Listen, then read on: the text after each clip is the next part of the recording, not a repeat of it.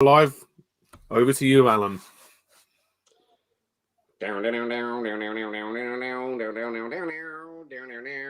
Hello, dear listener, and welcome Hello. to part 2 of our James Bond films group ranking. I'm Alan, Woo! and I'm You know what joined time today. it is? Yes, Time for live. yes, indeed. Yes, I'm Alan, and I'm joined by my two friends and colleagues. We got Ollie, Yo! and we've got Jack. Hey.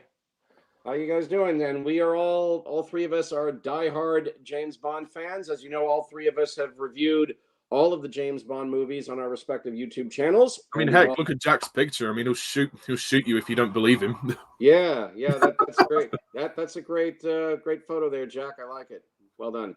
And I like Ollie's. Yeah, I'm sorry for the generic representation of me on my avatar, but there wasn't time for me to pick the appropriate photo, so you've got the generic avatar for me. That's all right.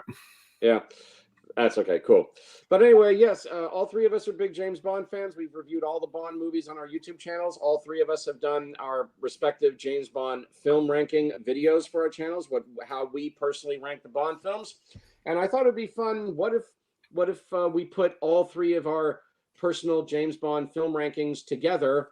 Like a group vote, a trio vote, if you like, on the James Bond films and rank it. Because again, I see a lot of Bond fans on YouTube doing group rankings of the films. And I thought it'd be fun for me, Jack, and Ollie to do the same. So I've done that. And the way I've assigned points is that because there are 25 Bond films in all three of our picks for the number one best Bond movie gets 25 points from each of us. The perfect score is 75. That's the top score that any Bond film can get.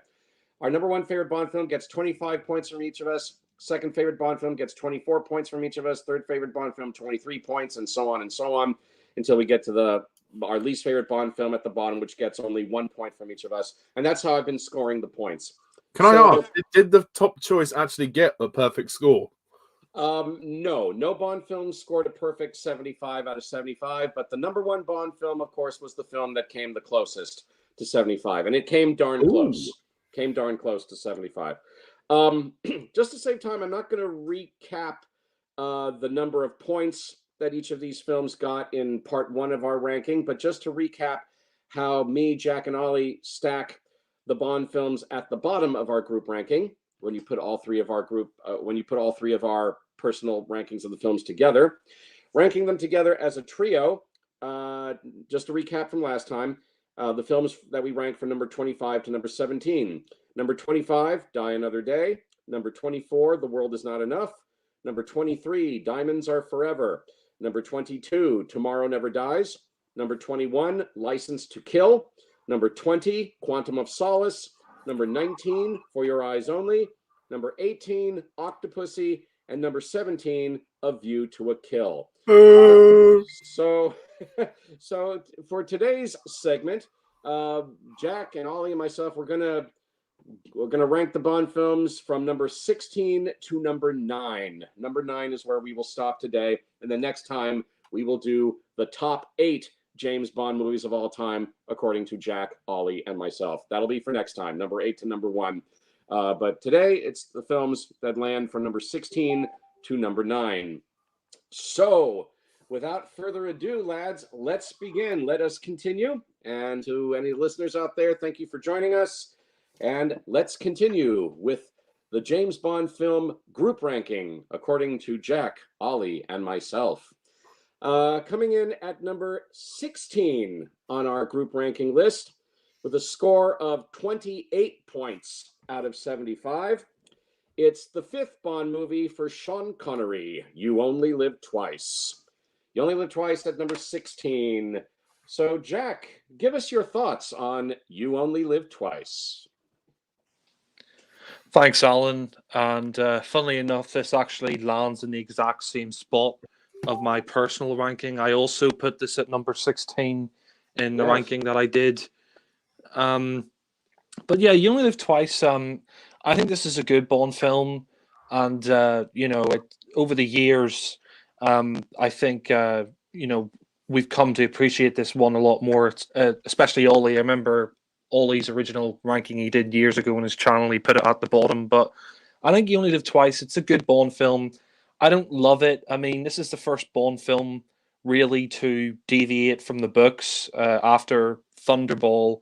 They made You Only Live Twice, and there's a lot of stuff going on behind the scenes. I mean, apparently Connery wanted to do On Her Majesty's Secret Service, but because like they had some issues with the snow and they couldn't get the right conditions for that, they decided to do You Only Live Twice. And you know, the screenplay's by Roald Dahl, and this is the first film really to deviate from the books. They just have the title You Only Live Twice. But Connery, you know, he had a lot of issues behind the scenes. Like he was fighting with Harry Saltzman and Cubby Broccoli. He didn't think that he was getting paid enough for the role, and this was his 5th Bond film in 6 years. And you can really tell that behind the scenes, he just wanted to leave as James Bond. He really hated filming in Japan because he was harassed by the press, and they even followed him into the men's room and he had to chase them away. So Connery in this film, you can tell he looks really bored, and that kind of, you know, it sort of affects my enjoyment of the film a little bit. I think this film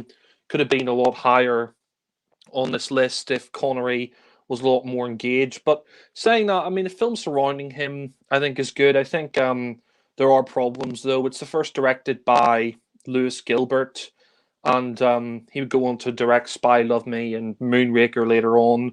But I do think, you know, this film does get quite silly at points. Like that whole scene with the little Nelly helicopter, you can tell that Connery is just bored out of his mind. And you know, there are some stupid things in this film, like making Bond Japanese. It's just ridiculous. I mean, that whole subplot of the film really just doesn't go anywhere, where Bond has to get married to, you know, I think it's Aki or it's Kissy. And that's one thing I will say about this film as well, is that the Bond girls aren't really that memorable. They're probably some of the weakest Bond girls. I mean, the actors, you know, they do a fine enough job, but there's nothing really to the characters of Aki and Kissy.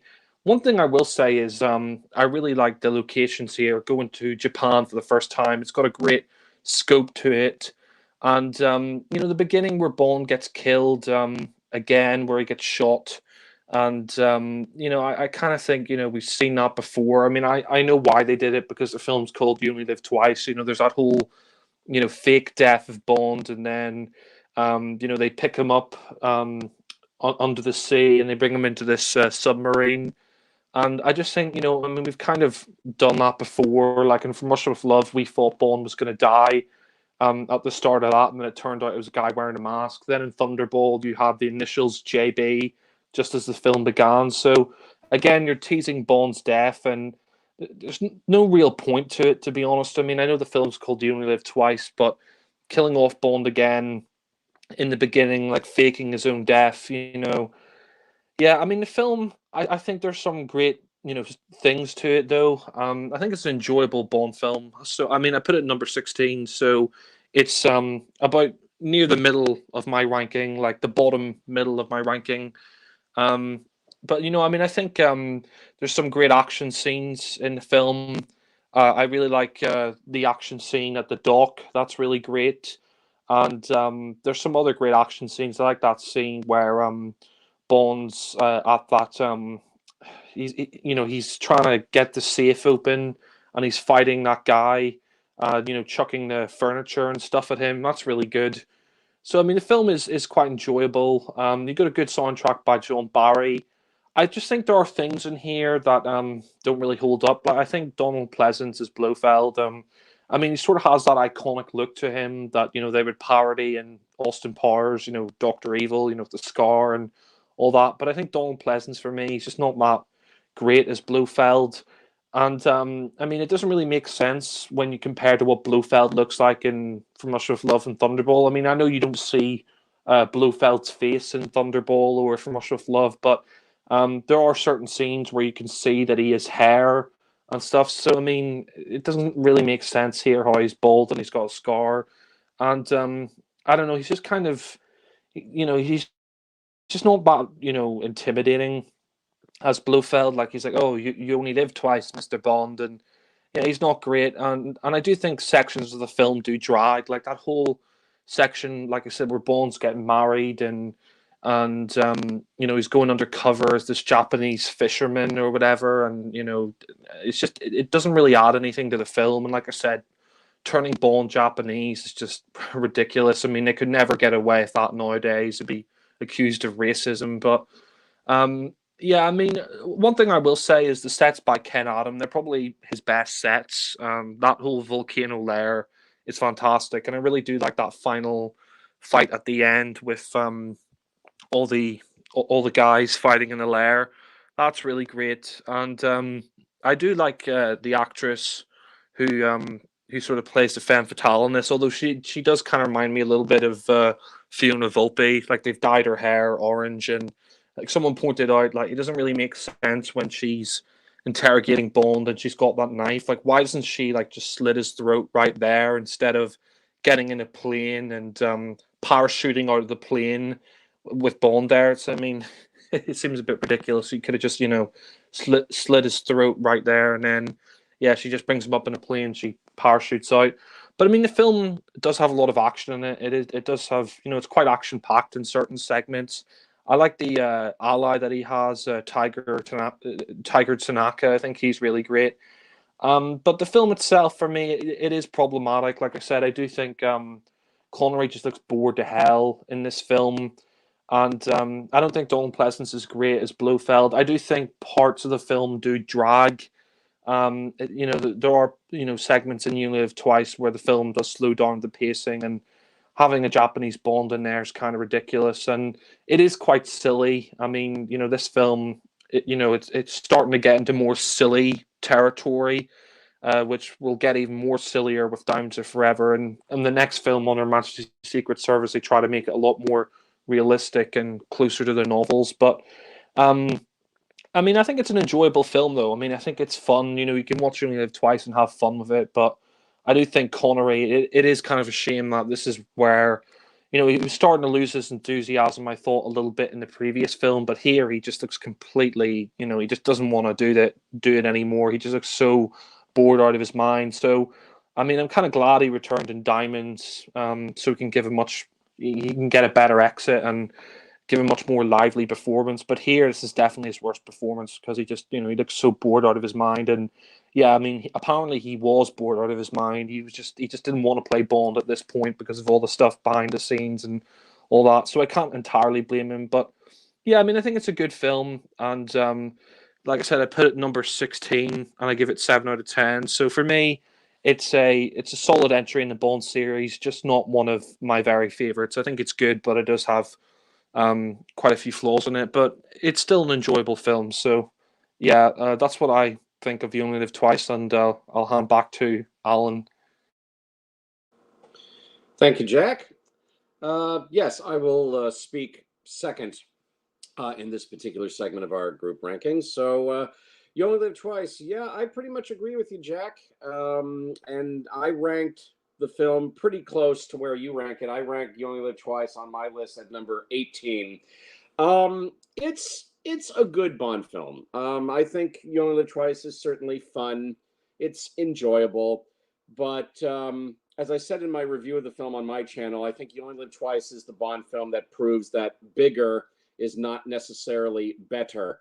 I mean, when you go back to the huge success of Goldfinger, the Bond filmmakers thought, okay, well, for the follow-up film to Goldfinger, we gotta make a Bond film even bigger than Goldfinger, and that, of course, was Thunderball. And then Thunderball was a huge success, so the Bond filmmakers then thought, okay, now we got to make a Bond film even bigger than Thunderball, and they went all out. And yeah, the big set piece and the main place where all the money went was the gigantic volcano-based set that was built, you know, Blofeld's lair, his volcano-based lair.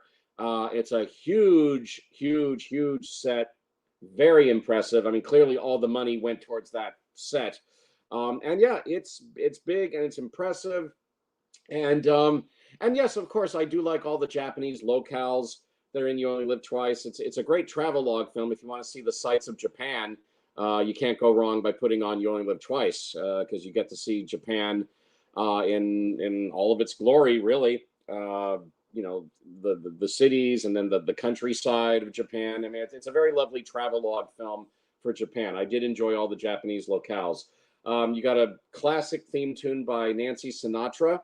I've always loved that song. It's always been one of my favorite Bond themes. There's good action scenes here as well. But I have to admit, the one thing that really weighs down, or there's a couple of things that really weigh down You Only Live Twice for me. First of all, Sean Connery.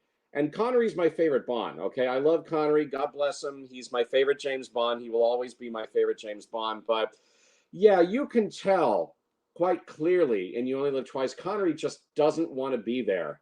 He looks so bored. He looks so uninterested. And yes, it's true. He was hounded mercilessly by the Japanese press throughout filming of You Only Live Twice. And yeah, the infamous incident where some of the Japanese press followed him into the men's room to try to keep an interview with him going. And Connery exploded in anger at them, telling them to get the hell out of the men's room. So he literally should have just said, sorry to interrupt. He literally should have just said when they came into the toilet, piss off. But yeah, really. I mean, I don't blame him. I mean, clearly he was miserable on the set. And, and I think that was the point where he finally said, you know what, fuck this. I've had enough of it. I'm leaving, Yeah. No, he clearly had enough of playing Bond. He clearly was not enjoying it anymore. And he wasn't even trying to hide it. I mean, it's like, Sean, if I had been the director of this film, I would have talked with Sean, set aside some time to talk to Sean. I would have said, Sean, I understand you're not particularly happy making this Bond film, but when that camera is switched on, you got to give it your all. And if you're not having a good time, fake it. You're an actor. Act. Give the audience that are watching through that camera lens the best that you can give them. Yeah. Even if you're not particularly happy. But can I just say, sorry to interrupt, one of the worst scenes, which is an example of that, is when I think it's what's her name, Helga or something, and she's trying to seduce him, and he's tied to the chair, and he doesn't give a shit, and that's such a shame. It feels like we've lost the magic that made Sean Connery a great James Bond. Such a shame. Yeah, that scene is one example, but I think the big example for me is when he's flying around in the little gyrocopter, little Nelly. Yeah. He just looks so bored. It's like, okay, I'll turn the wheel here. Right Just now. give me the fucking paycheck, Lash. Yes, okay, and I'll press a few buttons here. But he looks so bored, and his line delivery is so bored. I mean, after he fights all the enemy helicopters in the sky and blows them out of the sky, you think he would sound happy and triumphant that he wiped out all the enemy helicopters, but he just sounds so bored, saying, little Nelly performed with great, greatness and blah, blah, blah. But his line delivery is just so flat, and he looks so bored, and he's not even trying to hide it, But yeah, clearly he was not having a good time shooting this movie. But I think another thing that drags down You Only Live Twice for me is the script. This is not a particularly deep Bond movie, if you think about it. You Only Live Twice. I mean, it's just Bond going on another mission, and everything's big, and all the money is on the screen. It's very meat and potatoes, really. It's very straightforward, despite the fact that it looks more impressive than some of the other ones. Exactly. It's a beautiful looking Bond film for sure, but yeah, story-wise, I mean, there's not much there, and it's just a run-of-the-mill Bond film. It's just Bond going on another mission. It's definitely a switch your brain off kind of Bond film, and just put it on just to enjoy the Japanese locales and Alan, please explain to me, what the hell is that opening? I mean, okay, the film's called You Only Live Twice, but what the fuck? I mean, yeah, I mean, why did they need to do a fake assassination attempt on him at the beginning of the film? What was the point? Why did he need to go undercover in the ocean, wearing some sort of special scuba gear, some scuba apparatus, and they wrap him in the cloth that you would put a dead body in, and they toss him into the ocean, and then he gets rescued by MI6 divers and taken to the sub. Why did he need to go through any of that? Why was it necessary to fake his death? Yeah. If he had to fake his death, I mean, could they have done it some other way? Did they have to do it like that? Yeah. And why does he have to go through half the shit he does in this film, like at the ninja school? Why does he have to become a ninja? Right, exactly. Why does he get married? Why the fuck does he become Japanese? Yes. Why does he have to go to ninja school? Why does he have to get married? I mean, it's a fake marriage, but why do they have to make him Japanese and give him a fake marriage? Why does he need any of that? You're absolutely right. Yes. And so you're absolutely right about all of that. Donald Pleasance, he's a very cartoon caricature version of Blofeld, even though he was a good actor, I admit, but Blofeld? No. but as Blofeld, no, because there's nothing menacing about him, and his voice sounds a little too mousy. I mean, he looks good. I'll give him that. The scar looks really impressive, but other than that, yeah, it's a very blasé. Who cares? Yeah, version of Blofeld and him petting the cat, and like I said, he was the template for Mike Myers' Dr. Evil in the Austin Powers movies. And he's not actually in it that much. He's only in the end, really. Right. And he was a last-minute replacement for another actor that they cast as Blofeld, but then I guess the producers decided that the original actor wasn't evil enough, so he was dropped, and they brought in Donald Pleasance at literally the last minute to come in and play Blofeld. But he's not menacing. He's just a very cartoon character, baddie. And another thing you can throw at You Only Live Twice, just to wrap it up for me, is that the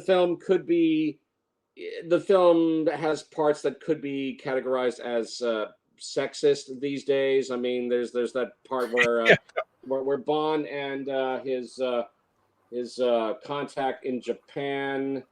I'm looking at the cast list here. I'm sorry. Tanaka.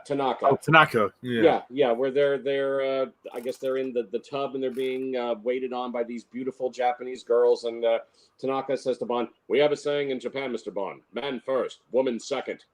I can hear a whole lot of women in the audience going, "Boo!" Connery's movies would not be able to release today, not with all that stuff in it. Yeah. And there's another part where Tanaka remarks about one of the young women. She is very sexyful. I mean, sexyful? How about beautiful or pretty? What the fuck? That's not even a word.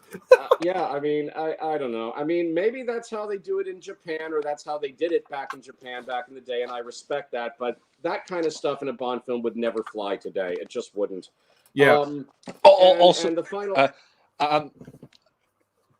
Yes? Sorry to interrupt. I was just going to say there's another sexist bit as well where Bond's about to get married and one of them says, I think he's talking about Aki or Kissy. He says, "Oh, she has a face like a pig," and Bond just keeps going on about the fact that she has a face like a pig before he meets her, and it's kind of like, yeah, it's a bit uncomfortable. I mean, they wouldn't put that in a film today, and it's a bit sexist, but yeah. The fact is, you have to take these moments now with a grain of salt because it was the 60s. I mean, I'm not excusing what they say, but it was the time, It was society didn't question it as much, but now, I mean, so people who watch the old Bond movies, they just need to realize that, Exactly. Look, the Connery Bond films were definitely a product of their times, and regarding You Only Live Twice, I mean, this film was made 55 years ago, so yes, you have to take it with a grain of salt and try to be forgiving, with the acknowledgement that this kind of Bond film could never be made today. But in 1967, that's the way it was 55 years ago, so you got to try to be forgiving towards it. But I'm not going to argue with any woman who may watch this film and be offended by some of the sexist stuff that's there. But again, it was made 55 years ago, so take it with a grain of salt. I guess the last thing I'll say, the final assault on Blofeld in the volcano base when all the ninjas come. I mean, it's fun. The ninjas come, they do their ninja stuff, and there's explosions going off all over the place. And Bond once again winds up in a boat with the Bond girl. But we've kind of seen that all before, and I mean, no wonder Connery was getting tired of it by this point, and he wanted to go. But look, I think at the end of the day, You Only Live Twice is still a fun Bond movie. I still give it a pass. As I said, I put it on my chart at number 18, but it's a good Bond film. It's certainly fun. It's definitely a turn your brain off and just enjoy the locales and the action scenes and all that. But yeah, clearly Connery wanted to go. He wasn't even hiding it that he was not happy and he wanted to go, which is a shame. But overall, it's still a fun Bond movie at the end of the day. So I still give it a marginal pass. It's fun. It's a fun Bond film. You Only Live Twice. But again, the lesson to take away from You Only Live Twice is that bigger is not necessarily better. But it's fun as it is.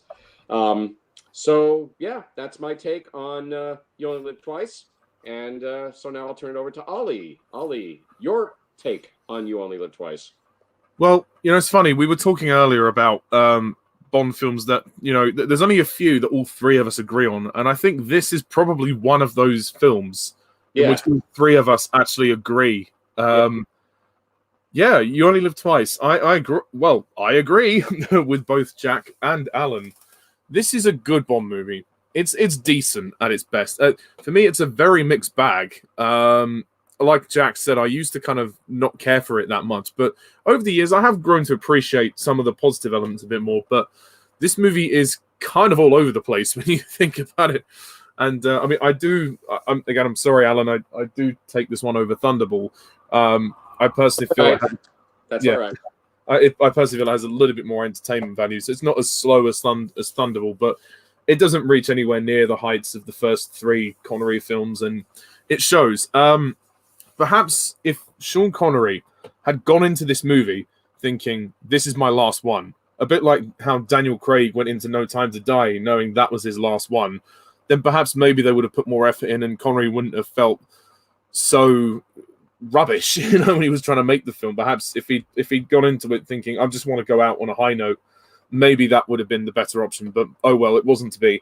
And Connery would later return for a sixth movie, which would be his last. Apparently, sorry to interrupt. Apparently, Connery wanted to do On Her Majesty's Secret Service first, and they were going to do it, but they couldn't because of the snow conditions. Like, they couldn't get the snow for the film. But apparently, he really wanted to do On Her Majesty's Secret Service first, which would have made more sense because You Only Live Twice is the book after On Her Majesty's Secret Service. So maybe if he had that film to end out his tenure as Bond, he would have been given a more lively performance. But yeah, or at the very least, if Connery hadn't had such a bad time making this one, perhaps he may have stayed on to do the film of Majesties, and then with Diana. Although I don't know how he would act with Diana Rigg, but still, it would have been nice actually, maybe to bookend Connery's tenure with that one. And it would have made more sense in terms of Bond getting married. But anyway, as for You Only Live Twice, I like it. I mean, I certainly think it's entertaining. There's, like Jack said, there's a lot of great action, and it's probably one of the most action-packed of Connery's movies. I have a lot of fun watching it, but I think for me, the first half of this movie is really good, and I think that's where its strengths are, well, mostly very good. And then when we get to the ninja school, I start to question a lot of what the movie's doing. The plot seems to be, well, at first kind of intriguing, with something to do with like the space shuttles and then the volcano lair. And then we just kind of spend ages in the ninja school doing fuck all. And the movie kind of slows down to a sluggish pace. And despite the pretty visuals, I mean, cinematography-wise, this is one of the most visually stunning Bond movies ever of the 25. And I think it looks beautiful. And the location of Japan was a great choice. But I just find, I honestly don't understand why we spend so much time in this ninja school. Like, okay, he's going undercover from Blofeld and everyone. But firstly, why does he have to train to be a ninja? Why does he have to get married? And why the fuck does he have to become a Japanese citizen? What the fuck? I mean, this is stupid. Really? Yeah. I just think this is, like Alan said in his review, this is where the silliness really starts to take over. It's like, well, what the fuck? This is ridiculous. There's no reason for it in the plot to happen. And also, like, halfway through the movie, they switch out the Bond girls. Like, they replace Aki with Kissy. Like, what? Yeah, that was totally unnecessary. I mean, why? Yeah. Why? They may as well have just been one character and not as effective as the poison scene is. I do like that scene, the way the poison drips down the thread and Aki is poisoned to death. That is a great scene, but then don't throw in this other Bond girl just for the sake of it. Have Bond continue the journey on his own to avenge her death. Because I think it's safe to say the second Bond girl comes in a little too late for us to really truly care about her. It was Aki that we cared about. Now she's gone, and now there's another Bond girl in her place. I mean, she's pretty, but we don't know that about her. you know. Exactly, and not only that, but sorry to interrupt. But I was going to say, like, not only that, but like Bond's like disguise, like making him Japanese, like he's not fooling anybody with that disguise. Like I remember watching this with my dad, and he said he looks the same. All they do is like give him like thicker eyebrows. You know, that disguise isn't fooling anybody. But yeah, I mean, I'll come to that in a minute, but yeah, I mean, I just think the whole marriage sham thing is pointless. I mean, you know, you don't need to have the whole ceremony to fake the marriage. You could just write the blank documents and just say, look, she's, you know, look, this Lash is my wife now, and I'm a Japanese citizen. Konnichiwa, Lash. You know, come on, you know, it's just pointless. It's just filler. I don't care for it. It's not like I hate it, but I just find the ninja school stuff pointless. It drags the movie down somewhat, quite a lot, which is a real shame. However, there are good things in it. Like Tiger Tanaka is a good ally, and I would have loved to have seen him come back. Actually, I mean, heck, maybe, you know, it'd be nice for the series to go back to Japan again. Well, once the COVID situation calms down. I like the MI6 regulars. I think they're pretty good. You know, Q and Moneypenny, they're all good. I mean, interestingly enough, I think this is one of the few films we don't go to the office. They're actually on a boat for the beginning section. Like after Bond, well, fakes his death, and then he comes back, and then he has the scene with Moneypenny on the boat when he says, "You know, I took a first class course in Oriental languages in Cambridge." Yeah, that was quite a nice moment. Although Tomorrow Never Dies seemed to ignore that, but never mind. I just don't care for the little Nelly either. I think it's kind of silly. I mean, it's a cool toy, I suppose, but it's not a Bond gadget. I don't know. I mean, clearly it was made for merchandising, but Connery looks bored to shit in it. And it really, like Jack said, it affects my enjoyment of the film. And Sean Connery, this is easily his worst performance. I mean, it's such a shame. I mean, again, Connery is just so bored. And I don't blame him entirely for his bad performance, but he could have at least tried to fake it, like Alan said. He could have tried to fake it for the fans, but I guess by that point, he didn't care anymore. He'd had enough. I'm surprised he didn't walk out, to be honest. He could have walked out of the series entirely, but I guess he thought, well, I might as well just take the money and then go after this. You know, I might as well get it over with. But it's really hard to watch Sean Connery in this movie because I can't get excited when I see him on screen. And also, I mean, seeing him dressed as a Japanese man is kind of a joke, really. But still, the volcano layer is really impressive. I do like that. The music is amazing. Some of the best music of the series. John Barry outdid himself. I love the title sequence as well with the volcano, and the song "You Only Live Twice" by Nancy Sinatra is a really good song. But yeah, the opening scene always confused me. I mean, okay, he faked his death, but literally all that happens is the mattress like flings up to the wall. They come in and shoot the mattress. Surely he would die from that. I don't understand what... Unless they were using blanks or rubber bullets or something, but it still doesn't make any sense. It just doesn't. Yeah, it doesn't make sense. It was a cheap, you know, tie-in to the title, and it doesn't even make a lot of sense. So, yeah, again, such a mixed bag. And as for Donald Pleasance as Blofeld, yeah, boring. Just boring. I mean, he's barely in it. He's kept in the shadows for most of the film, which is fine. I mean, but they built up to this, a cartoon weasel. What? Well, you know, I mean, this is going to be weird for me to say this, but as much as I diss Charles Gray in drag, performance-wise, he is a better Blofeld than Donald Pleasance.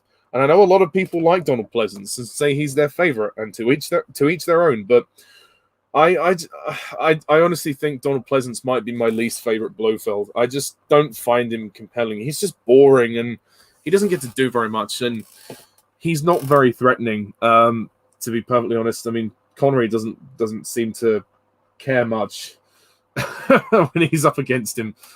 But yeah, and also the henchwoman of the film, Helga. I think her name's Helga. I mean, she's basically a Fiona Volpe 2.0. There's nothing else to her character. And I mean, she even looks the same. She's got ginger hair. So, yeah. I'm not going to go on too much more. But I mean, You Only Live Twice. it's not the best movie of the series. It's not the worst either. I think it's very, like Alan said, it's pretty, like, it's not deep or thought provoking, but it's pretty fun. You know, I have watched this one a few times, and I thought actually this is entertaining, and the action is fun. Just don't get too invested in the plot, and you're gonna have to deal with some silly things that don't really make sense. And yeah, Jack and Alan have also mentioned about the like the sexism and some of the offensive things that are in this film. Again, please take it with a grain of salt. It was made in the 60s.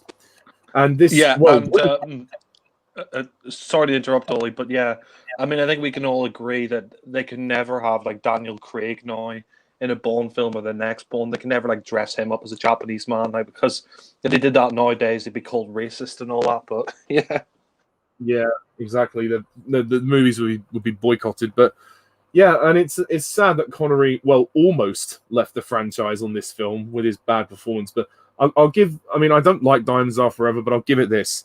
At least Sean Connery was enjoying himself. There we go. I said at least he left the series kind of enjoying himself again.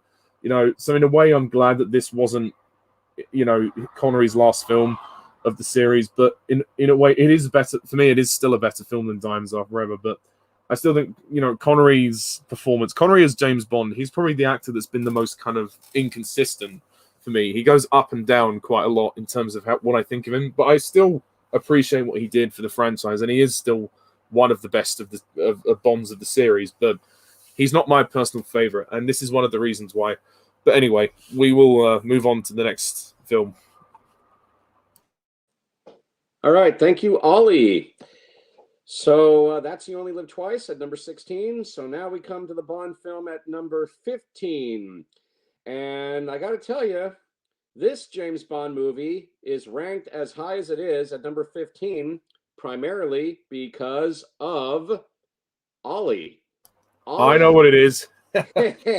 Yeah, Ollie loves this Bond movie. Jack and I, not so much. And there may be some passion going around the room about this particular Bond movie, but I want to say up front, Ollie, I respect your opinion, and I respect that many Bond fans do like this film.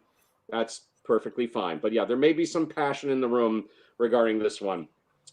So at number 15, with a score of 33 points out of 75, it's the fifth and final Bond movie for Daniel Craig, No Time to Die. Can I just say, it's higher than I thought it would be. Yeah. and it's the most recent James Bond movie, of course. We are going to go into spoilers about No Time to Die, but you know, this movie came out in late September in the UK, early October in North America. It's available for streaming it's on home video. If you haven't seen No Time to Die by now, then that's on you. Okay. you should have seen it by now, but we are going to go into spoilers. So that's your warning. So here we go. Jack, what are your thoughts on No Time to Die? No Time to Die, the most recent Bond film. It came out last year, and we had to wait a long time for. Yep, and we had to wait a long time for this film. About the same amount of time from License to Kill to GoldenEye. We had to wait 6 years from Spectre to No Time to Die, and going into this film, I was really hyped for it. You know, it's the first Bond film in 6 years, and you know, I know a lot of people out there who really like No Time to Die, but I'm being perfectly honest in saying I was disappointed by the film. I mean, the first time I saw it in cinema, I thought it was good, but the ending for me just really tore it down. And then the second time I watched it, I really sort of cemented my opinion, and I just think it's okay. It's an okay Bond film for me. I mean, I'm really torn on this film because I wanted to love it. You know, it's Daniel Craig's last Bond film. He's been playing this part for 15 years, and I really wanted to love it, but for me, it's Craig's weakest film. I'm sorry. I mean, I know a lot of people would say Spectre is his worst or Quantum, but for me, it's No Time to Die. I think even taking out the ending, I have a lot of problems with this film. Like the constant callbacks to On Her Majesty's Secret Service. I mean, it's trying to aspire to be as great as that film, and I just don't think it quite lives up to that. I mean, you know, the amount of times they play the music throughout the film, it just kind of got irritating for me after a while because, you know, that film has its own score, and they use the Louis Armstrong song at the end, and they say, throughout the film, "Oh, we have all the time in the world," and I just feel like it's trying too hard to aspire to that film and try to be as emotionally impactful as that film. And I don't know. I just don't really care for the villain here. I just think Rami Malek is Safin. He's one of my least favorite Bond villains because he gets barely any screen time. I mean, most of his screen time is with Leia Seydoux as Madeline. I think she gets more screen time with him.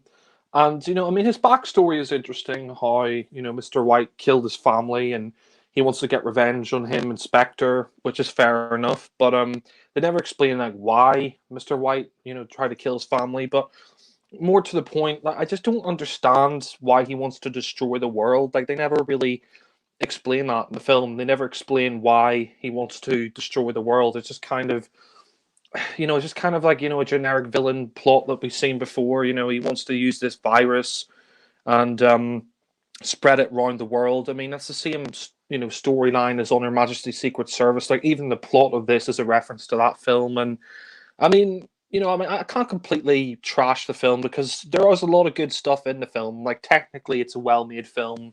There's some good action scenes. I love the action scene where he's in the car and he does the donut and he's shooting at the bad guys. And, there's that scene in the trailer that's in the film as well where he jumps off the bridge.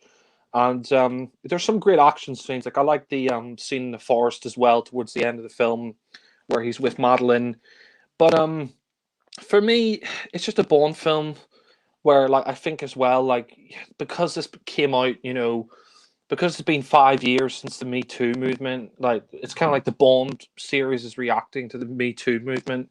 And I just think they've made the film a lot more woke. I mean, it's not as bad as I thought it was going to be, but the fact that Bond only, sleeps around once in the film, he's with Madeline at the start, and then he says goodbye to Madeline, and then, throughout the rest of the film, like, there's all this woke stuff that I'm not really a fan of. Like, there's that scene with Naomi, and he thinks he's gonna, have it off with Naomi, and then she takes her, wig off or whatever. He's like, "Oh, I didn't expect you.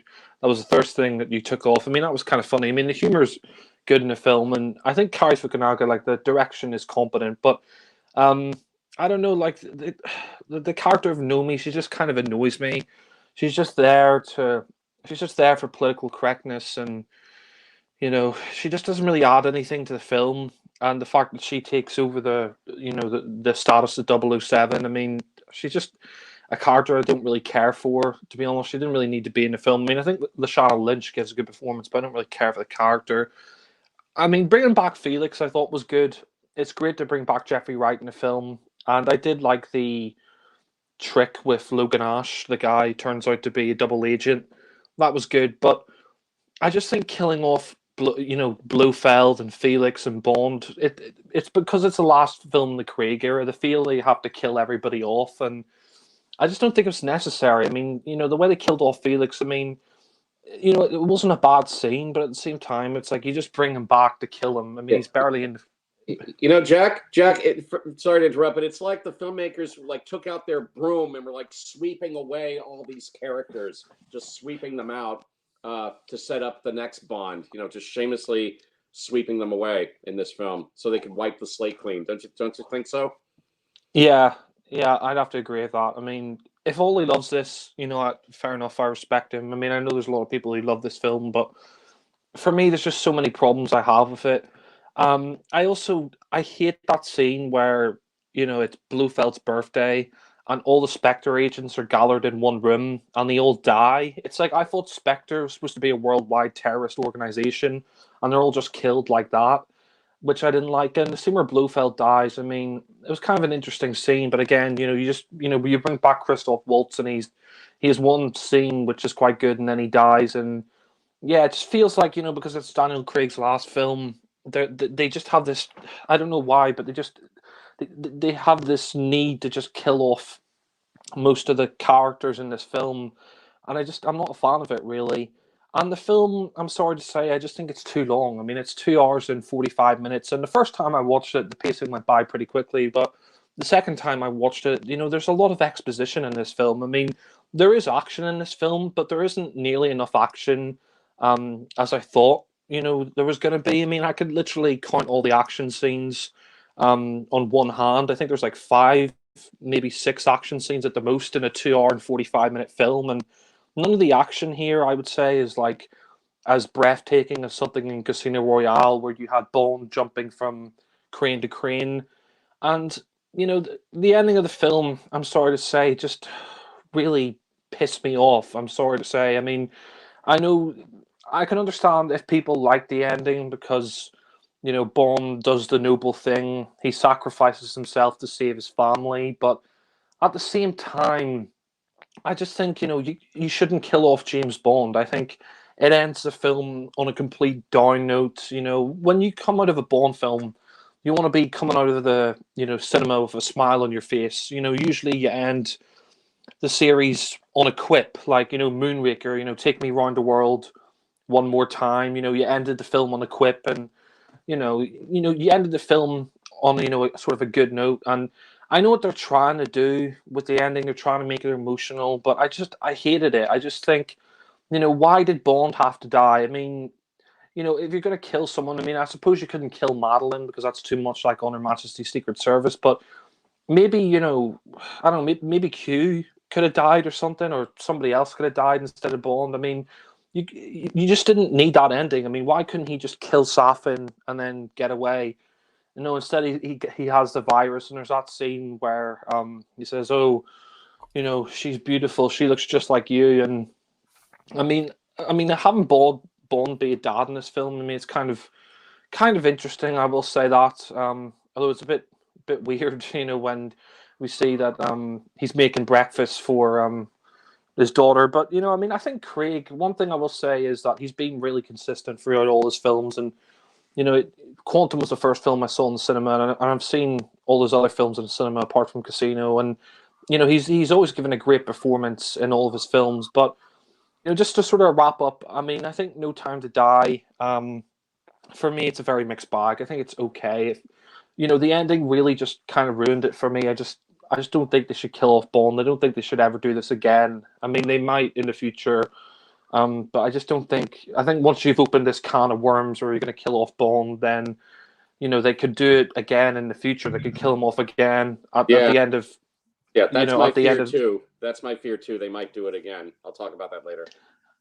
Yeah, I mean, maybe not with the next actor. They might not kill off the next actor at the end of his tenure, but maybe the actor afterwards. I just think once you kill off Bond, you're opening this whole can of worms. But yeah, for me, there is good stuff in there. Like, I mean, the action scenes are pretty good, and the soundtrack's good. Although, like I said, I do think they call a bit back to On Her Majesty's Secret Service. But for me, it's a very mixed bag.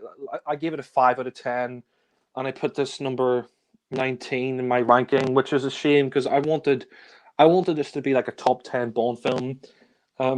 One of my favorites, but for me, it ends the Craig era on a real down note. I think, after all his Bonds been through, he was tortured in Casino Royale, then he lost Vesper, and and then he lost M in Skyfall. So he's been through a lot in his era, and I kind of wish, he had that happy ending like Inspector, where he just drives off into the sunset. I mean, I see what Ollie's saying, though. You couldn't have him really retire again, because I mean, it's kind of ridiculous the amount of times he's retired in the series, but I just think there could have been another way to end the film. Like, maybe we think that he's dead at the end, and like someone pointed out, like maybe you could have that scene where you think you see the missiles come down, and then you cut away, and then maybe at the very end of the film you see Bond on a boat or something like that, and I mean, that would have been cool. But instead, we see him killed, missiles raining down on him, and for me, it just ends the film in an ultimate down note. And I just didn't like that ending where Madeline's in the car with her daughter, and she's like, "Oh, I'm going to tell you about this man called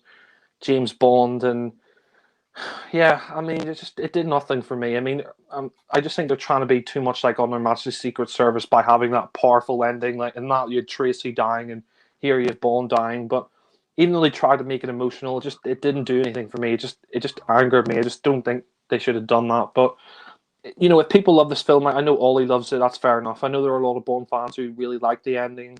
and loved the film. And that's fair enough. There's some Bond fans who say it's one of the best, if not the best Bond film. I know Harry Thomas, he names this as his favorite Bond film, but for me, it's one of my. I mean, it's not one of my very least favorites. I mean, there are about 5 or 6 films that I would put further down the list, but it's not very high either. Number 19. So for me, it's okay. It's very middle of the road, but yeah, it's kind of a shame for me, Craig, at the end on this film. But there is a lot of good stuff in there as well. But it's just not a Bond film that I'm ever going to rush back to. But yeah, I'll pass it back to Alan. Okay, thank you, Jack. All right, No Time to Die. And I would like to apologize to Ollie in advance before I speak because I'm still harboring some really raw emotions about this movie. Yeah, that's all right. So my It's a apologies. divisive Bond movie. I get it. Yeah, my apologies to Ollie in advance, but I respect your opinion, Ollie. If you like the film, that's great. There are many Bond fans who like the film, and I respect that. But yeah, I'm not alone. I understand. Yeah, okay, thank you. But No Time to Die. Oh my God, this is. Yeah, I mean, I'm with Jack on this one. I ranked it pretty low. I ranked it at number 22 on my Bond ranking list because this is the Bond movie that disappointed me like no other Bond film I've ever seen before in my life. And I'm really sad to say that because I don't hate the overall movie. I thought most of the way the movie was really good, but I gotta be honest, I cannot lie. I hated the ending of this movie. Oh my God. I mean, as I said in my Bond ranking video, I have never seen in my life a Bond movie that was doing so well only to trip at the fucking finish line and fall flat on its face. I mean, I left the theater angry and cheated, and I just can't believe that the filmmakers made the decision that they made to kill off Daniel Craig's Bond at the end, even though they try to comfort us by playing "We Have All the Time in the World" over the end credits, and they do flash on the screen after the end credits, James Bond will return. With a new face. But it doesn't make me feel better. Doesn't make me feel better at all. Although, okay, Bond will return. I guess, yes, they're going to get another actor to play Bond, and obviously his Bond will be on a completely different timeline in a completely different universe from Craig's Bond. I mean, they have now officially established a Bond multiverse, if you like. Not quite the same multiverse like what Marvel has. I mean, obviously, the various James Bonds are not going to meet each other, for goodness sake. But Daniel Craig's Bond is in a separate universe from Connery and Brosnan and from his successor, whoever that winds up being. The new Bond will be from a different universe from Craig's Bond. But I just don't think there really a problem with that though. Like, the franchise needs to reboot every so often. But I mean, it just doesn't make any sense. I mean, maybe they felt they had no other choice because the Bond series is approaching 60 years old, and maybe they feel they can't really say that this James Bond who you're watching now is the exact same James Bond that Sean Connery played way back when. But still, I don't know. But they've basically established a Bond multiverse now. That's basically what it is, because obviously the next Bond will not be Craig's Bond. He'll be a completely different Bond from another universe. And we just Alan, have to go along with that. Yes, Jack? I was just going to say, I'm sorry to interrupt, but I don't know about you, but like, I mean, if they didn't kill off Craig's Bond in this film, what they could have done was like they could have done it like the old films, like with Connery and Moore, where they could have continued on with a new actor but keep the same M and Moneypenny. I mean, I kind of wish they did that. I mean, they're not going to do that now because they killed Craig's Bond off, but they could have continued it on with a new actor as 007, but just kind of like the Connery and Moore film. I mean, Bond has a daughter in this film. Like, so would the next actor like if it was in the same timeline, he'd have to be similarly aged to Craig in order for it to be conceivable. Well, no, I mean, not necessarily, because if you watch like the old films, there is no real like timeline. There's no real order to them, so you could have just, you could just recast with like a younger Bond, but keep it in the same timeline, kind of like Connery and Moore and Lazenby and Brosnan. But yeah, I mean, with Matilda, I don't see how that would work unless you had an actor who was a similar age to Craig. And what I'm saying is you don't necessarily need Matilda in the next film. Like, I mean, there are times like But then why have it? You can just recast it for you. Yeah. But I mean, you could. Sorry, yeah, go ahead. I hear you. I mean, I definitely see both sides of the argument, for and against it, and I totally see that. I mean, look, they basically established a Bond multiverse really with Casino Royale. They reset the timeline to the modern day with Bond now at the very beginning of his career as an MI6 agent, as if the previous Bonds didn't happen. I mean, you and I in the audience know that they happened, but Bond himself doesn't know that. So you could say they established this Bond multiverse with Casino Royale, and it worked. It totally worked. So it's established now. I guess we just need to get used to that's what it is. And, Bond's a fictional character anyway, and, you can do what you like with him. But I mean, I can see where you guys are coming from. But yeah, I just don't know if they could have continued the timeline in the same way they used to with the old films, just given the way the Craig movies went. And I can understand what you're saying. Yeah. Okay. Well, thank you, Ollie. But let me make this clear. I mean, there's definitely good stuff in No Time to Die. I don't hate the overall movie. It's the ending that I have the serious problem with. But everything up until we got to the ending, I thought was really good. I thought Daniel Craig was in fine form in his fifth and final performance as Bond. I thought it was well directed overall by Cary Joji Fukunaga. It's certainly a well-made Bond film. The cinematography on it is really good. I enjoyed that. There's really good action scenes in it. The final assault on Rami Malek's villain. Thank you, Safin. Yeah, Safin. That's all good. The supporting players are all really good here. And of course, everybody loves to mention Ana de Armas as Paloma. She only has that one scene or a couple of scenes. She's in the film very briefly, but she makes quite an impression, and in more ways than one. I give her that. I mean, she's definitely one of the highlights of the film for sure.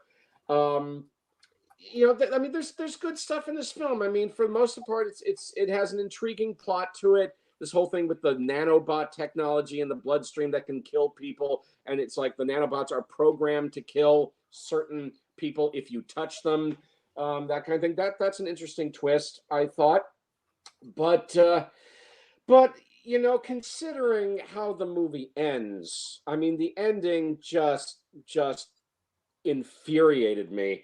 And what hurts all the more, I mean, I don't know if you guys have watched it yet. There's a new interview on YouTube that Daniel Craig recently did with his Skyfall co-star Javier Bardem.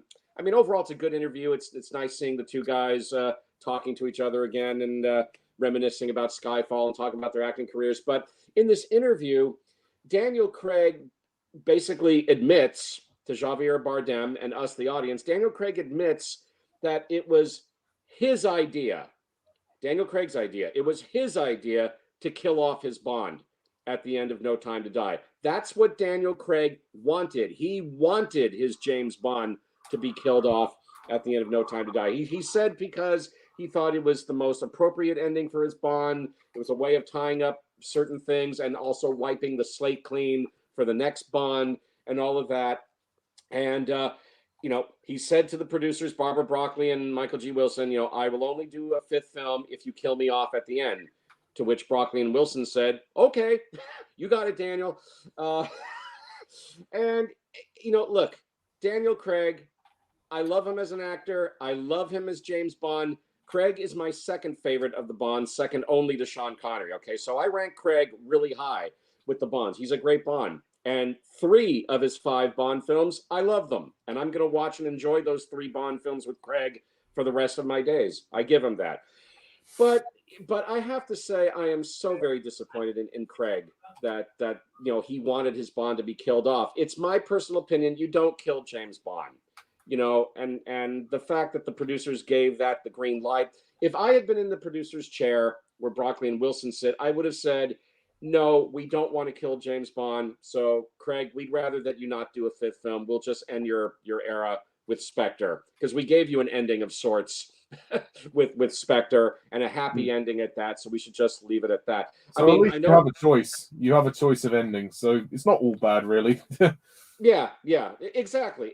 And I think for any disgruntled Bond fan like me and Jack, who are unhappy with the ending, even though it was supposed to be a honorable death for Bond, but I say it shouldn't have been a death at all for Bond, honorable or otherwise. But if you're a disgruntled Bond fan like Jack and me, yes, as Ollie says, you have the option to just pretend that No Time to Die doesn't exist and just consider Spectre the final Bond film for Daniel Craig. And if you don't like Spectre, then Skyfall. Then go for Skyfall. Go for Skyfall as Craig's last Bond film if you don't like Spectre. Yeah.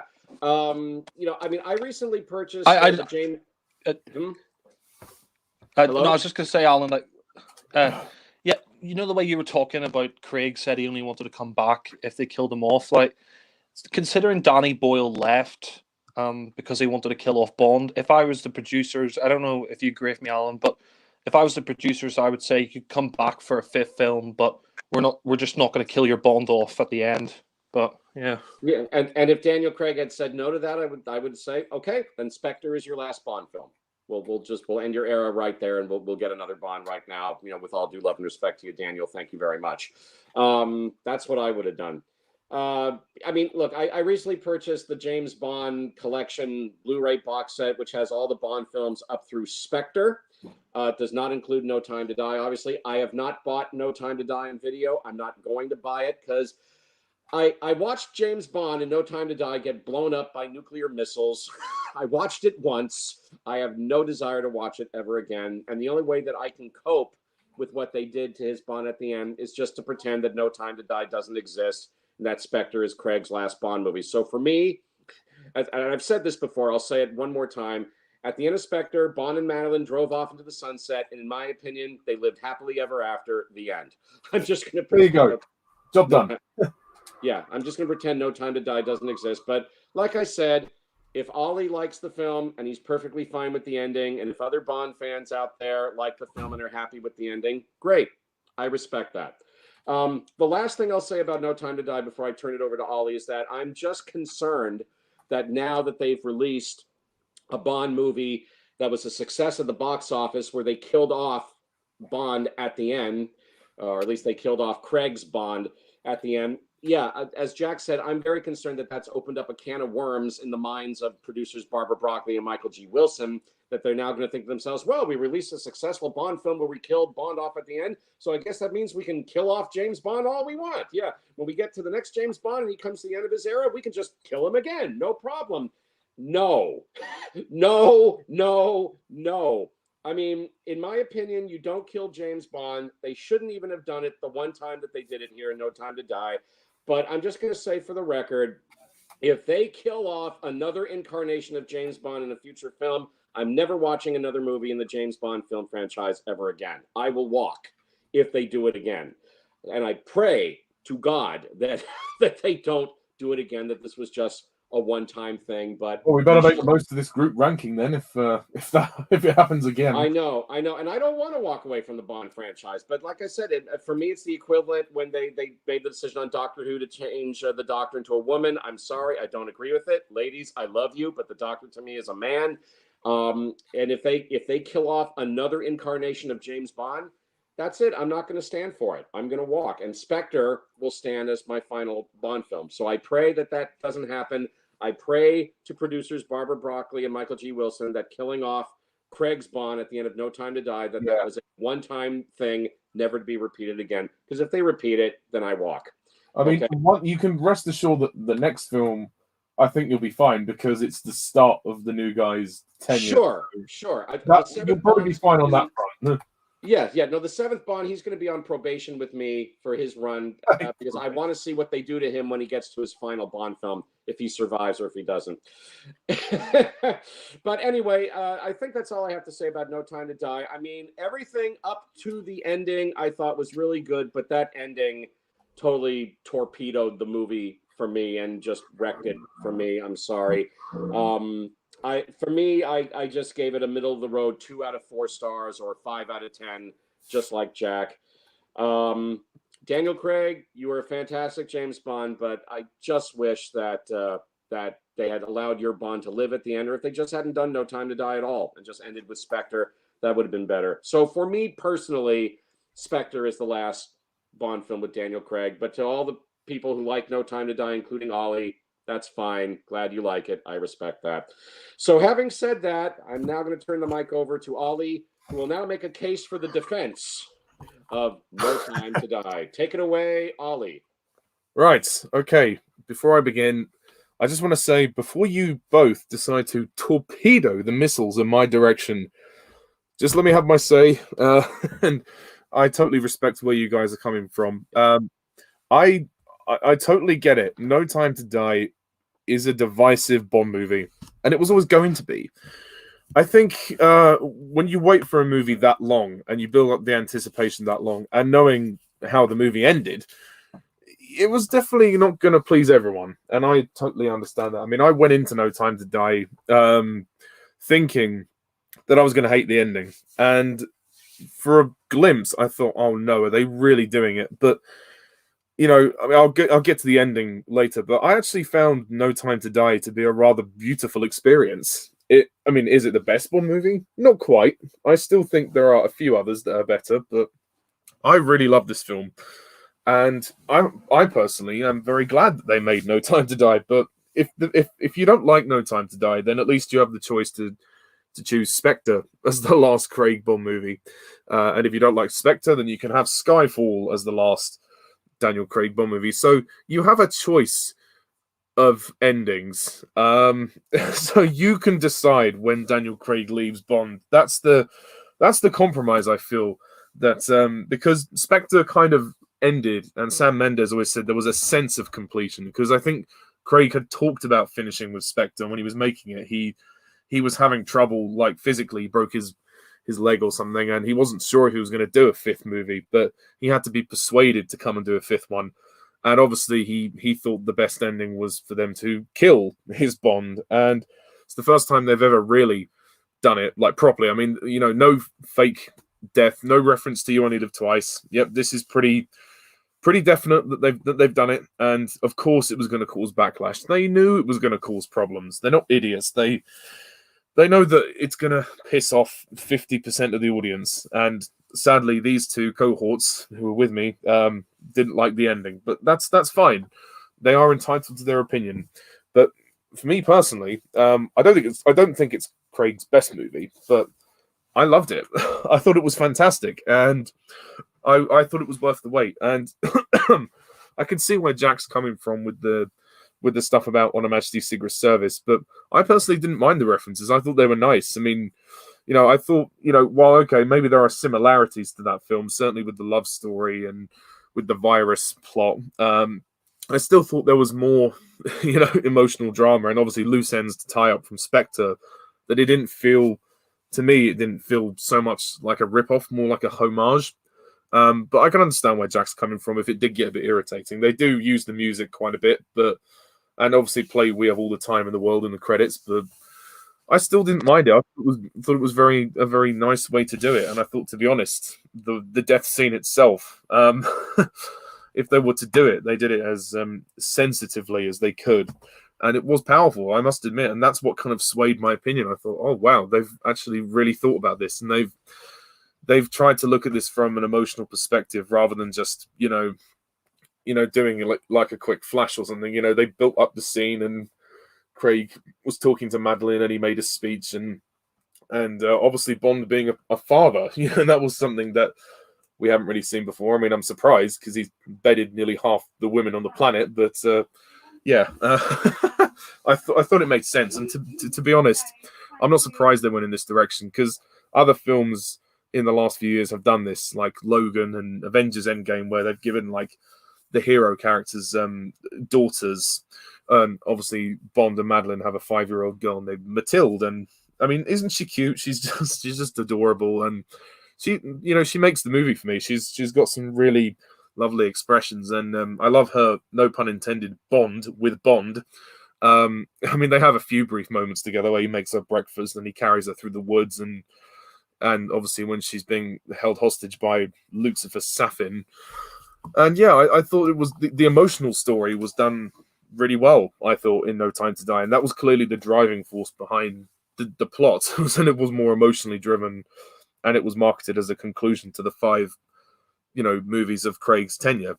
If I had any reservations, I mean, okay, Safin, yeah, I know he's not in it that much, but maybe he could have used more screen time, but I thought when he was on screen, he was genuinely terrifying. Certainly the opening scene was a was a really good sequence where he goes to Madeline's house when she's younger and he kills her mother. Obviously, he wants revenge on Mr. White for killing his family, which is understandable. And I guess when he has this scene with Bond, he talks about how he kind of sees himself as this kind of god. And I guess maybe the only explanation I can think of, I suppose, is like maybe the grief turned him into a monster and he's just insane. And perhaps they could have made his motivations a bit more clear cut, but I thought for what he was decent enough. Is he the best Bond villain? No, of course not. There are other villains that are better, but what he does have is personality, albeit very dark personality. And I think Malik's performance is creepy. I think that's one thing that I do appreciate, is that he's very creepy. I mean, he seems to be very infatuated with Madeline, which is creepy. But he's not Silver. He's not Goldfinger. He's not a classic villain. But I wouldn't say he's one of the worst. I actually think he's decent, but he's kind of middle of the road for me. I think I'm sorry. I sorry to interrupt. I'm sorry. I find him boring as a villain. I mean, that's just my opinion, but yeah, no, that's fine. Like I say, I respect your guys' opinion. Again, this is just how I feel. But I thought they chose a really good actor to play him, so I think Malik, should be praised for that. The Bond girls, I can see where Jack's coming from, but I honestly don't think the film is that woke. I still think it's Daniel Craig's movie, and Bond is still the center of it. Yes, certainly Nomi is quite central to the film in terms of being quite kick-ass, but I don't think she takes over the film. I think she's fine. I think she's perfectly adequate. I mean, is she necessary to the plot? Perhaps not, but I thought the banter she had with Bond was pretty decent, and she was good enough, for what the role was. She was fine. And the fact is, yes, she has the 007 title for quite a lot of the film, but as they say, it's just a number. So, that didn't really bother me too much. And plus, she did give it back to him. So I thought that was nice. That was respectful. And they did team up in the end. It wasn't too much of her saying, "Oh, look at you, Mr. Bond, I'm better than you." There was a bit of that at the beginning, which was fine. Certainly when he says, "Oh, that's not the first thing I thought you'd take off." But yeah, I kind of like their partnership. That's cool. But even more so, I like Paloma, Ana de Armas, who seems to be getting so much praise, and I'm glad she is. I mean, she's in it 5 minutes, but she's taken the world by storm with her performance. She's a good character, and she's there obviously to just kick some ass. I mean, yes, in terms of the plot, maybe Felix could have been in that scene instead of her, and probably that would have been nice as well. But it is nice to have a young female character paired up with Bond, and I kind of like her personality, that she's a bit of a drunk, she's a bit nervous, she's a bit of a wreck, but she does put up a good fight, and I like the two of them teaming up. I would have liked to see more of Bond and Paloma teaming up. It's a good little cameo role, I think, and Ana de Armas played it really well. And I mean, I actually thought the Blofeld's birthday scene was quite good, and the fact that it was Blofeld's birthday was kind of funny. I thought that was amusing, and the fact that there's these guys holding this cushion with this little eye, this bionic eye that's going around, and Blofeld's kind of telling people what to do, and he's saying hello and everything. And the fact that Blofeld was able to orchestrate most of his dealings from a prison cell was kind of clever with the way they used the eye. I suppose, they had to get rid of Spectre somehow and tie that loose end up. I can understand Jack's point, but I mean, I don't mind how they did it. It's fine, it made sense with the virus and everything. Like some of the villains are quite good, like Obrachev, the scientist. He's pretty well played, and Logan Ash, who's played by Billy Magnuson. They're pretty decent actually for what they do. And as for Felix, I actually thought his death was quite sad. I mean, okay, maybe it was a bit predictable the way they killed him, but I still thought it hit well enough, considering he'd been in some of the other films beforehand. I mean, if he'd have just been in this one, then it would have been meaningless. But yeah, I thought Jeffrey Wright gave a good performance as well. I quite like the music from Hans Zimmer as well. I know some of it is reminiscent of Majesty's, but I still think it works. And the action sequences are excellent. I think they're really, really good. Like I said, the Blofeld's party scene is awesome. The opening scene in Matera, the opening chase is awesome. That's got to be one of the best openings, I think. And the Donut Square, as they called it, where Bond and Madeline are in the car and he's shooting the guns around in the square. That's awesome. I love that. Then there's also the final one-man assault on Safin's lair with Bond. That's really awesome. I love that as well. And the car chase in Norway is quite fun as well. I mean, yes, the movie's long, but to me it didn't drag. I was interested throughout, and it moved at a pretty good pace. It is lengthy for a Bond film. There's no question about that. But there was quite a lot to tie up, and I thought they sort of balanced it quite well. And especially when there wasn't much action, they had quite a lot of humor. So it felt like they were trying to mix the kind of old, like the old school humor with some of the emotional drama and some of the new things. Like, I loved the conflict between Bond and Mallory. I thought that was really well done. The fact that M might have been a villain, in this is kind of interesting. And Hugh Moneypenny also good.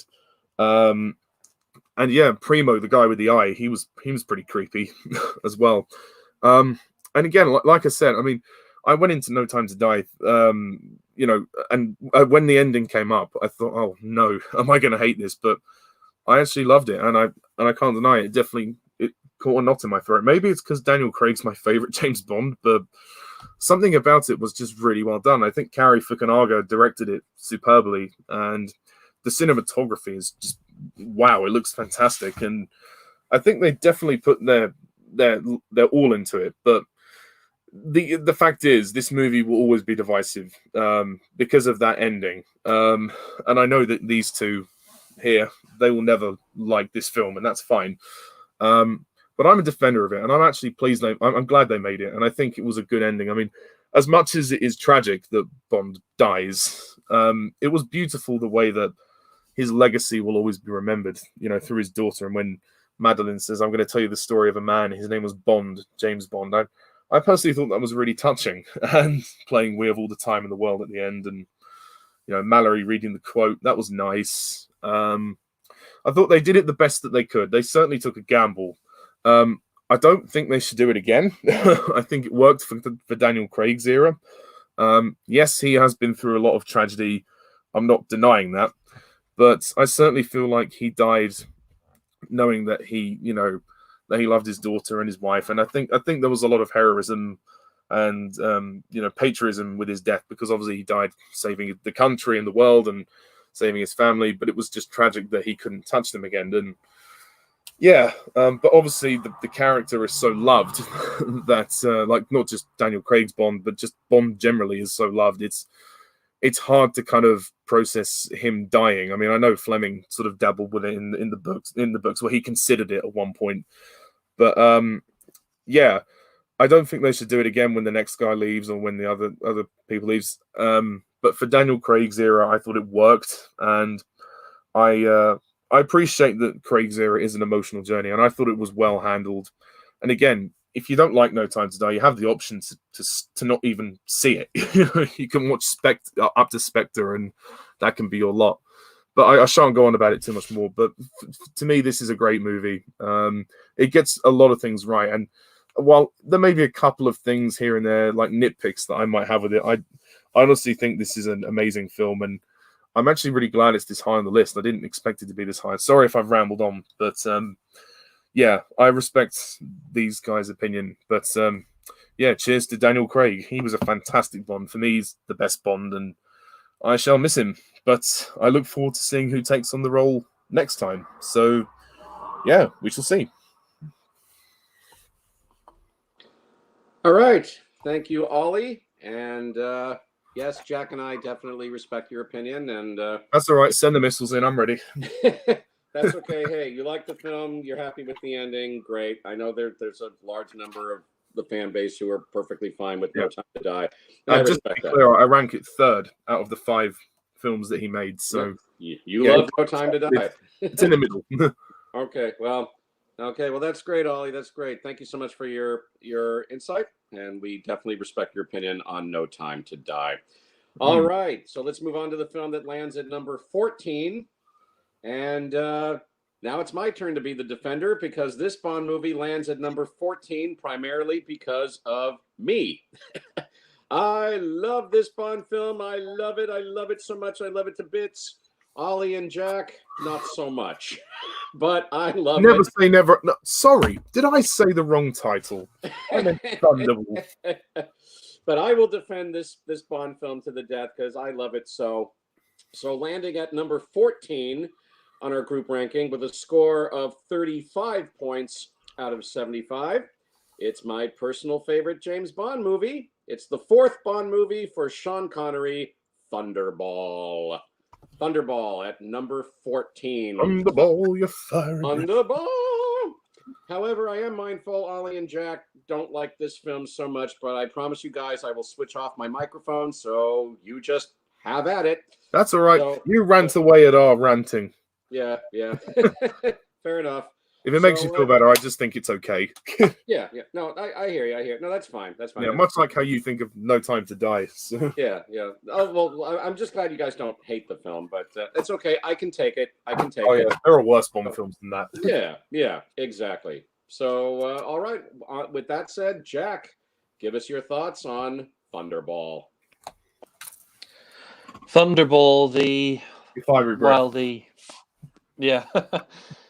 Johnny Cash rejected theme. Glad I never made it into the film.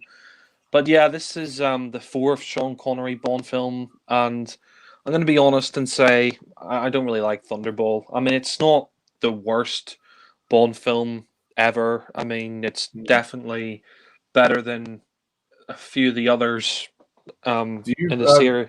Do you prefer it to No Time to Die, just out of interest?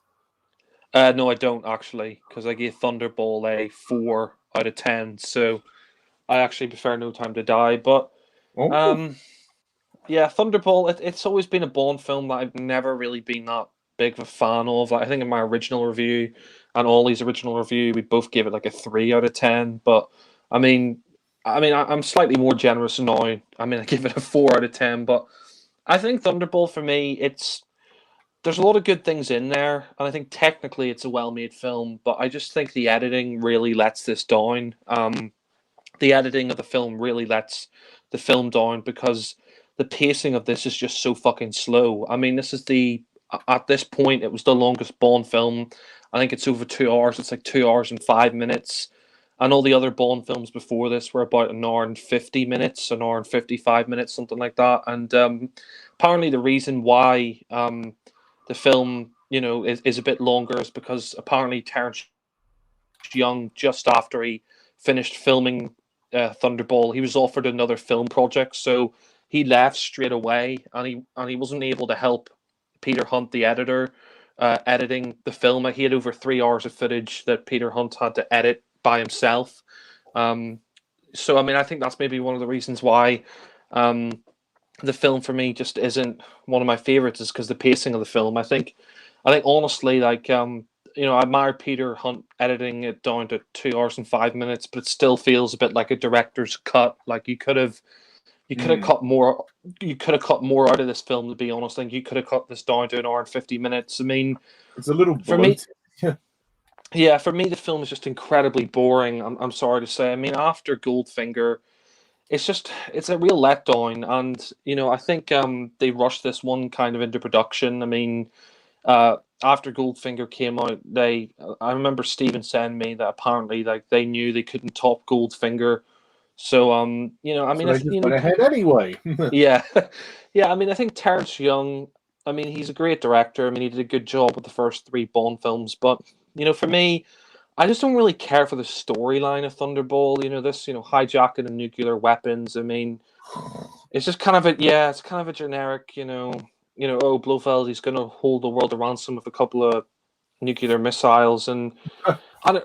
I mean, I just think the villain in this, I don't care. I mean, Adolfo Celli, I mean, he gives a decent performance, but Largo's one of my least favorite Bond villains. I'm going to be honest. There's just nothing to him. He's just this old man with an eye patch, and he's not threatening. He's just not threatening at all as a Bond villain. Like, physically, that Connery as Bond could beat the crap out of him, and um.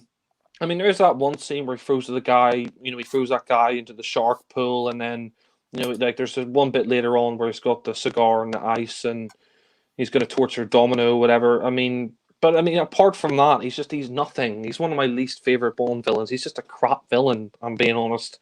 I think Fiona Volpe's a lot better. I think Luciana Paluzzi. I think she's beautiful and she's really good as Fiona Volpe. I think Connery in this film, I think he's good, but there are some scenes in this where you can tell that he's starting to get a little bit bored while he's making this film. But I mean, I still think he's good. I mean, it's not one of his best performances, but it's definitely yeah, it'll do. Yeah, yeah. I mean, the film for me, like the way it begins with the jetpack, I just think is a bit silly.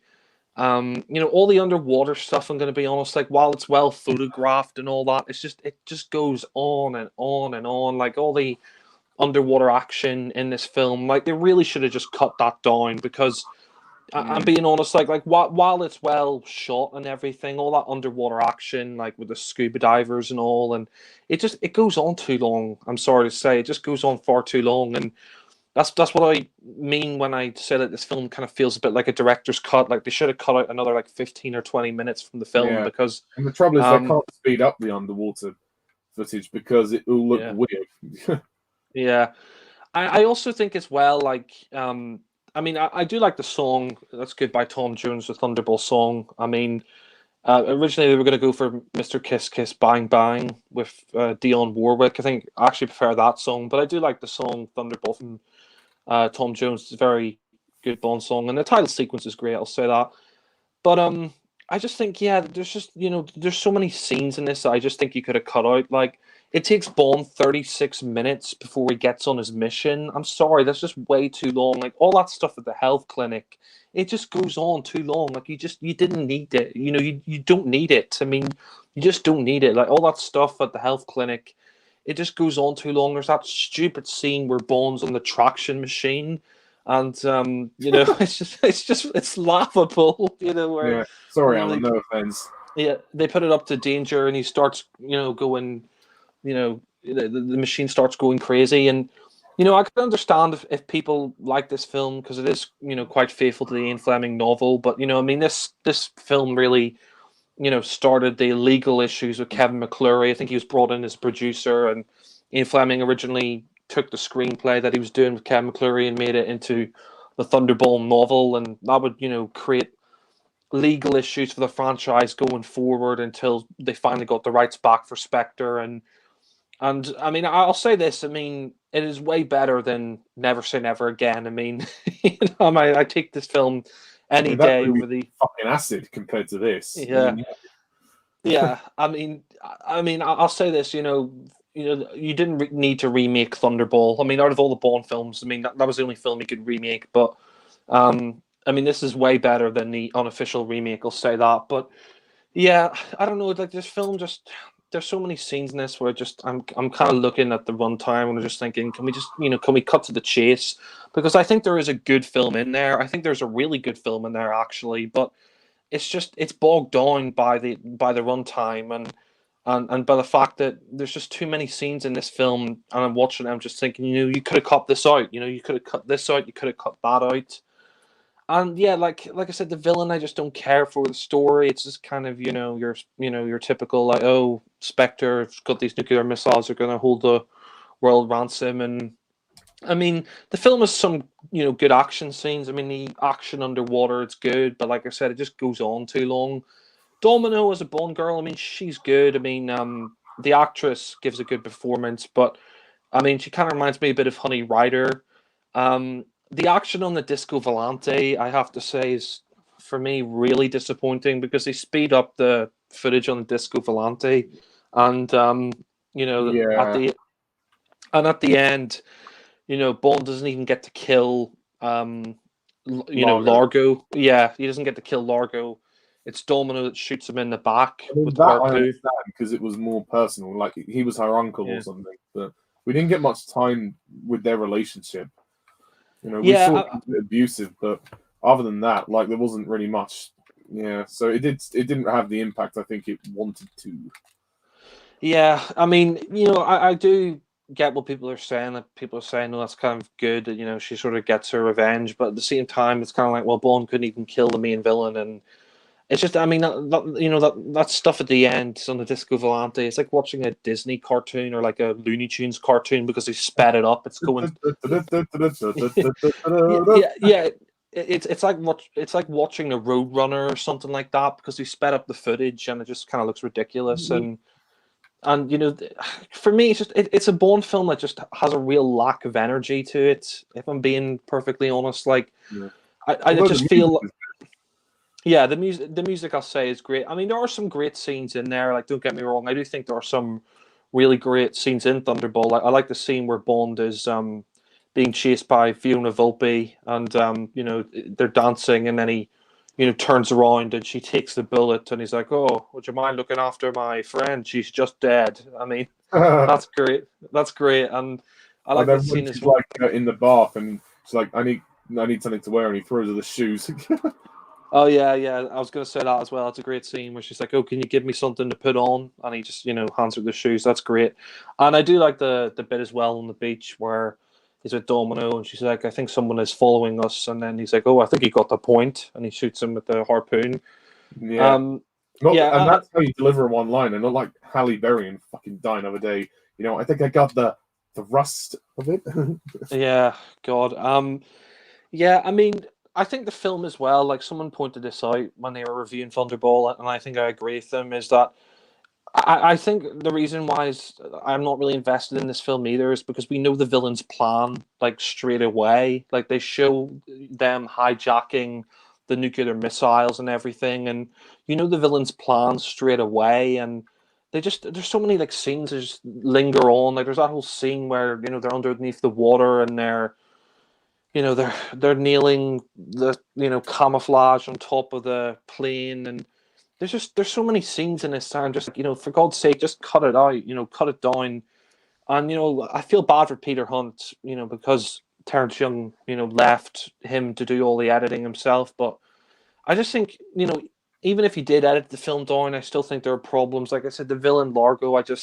After Goldfinger, he's just.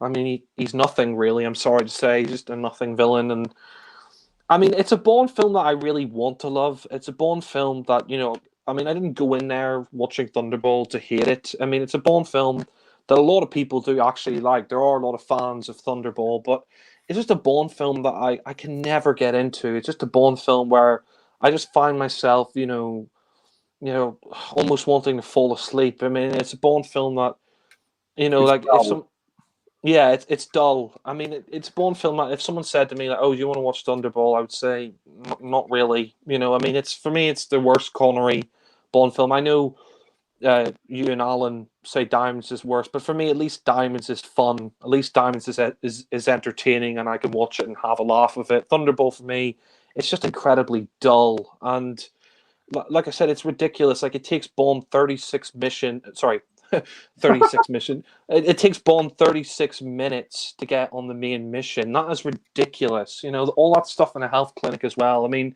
I like Molly Peters there, but I mean, again, today, he would be accused of being a sexist and all that. The way sort of like forcing himself on Molly Peters. Well, let's I not mean, forget the fact that Sean Connery's Bond is the man that can convert lesbians as well. I mean, in Gold, if yeah. that Bond scene is anything to go by.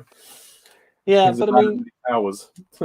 yeah, I agree. Yeah, but I mean, you know, Thunderbolt. Like I said, it's a Bourne film that I really want to love. It's a Bourne film that, like I said, every time I've gone into it, I've always tried to give it a chance. I've always tried to understand where Alan's coming from and where other people are coming from when it comes to this film. But for me, it's just a snore. It's a snore fest. I'm sorry to say. It's so boring. I just find this incredibly dull, and like I really think they could have, you know, edited it down even more. But even then, there are still problems. Like the villain, I think sucks, and the plot is just a who cares sort of thing for me. And yeah, I mean, I will say like the women in it are beautiful. I mean, you got a fantastic set of Bond girls, you know, to look at. I mean, they're great, and the visuals are great in terms of the way it's shot and the colors, and you know, some of the locations here are great, and there are some great scenes. And like I said, Fiona Volpe, I think Luciana Pelusi is great as Fiona Volpe. She's one of maybe the best Bond femme fatale, but and the score is great as well, the soundtrack, and you know, there's a lot of things I like in here, but at the same time, for me, it's the Bond film that is let down by its pacing. I just think, you know, all the underwater stuff, all the underwater stuff. I mean, it looks really nice and all that, but they really could have cut that down, like all that stuff underwater. I just think. I don't know what it is, but I just think action scenes shot underwater, like to me, they're never really that interesting because everything underwater is a lot more slow. Everything in you know underwater is a lot more Yeah. slow, and um, it just doesn't work for me. I mean, I'm going to be honest. I'd rather take the final battle in space at the end of Moonraker over any of the underwater fighting in Thunderball. But yeah, but I mean, it's not a terrible Bond film by any stretch of the imagination. Like, I wouldn't give this like a 0, like Die Another Day, and you know, it's not a piece of shit. I mean, there's a lot of stuff to like in this film, It's and just poor. yeah, it's just boring. Yeah, I just think, honestly, I like it's a Bond film. I've tried to get into and try to understand where people are coming from when they say it's one of their favorites or it's one of the best. And I think you know there's a great film in there. They just needed to cut it down in the editing, and they needed to fix some problems with it, and they needed a better villain.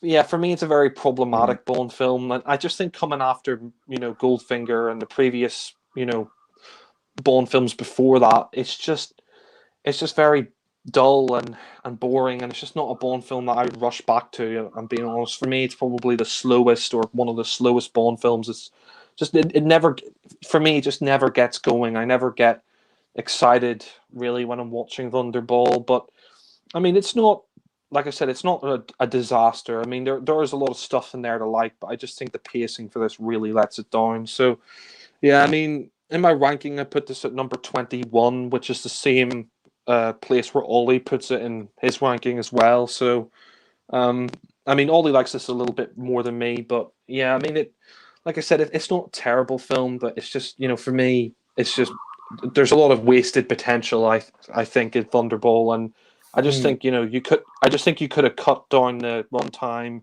You needed a better villain. The story I think could have been a bit better. And like I said, it takes 36 minutes for Bond to get in his mission. So for me, it's a Bond film that's just never really done it for me. It's definitely my least favorite Connery Bond film, and it's just the one I watched the least out of his era because it's just the most boring for me. I'm being honest. Like maybe I would say Thunderball, technically, it's a better film than Diamonds Are Forever in the way that it's shot and it's made. Technically, it's a better film than Diamonds Are Forever. But for me, I just prefer Diamonds because it's a lot more fun. You know, you can have a laugh with it. It's not as boring as this film. So, um, yeah, just being perfectly honest, it's my least favorite Connery film. But I don't hate it by any means. I don't think it's awful. I think there's a lot of good stuff in Thunderball, but for me, really, the bad outweighs the good, but it's not terrible. It's not like a piece of shit film. You know, I mean, you know, I can understand why Alan loves it. Like visually, it's very nice, and I can understand why he loves it. But at the same time, it's just a Bond film that I've tried to understand why people like it. I've tried to love it, but it's just a Bond film that doesn't really do anything for me. So, yeah, I'll hand it back to Alan, and yeah, that's sort of my thoughts on Thunderball. But yeah. Thank you, Jack. Okay. Well, now it's time for me to make a case for the defense about Thunderball. You know, I know I'm going to be defending Thunderball for the rest of my days because this is another divisive Bond film. Some Bond fans like me love it, or at least like it. Other Bond fans don't like it so much or even hate it. It doesn't seem to be like the world crowd pleaser in the Connery era, like say Goldfinger is. But I cannot deny it. You know, I love Thunderball. I love Thunderball. God damn it! I think this is a great Bond film. It's my number one favorite Bond film of all time, and I'm not ashamed to say that. And yeah, Jack and Ollie both rank it low at number 21, but me, I put Thunderball all the way at the top at number 1. In fact, I'm probably safe to say I'm the only Bond fan on YouTube that puts Thunderball at number 1. Although I got to say, Not necessarily. That really popular guy, David from the Bond Experience, God bless him, he's got my back, because David from the Bond Experience, he ranks Thunderball at number 2. Second only to Casino Royale on his ranking. So he's also a big Thunderball fan. The movie definitely has its share of fans. There's a lot of us in the Bond fan base who love and appreciate Thunderball. The film was a huge box office success back in the day. You know, I always say, you know, Thunderball is the highest grossing Bond film of all time when adjusted for inflation. That is a fact. Although Skyfall is number 1 box office champ. But when you add the inflation thing, Thunderball is the champ. So it was a very successful Bond film. You know, and I can understand Ollie and Jack not digging it so much because the film's detractors basically all have the exact same complaint, which is they find all the underwater stuff to be boring. That they are bored to tears watching the underwater stuff. But I'm telling you, I love the underwater stuff. The underwater stuff does not bore me at all. I'll give you this, Alan. It looks great. It looks amazing, but it's boring to watch. But it looks brilliant. I'll give it that. It looks brilliant, but I'm just saying, Ollie, it doesn't bore me. I mean, I'm sorry you and Jack are bored by the film, but it doesn't bore me. You know, it doesn't bore me at all. And again, I think that's also because another one of the reasons why I think probably another thing that appeals to me about Thunderball is because it's an adventure where Bond is under the water for a good portion of it. Not for the whole movie, of course. He's on land for a large portion of it, but he goes under the sea for some of it. And, you know, I've always been fascinated by that world under the sea. I said this in my original movie review for the film, and I'll say it here, that, you know, as a kid, I used to watch that TV program, The Undersea World of Jacques Cousteau. And I always loved watching that, where Jacques would take us on an underwater adventure. You know, today, the men and I saw the biggest shark I have ever seen. It was as big as a house. I was aghast. You know, I'm fascinated by the world under the sea. So any film that takes place under the sea, you know, there's a good chance I'm going to like it. Like the James Cameron film, The Abyss, is an underwater adventure, and I love that film. I totally adore it. But yeah, Thunderball, you know, I think it's also Connery's best film, because I think Connery, for my money, I think is at his most comfortable in this film. I mean, he's got 3 Bond movies behind him now, and, you know, the most recent one, Goldfinger, was a huge success. So by now, he is definitely more than comfortable in the role. And I think with him playing James Bond in Thunderball, his 4th time around, I mean, he's just so comfortable in the role. It's like he's putting on a nice old pair of shoes, a comfortable pair of shoes, playing Bond in this film. And I think this was the last time he really thoroughly enjoyed playing Bond. Although, yes, they did coax him back for Diamonds Are Forever. But, you know, we all know he hated doing the 5th film, You Only Live Twice. But he seemed very content, very happy to play the part here. I think the plot of trying to recover the missiles from that jet plane that's been sunk under the water, I think it's a cool adventure. I think the stakes are very high in this one. I think, well, as I've said in my review of Thunderball, all the elements that make Thunderball my number 1 favorite Bond film, I'll say it here. It has my favorite James Bond, Sean Connery. I know Largo gets picked on, and I know Jack and Ollie don't care much for the villain Largo, but I love Largo. Adolfo Celli is the villain, Largo, the villain with the eye patch. And yeah, you can make fun of the eye patch if you want to, but you know, I think he's a great, memorable villain. I mean, I like him a lot, and I like that eye patch of his. Okay, I think he's a great physical presence. And I think for me, he's a memorable villain. Maybe not to Jack and Ollie, but he's memorable to me. The movie also has my favorite Bond girls. My number one favorite Bond girl is Domino, played by the late great Claudine Auger or Claudine Auger. I say Auger because she was French, so maybe I think that's how you pronounce it.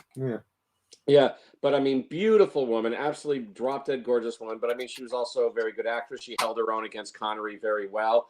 And I don't have a problem with her saving Bond's life at the end of the film, where she wound up killing Largo with the spear gun. It's not the first time Bond has had his life saved by somebody else. I mean, in Connery's era, when he's fighting at the gypsy camp, he's about to be shot in the back, but then Robert Shaw's character shoots the killer. Although Robert Shaw was just keeping Bond alive a little while longer, so then he could try to kill Bond himself. But Bond's life was saved in that instant. Oh, and of course, in From Russia with Love, with Rosa Klebb and the spiked shoe, Connery's trying to fight off Rosa Klebb, and it's Tatiana who shoots Rosa Klebb and saves Bond's life. It's not the first time Bond's life has been saved. He can have other people save his life during the adventure. I'm okay with that. And I like it when Domino kills Largo and she says, "I'm glad I killed him." And Connery goes, "You're glad." We're all glad, Domino. But that's fine. But as I said, beautiful woman, absolutely stunningly beautiful woman she was. And for me, she's my favorite Bond girl. But the other three Bond girls that are with her are terrific too. You've got Luciana Paluzzi as the villainess Fiona Volpe. She's terrific. Lovely lady she is, and she is a great villainess, a fantastic villainess. I loved her.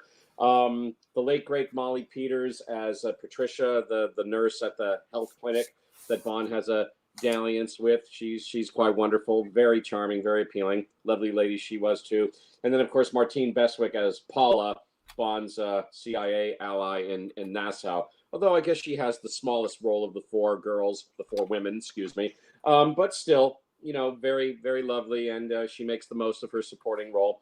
And I was sad when she dies in it, but very good. So it's got my favorite Bond girls in it. I love the score by John Barry. I think it's one of his most memorable scores for a Bond film. I mean, that's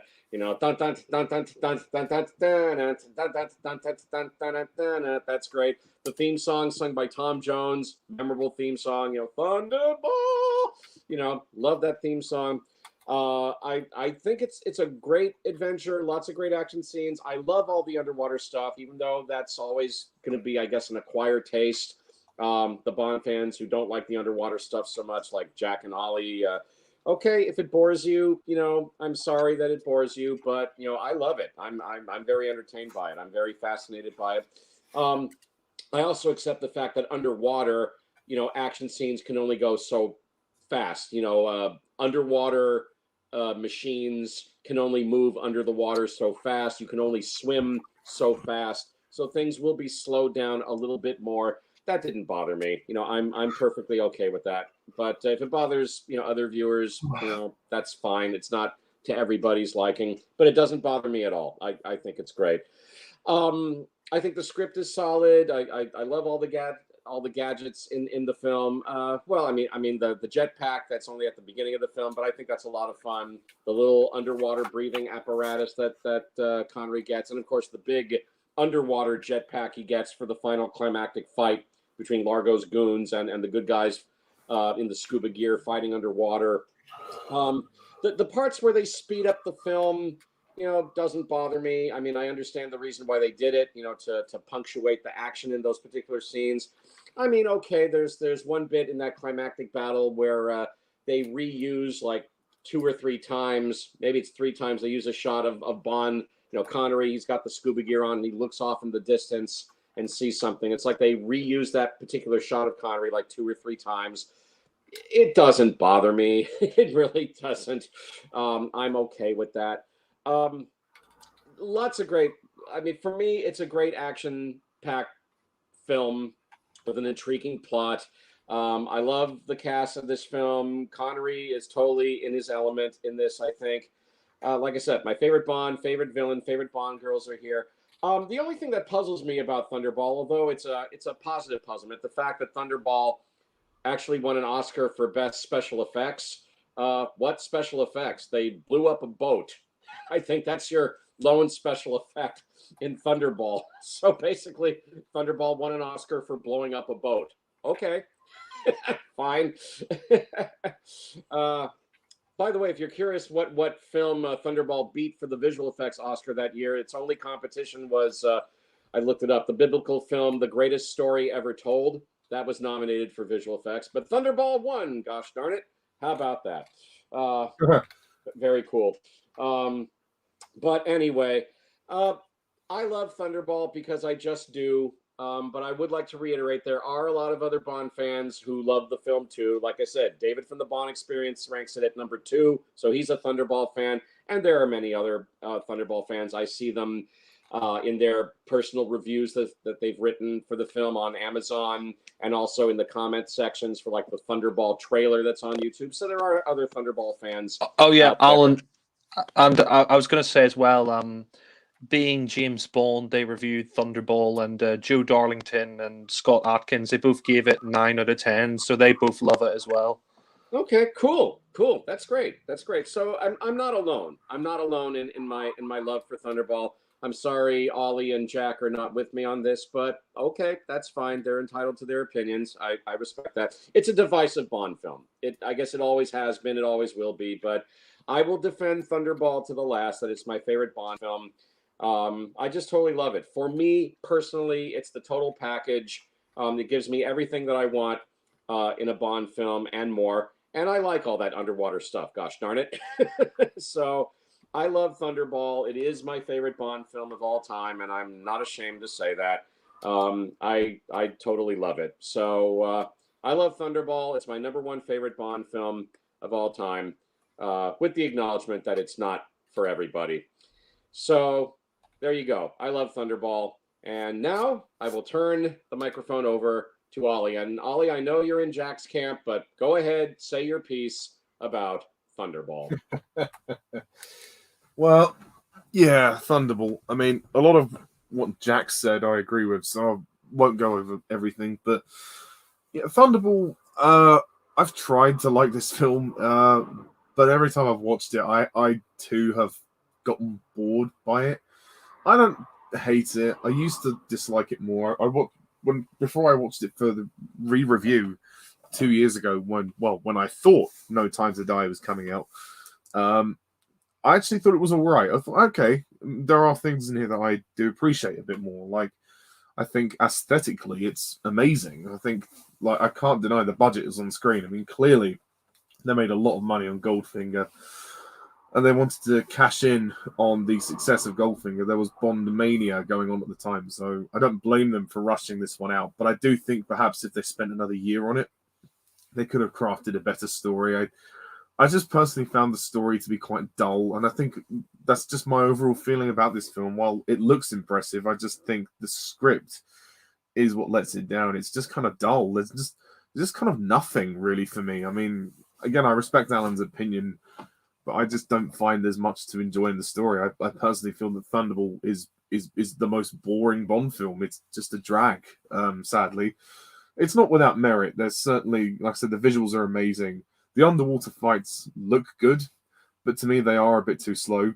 I'm not against having them. I just think perhaps maybe having less of them, and maybe the last battle goes on a bit too long. But they are impressive to a degree. But I think it's one of those things, it's style over substance, and it's very hard to kind of edit underwater fighting, I think, because it's it's really hard to tell who's who because they're all wearing their equipment. But still, John Barry's music score is great, and I love the Tom Jones song. I'm personally happy that they chose the Tom Jones song, and the titles aren't bad. The titles are good. They're basic for what they are. I too thought the jetpack was a little bit silly at the start. I mean, the opening fight is pretty good. When Connery says, "I've come to offer my sincere condolences," and yeah, I love the score that plays in that fight. That's pretty cool. And actually, this was the first Bond film Connery did where he actually had a gun barrel. So it's nice to see Connery doing his own gun barrel for this one. the Bond girls are good, although I think there's too many characters in this film. I think that it's kind of hard to keep up with all of them. There's like characters like Paula and Pinder and like Vargas. Like there's just too many characters. Some of which I can't even remember what they do. Sadly, but I do think Domino is good. She is a good character, and I would have liked to have seen more of her. I think maybe she's underdeveloped. I think her emotional story with her abusive uncle, aka Largo, would have been a very poignant and emotional story to tell. But no, they didn't go down that route. Well, we had like one scene where they went into that, but otherwise it was kind of flat. I mean, the part where she kills him, yeah, I totally get that. That's well done, but I feel like the payoff would have been better if we'd have seen more of him treating her badly. But we don't. Yeah, I agree with that. Yeah, but we don't get to see much of that, sadly. But she is pretty sexy, so I'll give her that. And yeah, who else was there? Yeah, Fiona Volpe, played by Luciana Paluzzi. Wow, I mean, she's gorgeous. She's absolutely brilliant. She's one of the best femme fatales, and I think we need more. I think we need another femme fatale in the series. You know, we haven't had one for such a long time. I mean, I suppose you could count Electra from The World Is Not Enough as a bit of a femme fatale, but well, the acting leaves a lot to be desired, and especially in this day and age of the Me Too movement. I suppose we'll see when the next film comes out, but yeah, I think the best femme fatale of the series is definitely Fiona Volpe, and her death sequence is chilling. I must say that in the dance scene when Connery turns around and then he puts her down. He says, "One of my friends just went out. She's just dead." That's a great line. Very cold though, very cold line. And that whole chase sequence in the parade is pretty impressive actually. That's a nice sequence. And Connery is still enjoying himself, I think, to a degree. He does look a bit tired, I think, in this film. I think probably because of the amount of shooting he was doing, but he is still at least moderately enjoying himself. I'd still think he is a bit better in the first 3 films that he did, but he's still got a bit of the charm. But you can see the interest is starting to dwindle a bit. I think this is this performance here is the one where it's most kind of so-so, but I still say it's a good performance overall. I do agree with Jack though. The first act is really slow, especially like it takes 36 minutes to get out of that clinic. I think half of that could have been cut. I think Thunderbolt is unfortunately for me too long. It does feel a bit like a director's cut, and I think maybe losing 20 minutes of the film would have helped somewhat, certainly. And I just don't care for Largo as a villain. I'm sorry. I don't hate him. I just don't care for him. I just think he's a bland character. And this film is also trying to kind of reintroduce Spectre back into the series after From Russia with Love. I don't know if they were attempting to have some kind of continuity with Connery's films. I mean, Goldfinger arguably is one of the most standalone films in Connery's era. Same with Diamonds. But yeah, it seems like Dr. No, From Russia with Love, and Thunderball are all kind of connected in a way. Like they were trying to do this Spectre trilogy or something, which was weird. But Yeah. we could have maybe seen. I suppose. Sorry to interrupt. I suppose Thunderball is kind of connected to Goldfinger because he does have the Aston Martin at the start of that film. But yeah, it does feel more like the first 2 Bond films with the whole Spectre thing. But yeah. And of course, because Terrence Young directed all 3 of them, so well, not Goldfinger, the Doctor No From Russia with Love, and then Thunderball. So I suppose maybe if Terrence directed Goldfinger, maybe he would have incorporated Spectre into that film. But who knows?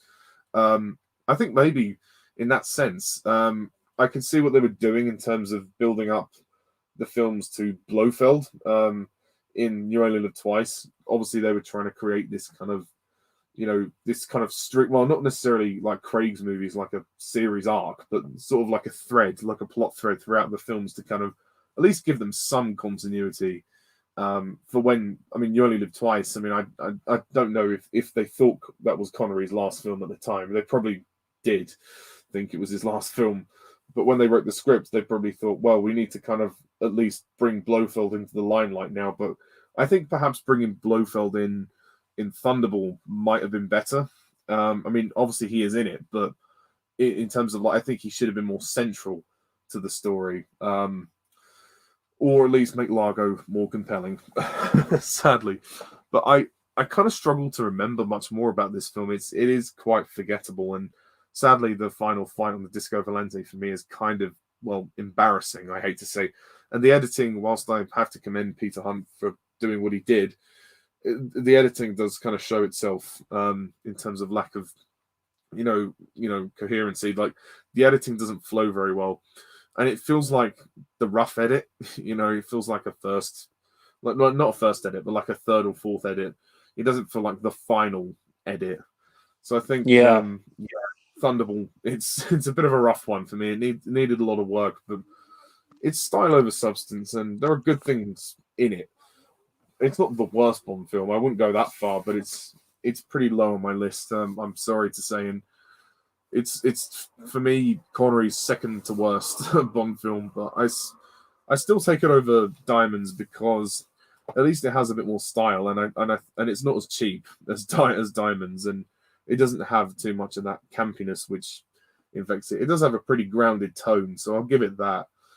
And I suppose the last thing to say is the MI6 regulars are good, but yeah, that's my verdict on Thunderball.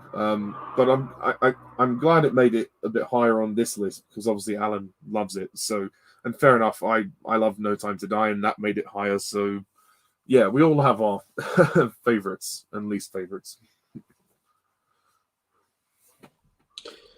Oh, great! Thank you, Ollie. And I hope I was fair. Yes, you were. And I love Thunderball, and I'm glad it made it into the top 15 of our group ranking at least, so I'm fine with that. But I love Thunderball. It's my favorite Bond film, but I respect Ollie and Jack's opinion. And yes, we all have our personal favorite Bond films, and that's okay. You can like whatever you want to like, and I love Thunderball. All right, Thunderball at number 14. So now let's move on to the film that lands at number 13. The Bond film at number 13, scoring 36 points out of 75 on our group ranking of the Bond films. To land at number 13, it's the second Bond film for Roger Moore, The Man with the Golden Gun. The Man with the Golden Gun at number 13. Jack, your thoughts on The Man with the Golden Gun? The Man with the Golden Gun. Well, this is an interesting one. I think The Man with the Golden Gun. Yeah, it's a weird one for me because if you'd asked me like back in 2014 what I thought about The Man with the Golden Gun, I would have like put it in my top 10 Bond films and I would have given it a 10 out of 10. And I think it's a Bond film for me that over the years I've started to see the flaws in it a bit more. I still think it's a good film, but it's not one of my very favorites. I mean, I put it at number 17, which isn't bad. I mean, it's like lower middle tier of my ranking, but I think coming after Live and Let Die, for me, this is a bit of a step down. I think Guy Hamilton, I mean, he later said that the only Bond film that he regretted making was The Man with the Golden Gun. I mean, I wouldn't go that far, but when the film did come out, critically and commercially, it didn't do that well, and it was the last one. It was the last one to be made with Harry Saltzman. So really, with the film afterwards, The Spy Loved Me, they really had to get the Bond series back on track. But I mean, for me, I think tired, doesn't it? It has this kind of like tired quality in places. yeah, that's one of my like big criticisms of The Man with the Golden Gun. Is for me, it's parts of this film are kind of boring. I mean, the beginning, I will say, I do quite like the stuff in Scaramanga's Island. I really like Scaramanga's Island in the film, and that beginning where he confronts the assassin in Scaramanga's funhouse. I mean, that's great. I love the look of Scaramanga's funhouse, and I think you couldn't have asked for a better villain in Christopher Lee. I think Christopher Lee's a great actor, and I mean, he was in Dracula, and he'd go on to be in Star Wars, and I mean, he's had a really great career, and he was actually, funnily enough, Christopher Lee's the cousin of Ian Fleming, and originally Ian Fleming was considering Christopher Lee to play Bond at some point before they made the films, but I mean, I could see why, because he's a handsome guy and he's quite tall and he's sort of got that English gentleman thing about him. But yeah, I mean, I think the song is pretty underrated. The Man with the Golden Gun, the song by Lulu. John Barry apparently was never happy with his soundtrack for this film, and I mean, I think the soundtrack here is pretty good, and I actually really like the I song. mean, it The isn't the man, best one, but it's decent. yeah, no, I think the soundtrack's good, but yeah, I think he said he wasn't really a fan of the song or the soundtrack that he did for this film. He was quite disappointed. But I mean, I'll say even though the soundtrack isn't one of his very best, I do really like the song by Lulu. It's one of my favorite Bond songs. The Man with the Golden Gun. I think that's a great Bond song. He has a powerful weapon. It's just it's great. I think that's great. Um, I mean, they kind of missed a trick, I think, in this film by not having the gun barrel gold. I mean, that would have been cool since it's called The Man with the Golden Gun. You could have had a Yeah. golden gun barrel at the start of the film. They kind of missed a trick there. But, I mean, the film for me, like, I think parts of it are a bit dated. The whole thing of the Solex agitator thing. I mean, they're talking about the energy crisis in this film, and that does kind of date the film. I mean, during the mid-70s when this was made, there was that whole energy crisis going on around the world. And I mean, the locations for this one, I'm going to be honest, like Thailand and all that. Like, I mean, I just kind of find the locations here boring. I mean, Thailand, I mean, it's not a bad location. Yeah, I mean, the locations here aren't bad, but it's the places that they've decided to film in Thailand that I find really boring. Like the locations in this, like they film, around a lot of like the muddy banks of Thailand. Like there's that car chase later on with Pepper. There's some, I mean, I don't know, like the locations here, I just think are a bit lackluster. Like I mean, we've been to Asia before with You Only Live Twice, and here it's mostly just set in Thailand. There's not like what I like about some of the Bond films later on and before this film is like something like Spy Love Me or Moonraker. I mean, you get to go to Venice, you get to go to Rio, you get to go to Egypt, all these different locations. Here it's all mostly set in Thailand, and it's a bit of a lower budget film, and I don't know, just the locations here are really lackluster. That's one of the things I don't like about The Man with the Golden Gun is that when you watch this film, the locations are just so boring in this film. I mean, there are some interesting places you can go to in Thailand, but they just don't film in the most interesting places. And being honest, I think Roger Moore is really good in this film. I mean, he hasn't quite found his feet yet as Bond. I mean, I still think he's really good in this film.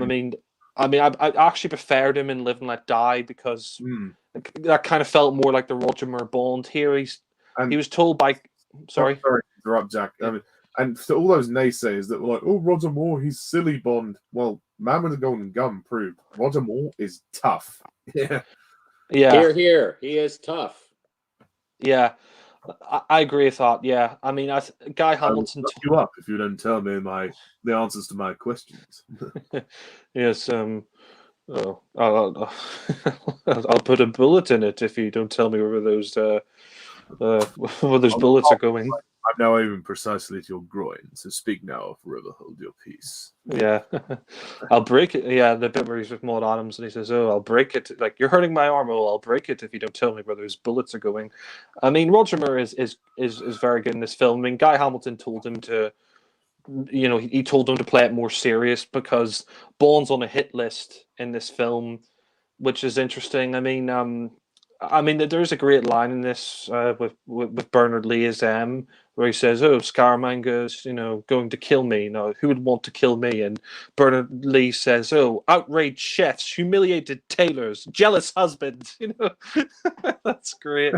So I mean, he's great in the film.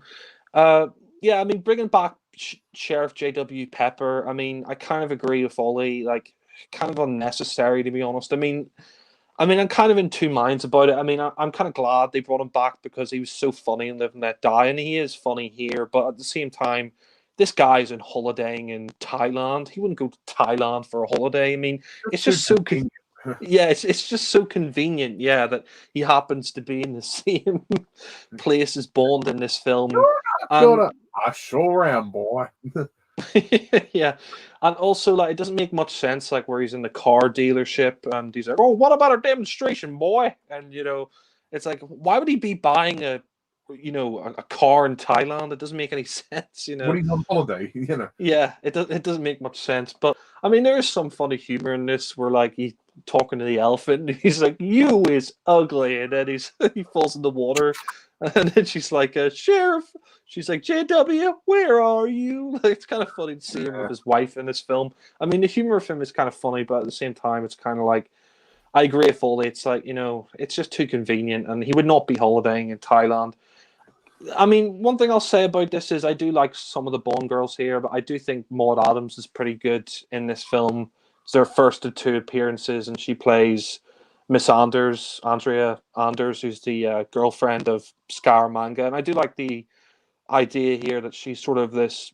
She doesn't really want to be in a relationship with Scaramanga. Like Scaramanga's sort of, she's sort of in a relationship with him, but she can't really escape him. And like, she talks to Bond and she says, "Oh, I've always dreamed of you setting me free," which is kind of funny. I mean, the film is like someone pointed this out as well. That is it's a bit of a sexual film, like more so than some of the other Bond films. Like there's a bit more nudity in this, or suggested nudity. Like there's that bit in the shower, and then he's like, "Oh, a water pistol," and then later on you got the bottoms up club and. You've got that scene in the pool with the naked girl, Chew Me.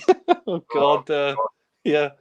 That's a bit much, I will say. But, I mean, I think Roger Moore is great in this. He has some great lines. Like, I like that bit where even though it is kind of reminiscent of Connery, the bit where he's slapping around Andrea, I think that's a good, bit. And apparently Roger Moore didn't want to do that. I mean, I do think, he can be quite good in serious moments. Like I like that bit, yeah, where all he was saying earlier, where he goes to the guy and he says, tell me where the bullets are, and then he's got the gun and he's like, I'm now aiming precisely at your groin, so speak now or forever hold or forever hold the truth or something like that. And I mean, he should have said Your peace. Yeah, your peace, yeah. He probably should have said, speak now, forever hold your penis or whatever, because it looks like he's about to shoot down in that direction. But there's that other scene where he's in the club and he says to that dancer, "You really do have a magnificent abdomen." Yeah, I will say that's a good fight scene. Although you can see the production crew in the mirror there. There's a bit of an obvious mistake there, but yeah, I don't know. Like for me, like the man with the golden gun, like all he said in Down to Forever, he kind of thought the action was lacking in that film. For me, I kind of feel like the man with the golden gun is quite lacking in action. For me, there's no real standout action scenes. The only like action scene that stands out is when he does that corkscrew in the air in the car. And I will say that is a great moment where he's like, "Oh, you're not thinking of, I sure am, boy." And he goes and he does the corkscrew in the air, and they did that in one take. And it's impressive, but it is kind of ruined by that slide whistle that John Barry added in. John Barry added in that slide whistle, and yeah, he even regretted that. And yeah, they should have just taken that out of the film. But I mean, I think Christopher Lee is great. He has some great dialogue. I love that scene at dinner where he's talking to Bond. He's like, "Oh, to us, Mr. Bond, we are the best." And Bond says, "Oh, there's a four-letter word, and you're full of it." And I mean, the dialogue there is great. And I do think they've improved Scaramanga, because originally they asked Jack Palance to play Scaramanga. And in the book, Scaramanga is called Pistol Scaramanga, and he's like a cowboy sort of character. So I'm kind of glad for the movie they changed it, and they made him like the dark side of Bond. But I just think they could have done more with that. Like I think Christopher Lee could have gone, he could have done a bit more in the film. I mean, I do like Hervé Villechaize as Nick Nack. He's quite funny. Yeah. He's a very good henchman, I'll say. And I mean, I just think the film as well, like I said, there's parts of it that are a bit boring for me. Like I said, there's really a lack of action. There's no real standout action scenes apart from that corkscrew in the air. That scene at the kung fu school as well, I thought was kind of pointless. I mean, you didn't really need that. Like the whole scene was at the kung fu karate school. The ending of the film, I just think, is really weak. Like where I mean, I do like that duel though with Bond and Scaramanga and the way Bond disguised himself as the mannequin and then he shoots Scaramanga. But I just think the ending, like where they blow up Scaramanga's lair, it just kind of felt like, oh, we just have to blow it up anyway. Like there's that bit where Mary Goodnight, she hits the guy over the head with the spanner and he falls into the liquid, which like heats up the system, so it blows up the lair. It's kind of like, oh, kind of your typical Bond ending that's just blow up the lair anyway. And that stuff where he's racing to get the Solex chip out. I mean, yeah, didn't really care for that, to be honest. But I do think Britt Eklund is good in this film as Mary Goodnight. Although saying that, she doesn't get a huge amount to do. There's that scene where I do like that scene where she turns down Bond, but like Calvin Dyson pointed it out, like, she turns down Bond, then the next minute she's in her nightie and, she's ready to have sex with Bond, and then Bond hides her in the cupboard. I think there was really some confusion with the script on this one. They must have all been feeling a bit tired when they were making this film. Yeah, I think it was written by Richard Maybaum, and and I think Tom Mankiewicz. I think Tom Mankiewicz wrote it, and then Richard Maybaum wrote it, and then Tom Mankiewicz rewrote his draft on the script. So but you rest your Tiffany case, but yeah. Well, blow up your pants. keep leaning on that tutor, Charlie. You'll get a shot in the mouth. But yeah, for me, I don't know. For me, I think it's Guy Hamilton's weakest Bond film. I still think it's good. It's good enough. Like I probably give this. I gave this a 7 out of 10, and it's number 17 in my ranking. I probably give it like a low 7. But there is a lot of stuff in there that I do like. I think Christopher Lee's excellent as the villain. And I do like that final duel. There is some good stuff in there, but for me, it kind of feels a bit, it just kind of seems like they're going through the motions a bit here. Like Live and Let Die, I thought was a great way to start Moore's era, and here, toughening Moore up. I do like it, but at the same time, I think they really found his character of Bond in the next film, and the ending I did think was quite funny, where where he's like, "Oh, good night, are you there?" And he's like, "Oh, she's just coming, sir." That's quite funny. And with Nick Knock, he's in the crow's nest at the end. That was kind of nice. But yeah, for me, Man with the Golden Gun, like I said, if you asked me like 8 years ago what I thought of it, it'd be like one of my favorite Bond films. But for me, I do think it's flawed. There is some great stuff in there, but I just think it suffers from a certain amount of tiredness, like Ollie was saying. The locations here are quite lacking, kind of dull, to be honest. The locations, like the locations they have in Thailand, a certain lack of action. There isn't any real great action scenes in there for me. And I think, Scaramanga is great, Christopher Lee, but I kind of wish he had a bit more to do in the film. But there's great stuff in there as well. There's still a lot of fun stuff in the film. Like bringing in Sheriff J.W. Pepper back, that was nice, even though it was kind of unnecessary. But the corkscrew is great, except for that bit with the slide whistle. So for me, it's a good Bond film. It's not great, but it's good. It's nothing more than that for me. It's just a good film, but it is quite flawed in my opinion. It's not one of my favorite Roger Moore films, but it's still good nonetheless. I definitely don't think it's like one of the worst Bond films. Like some fans say it's one of the worst, or I wouldn't go that far. For me, there was a lot worse Bond films, but it's just not one of my absolute favorites either. So, I'll pass it back to Alan. But yeah, thanks, Jack. Okay, The Man with the Golden Gun. I like this one a lot. I personally rank The Man with the Golden Gun on my list at number 12, which is very respectable. And I happen to think that Man with the Golden Gun contains Roger Moore's very best performance as 007. I like the fact that they toughened him up for this movie. And, as much as I respect Ollie and Jack's opinion about Moore's debut film, Live and Let Die, and I know that's a popular Bond film with a lot of the fans, and Jack and Ollie like Live and Let Die a lot. It's my opinion that, for his first time out of the gate, Roger Moore was kind of wooden for me in his performance in Live and Let Die. So I really like that Man with the Golden Gun. I mean, Roger Moore, he is tough in this one. I mean, he's kicking ass as Bond in Man with the Golden Gun. And anybody who criticizes Roger Moore as being too much of a softie as James Bond, you gotta watch him in The Man with the Golden Gun. I mean, he is awesome in Man with the Golden Gun. He's got a bit of a temper. He doesn't suffer fools gladly in this. He still gets off those classic quips that Roger Moore can do. He still has great moments of comedy in Man with the Golden Gun, but I mean, he is tough, and I like that, and I believed completely that he became James Bond with Man with the Golden Gun. I didn't quite buy him as Bond in Live and Let Die. I'm just speaking for myself.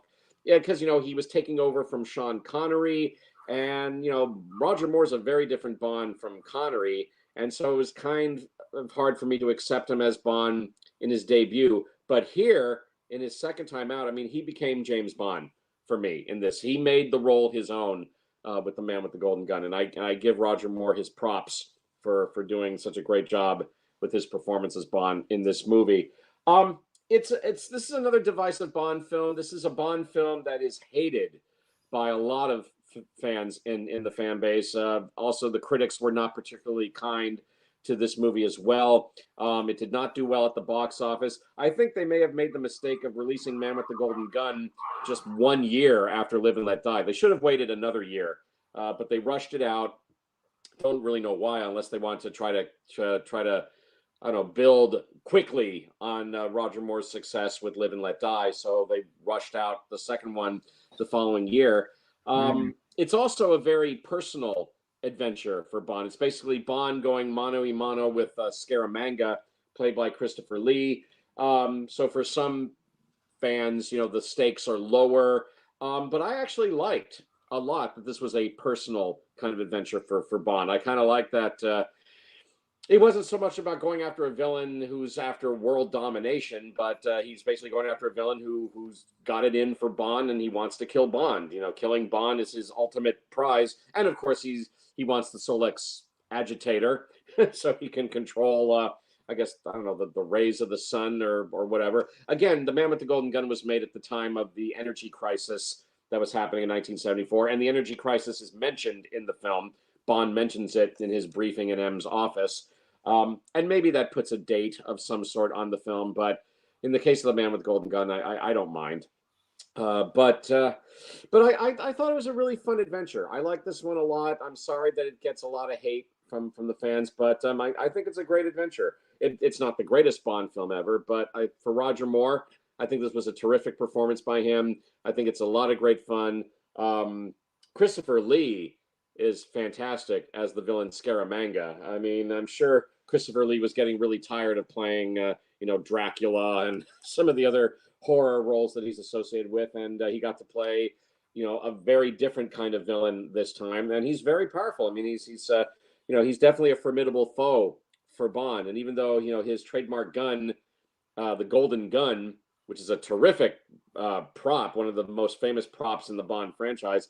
The Golden Gun only has one single bullet in it, but Scaramanga says, I only need one. And yeah, he only needs one. Especially if he's charging $1 million a shot. Yeah, exactly.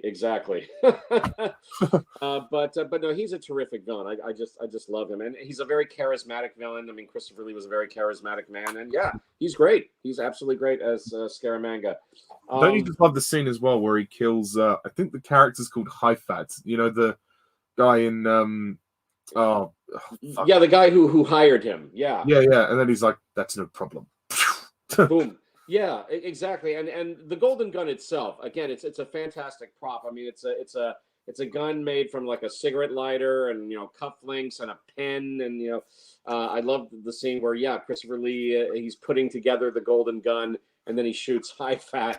And it's a very famous Bond prop. I mean, there's replica guns of the Golden Gun that you can buy. I'd still like to get one myself. I see a few on eBay quite regularly. At some point, I'll get one for myself because it's a really cool gun.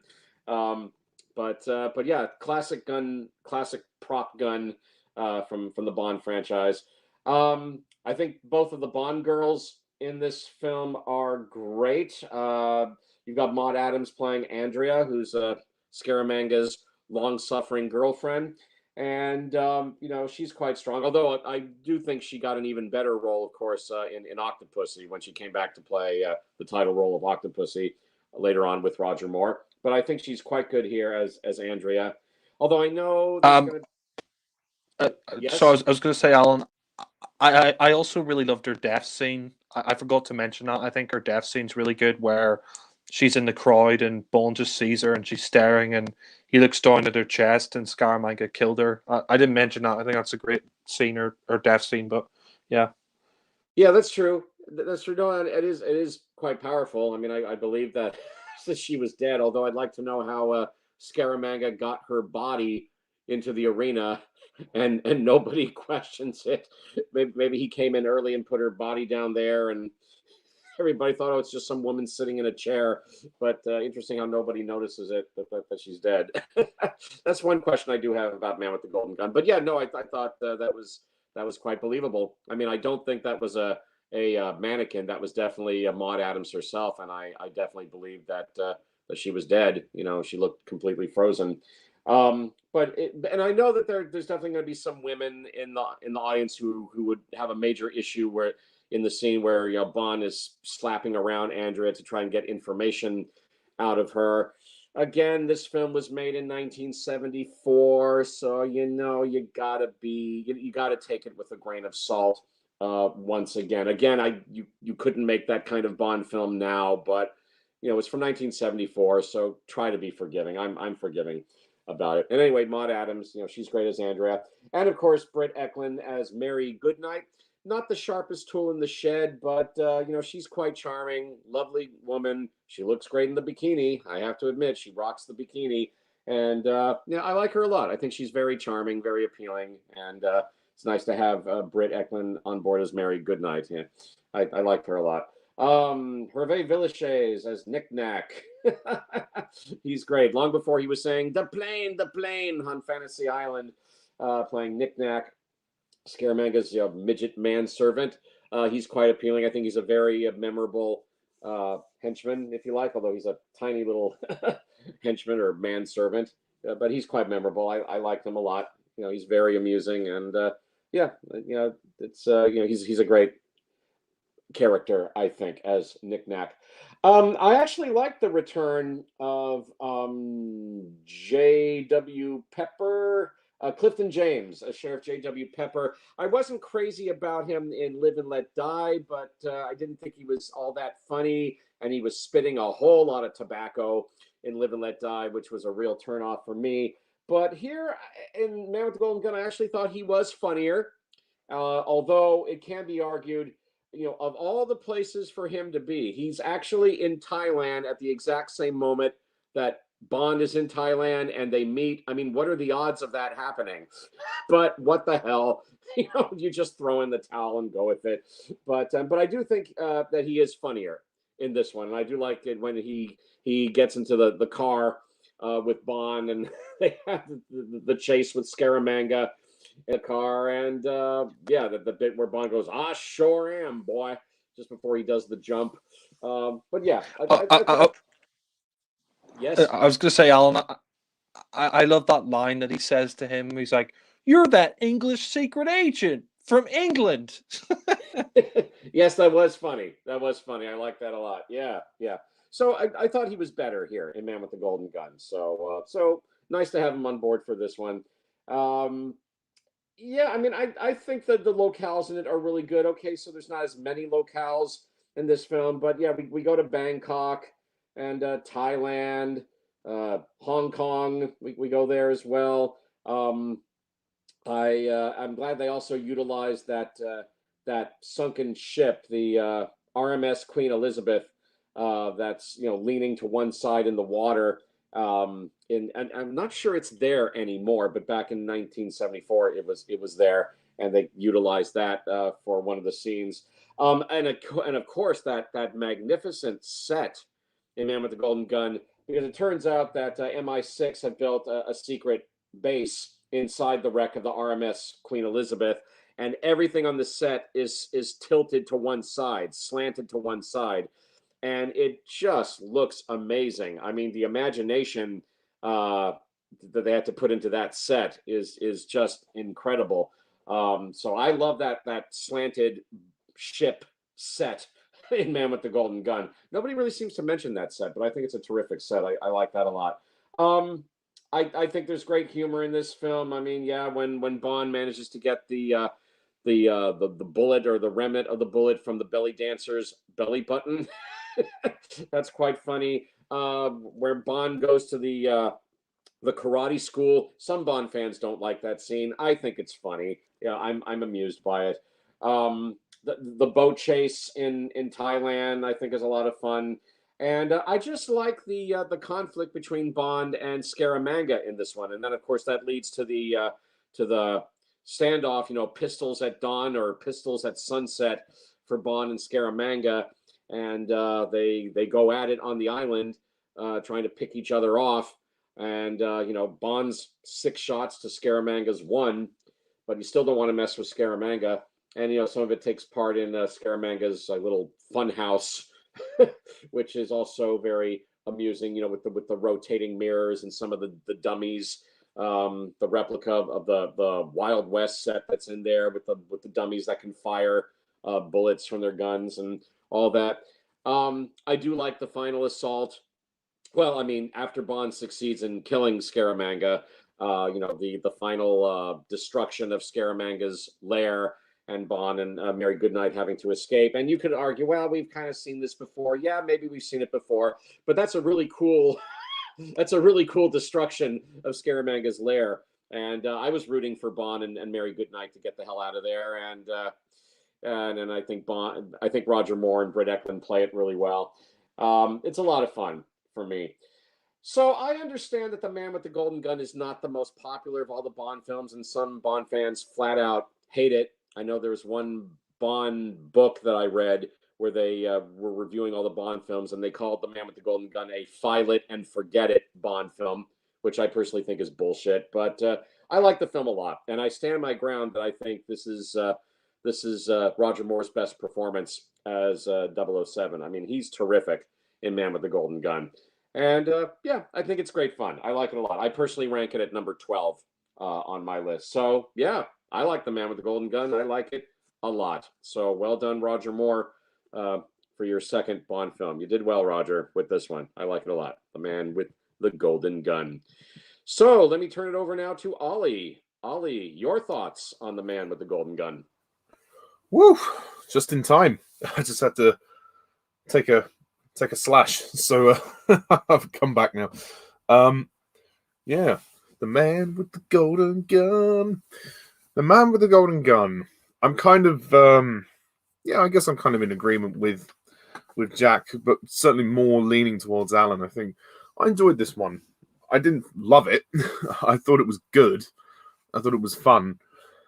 But there is kind of this kind of absent tiredness to the film. It does feel like the people behind the film are kind of getting tired in terms of what they're doing. It does feel very mundane in a lot of places, very formulaic. But I do appreciate that Guy Hamilton came back to direct, and I think it was a good final film for him to go out on.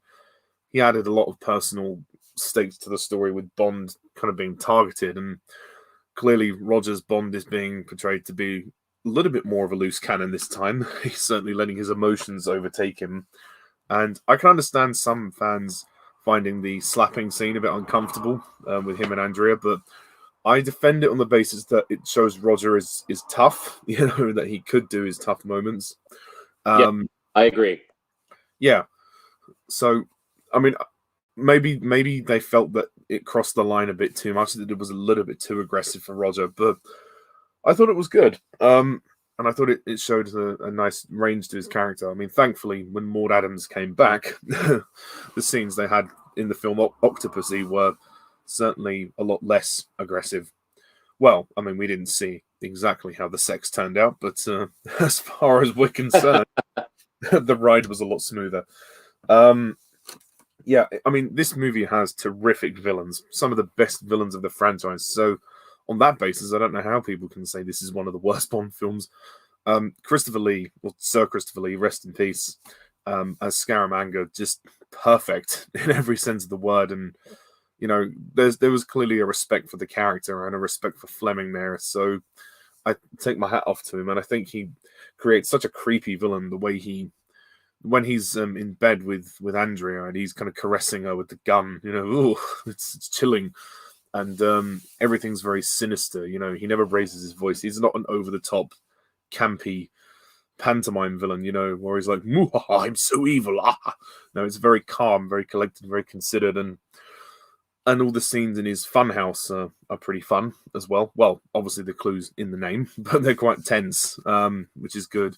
And I like Knick Knack. I think Knick Knack's one of the best henchmen. I think he's very underrated. It's not just because he's small.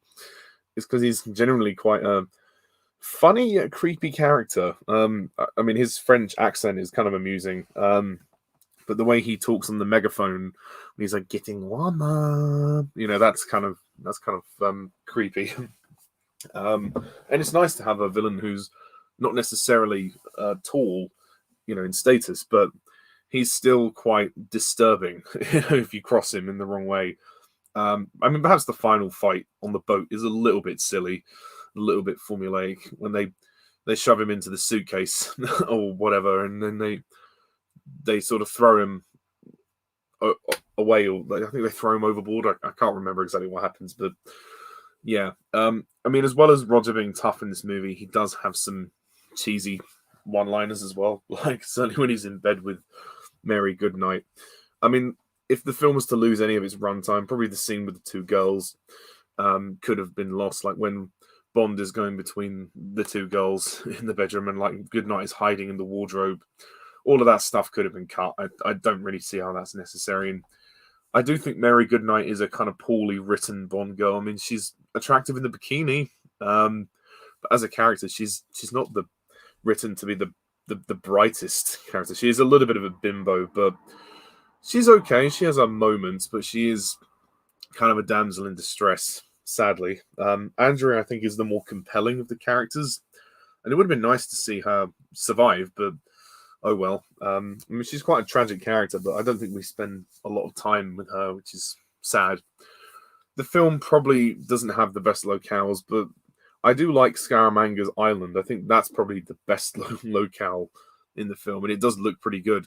The climax with Bond and Scaramanga in the funhouse is good, but I agree with Jack. The Solex thing kind of does date the film, and to be honest, when that sequence was happening, when Bond and Goodnight had to turn off the Solex, I kind of switched off. I didn't literally switch off the film. I just kind of, in my brain, I switched off. I kind of lost interest. So there are parts of this film which aren't really that interesting.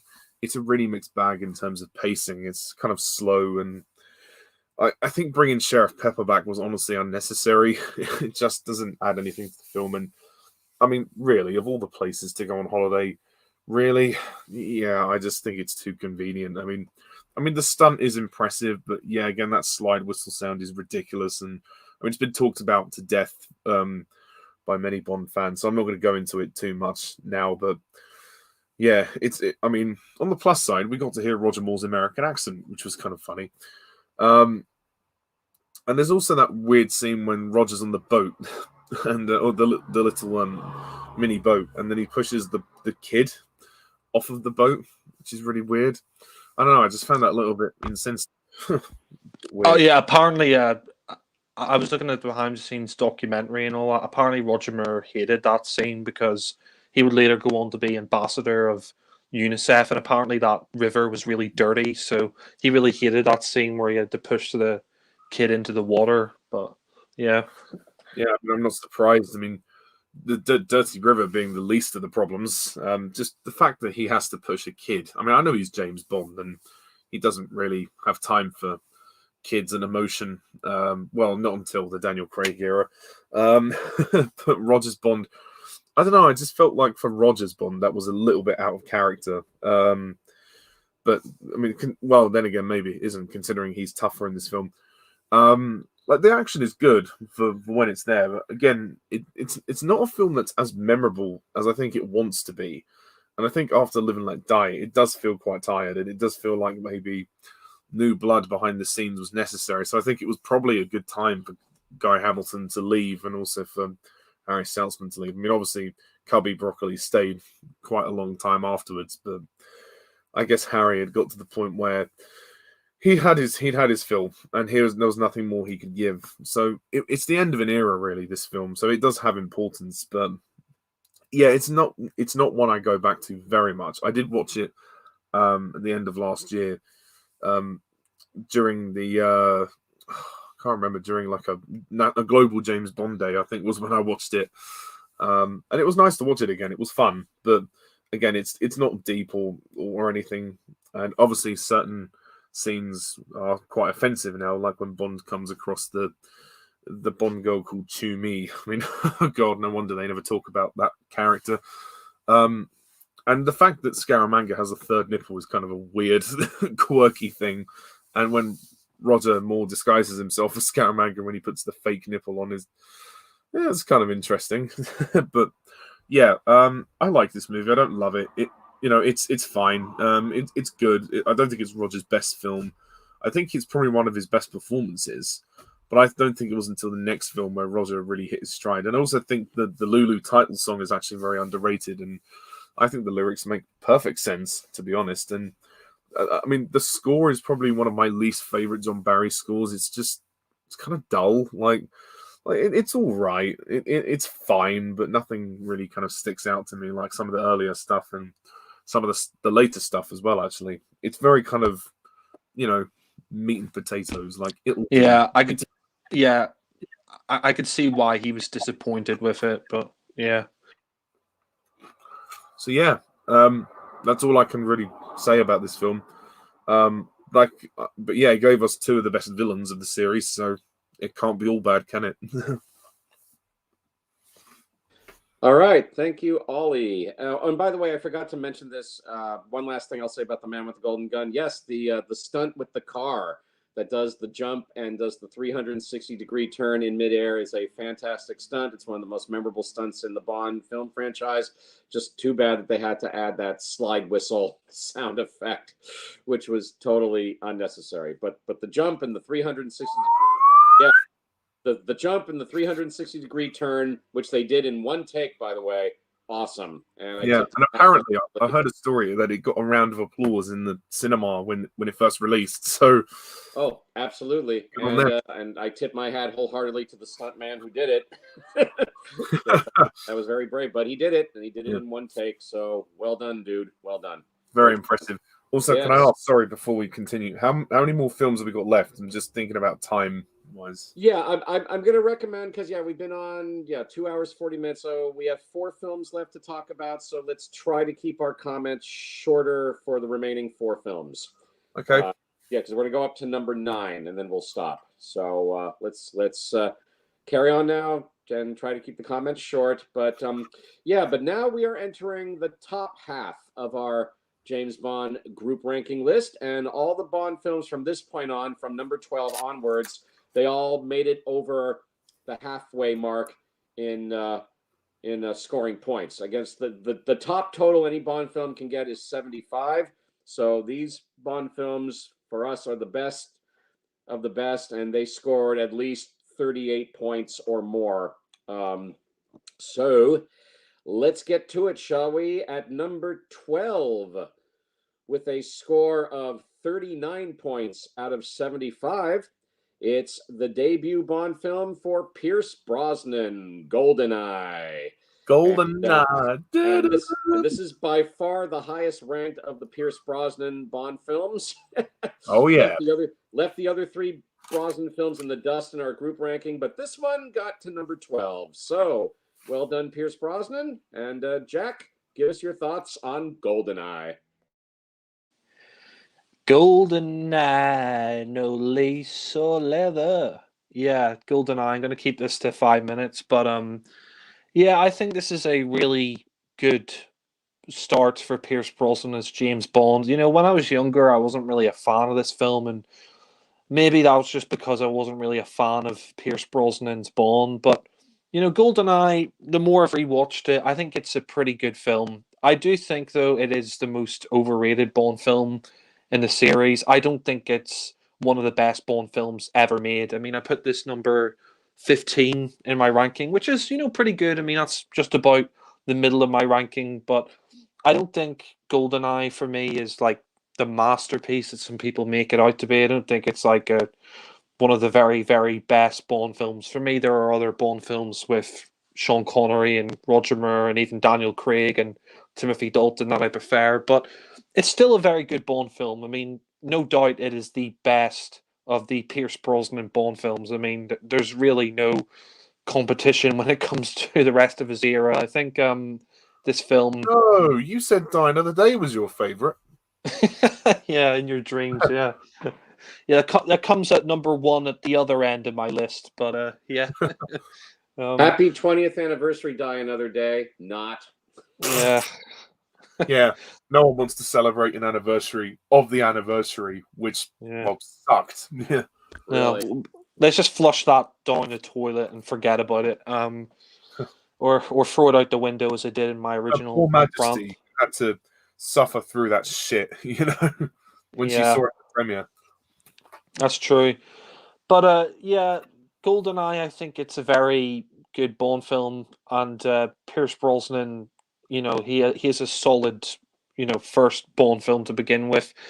I mean you've got a new gun barrel here, which is like CGI, and the beginning of this is quite cool. I will say that whole scene where Bond bungee jumps off the dam, that's great, and it opens up like 9 years earlier in 1986, and that's a pretty cool opening scene with Pierce Brosnan and Sean Bean as Alec Trevelyan.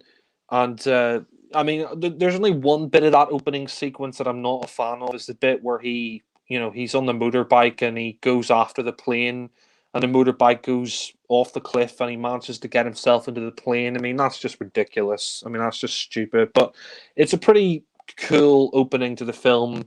And you have Oromov there, and you think that Alec is dead, and then you get into the film proper. You get the title sequence, and the song "Goldeneye" by Tina Turner. It's a good song. It's not one of my favorites, but it's pretty good. And the title sequence by Daniel Kleinman is great. One thing I will say though about GoldenEye is I'm not a fan of Pierce Brosnan in this film. I mean, Alan says that Roger Moore is stiff and wooden in Live and Let Die. Well, I think Pierce Brosnan is very stiff and wooden in GoldenEye. He's just very one note throughout this film. And, he said he was kind of unsure of himself when he was playing Bond in GoldenEye. He said that, coming after, Sean Connery and Roger Moore and, all of that, he was kind of a bit nervous when he was doing this film. And in terms of his Bond, he said he tried to combine like elements of Sean Connery and Roger Moore and even a bit of Timothy Dalton. But I mean, he's just very one note in this film, I have to say. Like, he never raises his voice. You never really hear him get angry. I've heard some other people said it as well. Like in GoldenEye, he just kind of whispers his lines. And I don't know. I don't really get anything out of his performance. I agree with Gene Siskel when he was reviewing GoldenEye with Roger Ebert that he just doesn't really have that much, on-screen presence in GoldenEye. He's very meh. Like when I watch him in this film, he's just very bland, very one note. But the film surrounding him is pretty good. I mean, I think Judi Dench is great in this film as M. I do love that scene where she says, Bond, I think you're a sexist, misogynist dinosaur, a relic of the Cold War. And, that's a great scene. And I think Judi Dench is great as the new M. The villains in this, I think, are pretty good. I mean, you've got Sean Bean as Alec Trevelyan. And originally, he auditioned for the part of Bond. And originally, they were going to have him as James Bond in this film. But apparently, the producers at United Artists and all that, they didn't want him. They wanted Brosnan. But they liked him so much that they asked him to play the villain. And personally, I would have, I think he would have been a great James Bond because he's a handsome guy. He would have been the first, I guess, blonde Bond. But I personally think he could have been a really great Bond. But he's good here as the villain, Alec Trevelyan.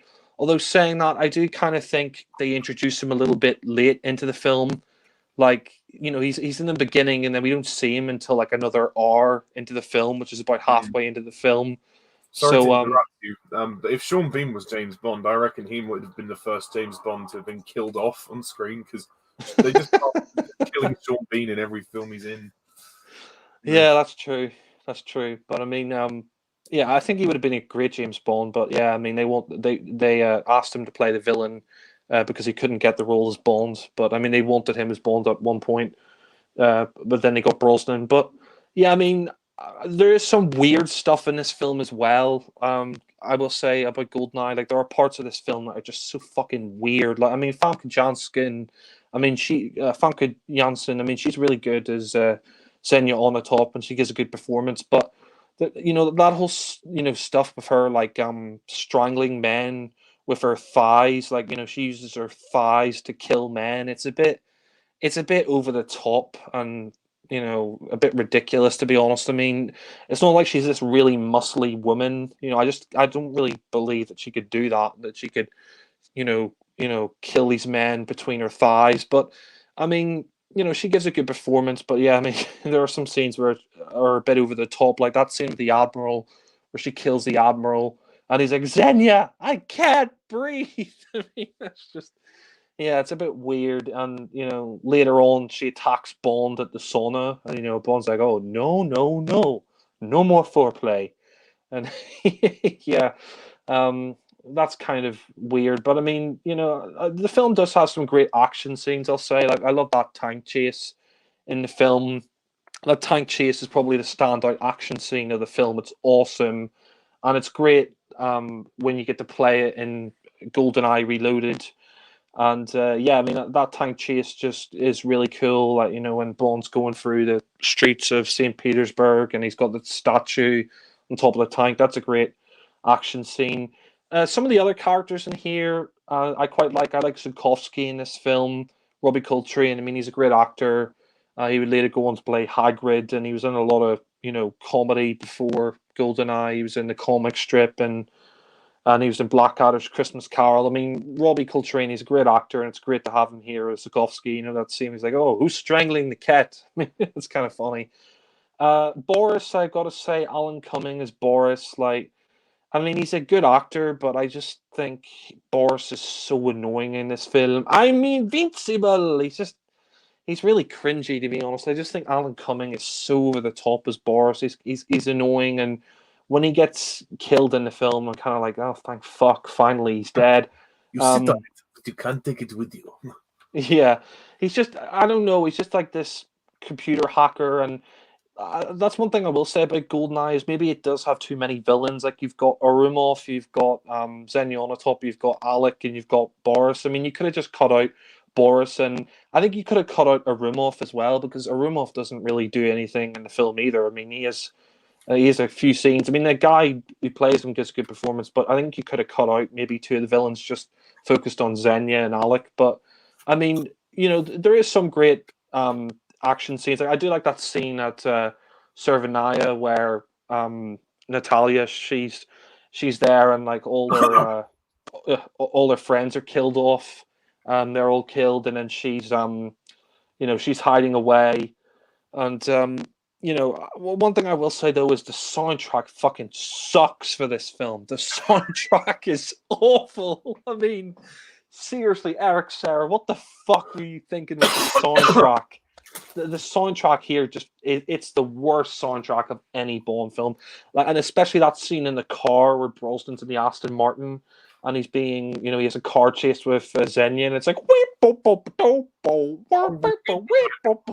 yeah, yeah, it sounds like a Game Boy. Like, even David Arnold took the piss out of it. Like, it's shit. I mean, thank God they got David Arnold in, for the next film. I think actually he came in towards the end of GoldenEye to finish off some of the soundtrack here, because I think they got rid of Eric Serra because his soundtrack here is just, it's shit. I hate the soundtrack. That's one thing about GoldenEye that does bring it down a little bit for me, is the soundtrack here is just terrible. It's easily the worst of the series. But I mean, some of it's listenable, but some of the tracks are a bit like, oh my god. Like it's preaching on the ears. Yeah, I mean, one thing I will say is I do think the Bond girls here are pretty hot. I mean, Famke Janssen, she's really good looking, and so's Isabel Scorupco's Natalia. Natalia, she's not one of my favorite Bond girls. You know, she can get a little bit annoying. There's that scene in a helicopter where she's just screaming at Bond like "Wake up!" It's a bit Yeah. much, and you know, and like there's that scene later on where she says, "Oh, stop it, both of you! You're like boys with toys." I mean, it's a bit of a bizarre line, but yeah, I mean, Martin Campbell directed this, and it's kind of weird that it's the same guy who did Casino Royale because I mean, I do like GoldenEye, but I do think Casino Royale is a way better film. I mean, that film is amazing, but this is still a pretty good Bond film. There is one scene that I do like in a film where Brosnan's on the beach and you know, she says to Bond, "Oh, the Bond, yeah." She says to Bond, "How could you be like this? How can you be so cold?" And he says, "Oh, it's what keeps me alive." You know, I do like that. I mean, Good Jack character. Wade, and yeah, it's a good character moment. Jack Wade in this film, they got Joe Don Baker back as Jack Wade, and you know, I mean, I think Joe Don Baker is a Or good should we actor. say Muffy? Yeah, Muffy. Yeah, I mean, to be honest, it's kind of weird to bring back a guy who played a Bond villain and have him play a comedic character later in the series. Like, I don't think they've ever done that before, where they've taken a guy who's played a villain and brought him back in a Bond film to play a more comedic character. But I mean, Jack Wade, I don't care for him. He's just kind of a Yeah. Sheriff Pepper. He's just kind of a Sheriff Pepper knockoff. Like, Bond, do you do gardening? It's like, what? He lives in a flat, you know? Like, of course he doesn't. Of course he doesn't do gardening, but Can you imagine yeah. if Daniel Craig continued for a sixth movie, like Safin and Blofeld would just come back as the Chuckle Brothers for the next one? Yeah, yeah, no, it is kind of weird to bring back an actor who's played a Bond villain before and then bring him back as a comedic character. But yeah, he's just Joe Don Baker's a good actor, but he's just a Sheriff Pepper kind of knockoff, like a comedic character. I mean, I will say I do like the plot of this. How Alec Trevelyan is a lead Cossack and he wants to he wants to get revenge on the British for what happened to his family. So he's going to cause a global financial meltdown and I think that's pretty good. And there's a good line where he says, "Oh, Bond, all the vodka martinis have drowned out all the screams of all the men that you've killed or all the women that you've failed to protect." I mean, that's pretty good. And I mean, I do think Sean Bean's great in this film, but I kind of wish there was a bit more chemistry of him and Brosnan. The finale, though, I have to say, like the fight between him and Brosnan is pretty good. That's a pretty good action sequence where he's fighting Brosnan as Bond, and I do like that line where he's holding him by the boot and he says, "Oh, for England, James," and he says, "No, for me," and then he drops him, and we see afterwards that he's dying, and I mean it is kind of ridiculous how he doesn't die straight away from falling from that height. There's that weird shot where the thing, like when this golden thing that they're in, it falls on top of him and he's still alive. It's like, what? It doesn't make any sense. It's a weird shot there, but I mean the ending is kind of fun where Bond is with Natalia, and I mean they got that awful song over the credits, so that's terrible. And I mean, one thing I will say about GoldenEye as well, it's kind of a shame that Bond here, like after the Dalton films, it's kind of a shame that Dalton didn't get to come back for this, and it's kind of a shame that we kind of went back to the more stereotypical Bond that we had and the more Well, superhero kind. Sorry. maybe if they'd asked him to, he might just change his mind. Yeah, yeah, maybe he would have. Maybe Dalton would have come back, but I think he said he wanted this to be his last one. But Cubby Broccoli offered him a contract, and he said, "Yo, if you come back, you got to do more than one Bond film." But yeah, I mean, it's kind of a shame that Bond kind of goes back to being the sort of superhero Bond that he was before, like the sort of Superman Bond that Dalton was talking about. Like, I felt, yeah, James Bond is not a Superman, but yeah, I felt with Dalton like they were getting closer to the Ian Fleming, source, and I just don't think the audience were ready for it with License to Kill. But it's kind of a shame because we wouldn't really have an actor that really gets close to a more gritty and realistic and more close to the books until we get to Daniel Craig with Casino Royale. But Yeah, I mean, I think Martin Campbell does a pretty good job with this film. I mean, but yeah, just not one of.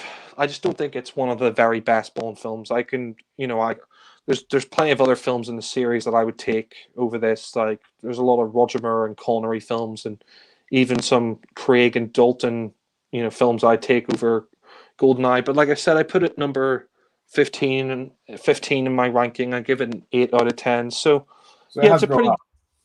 yeah, it's gone up for me. I mean, at one point I put it at number 20, and I think in my original ranking I put it at number 20, and I gave it a 0 out of 10. But yeah, I think I was a bit harsh then. But it's an 8 out of 10. Like I said, number 15 in my ranking. I mean, it's a good start to Brosnan's era, and it's a shame it's the only good film that he has in his era. Like the other, Good end to Brosnan's era. yeah, yeah, a good yeah, it would have been a good start and an end if he left with one film. But I mean, sadly his other films aren't very good. But yeah, but I mean, as for Brosnan, it's probably one of his weakest performances, along with Die Another Day. He's just very one note and bland and not great. But I mean, the film surrounding him is pretty good, and I mean, I think it's a solid film, and it did bring back Bond after 6 years. So I mean, Martin Campbell, he did save the series twice, so I give my credit to him there, but it's just not one of the very, very best Bond films, in my opinion. It's pretty good, though. And like I said, I put it number 15. So, yeah, I'll hand back to Alan. Thank you, Jack. And perfect timing. We have just entered our third hour in our discussion of the Bond films for this time. So I will try to keep my comments short. And we've got 3 other Bond movies left to go after this one. So I'll try to be short. But yeah, GoldenEye, Pierce Brosnan's debut Bond film. And yeah, I think this is a great Bond movie. It's currently holding on to the top 10 on my personal Bond ranking at number 10. Before Daniel Craig came to town, GoldenEye was ranked even higher, but it's been kind of slowly slipping a little bit each time. But holding on to the top 10 right now at number 10 on my ranking. And I do think it's a great Bond film, but guys, I really love Tomorrow Never Dies, and I rank Tomorrow Never Dies a little bit higher than this one. Tomorrow Never Dies is my favorite Bond film with Brosnan, but GoldenEye nipping at Tomorrow Never Dies' heels for me in second place. It's a great Bond film. I like it a lot. And this was also the first Bond movie in 6 years. Timothy Dalton's era, unfortunately, was cut short after License to Kill, and then there was this whole legal crap that I still don't fully understand, where the film studio and the people at Eon Productions went to war about who owned the rights to the Bond film franchise, and they were arguing for 6 years. I don't know why it dragged on that long, so no Bond film could be made during that time, but finally the smoke cleared. But by that time, Timothy Dalton chose to walk away, and then Pierce Brosnan was anointed the 5th James Bond. And I think this is a great movie overall. And this was the Bond movie that brought back James Bond in the mid-90s. And even though Brosnan may not be everybody's favorite Bond, I thought he was very good. I'm not going to say this is his best performance as Bond. I think he definitely got better as his franchise went on, although that last Bond film, Die Another Day, but performance-wise, I thought he became better and better. Certainly, at least through The World Is Not Enough, he performed really well. It's just that by the time he got to Die Another Day, he was given a horrific script. But for his debut in GoldenEye, I thought he was very good. He was a very good Bond, and he was the Bond that helped bring Bond back in the 90s. So way to go, Pierce. And the movie that surrounds him, as Jack has said, is great. A great solid Bond film, in my opinion. Directed by Martin Campbell, who would later come back to direct Daniel Craig in Casino Royale. Oh, yeah.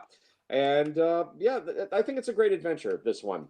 And they had a challenge bringing Bond into the mid 90s, and after the Cold War had ended, and the question of could James Bond still be relevant? Would Bond still be popular with movie audiences? And I'm happy to say yes, he was, and he still is. And GoldenEye proved that. The movie kicks off with that great action scene at the beginning. First Bond doing that terrific leap off the dam, which is a mighty impressive fall. Falling, being attached to a bungee cord. That's a great way to kick off the film, I think.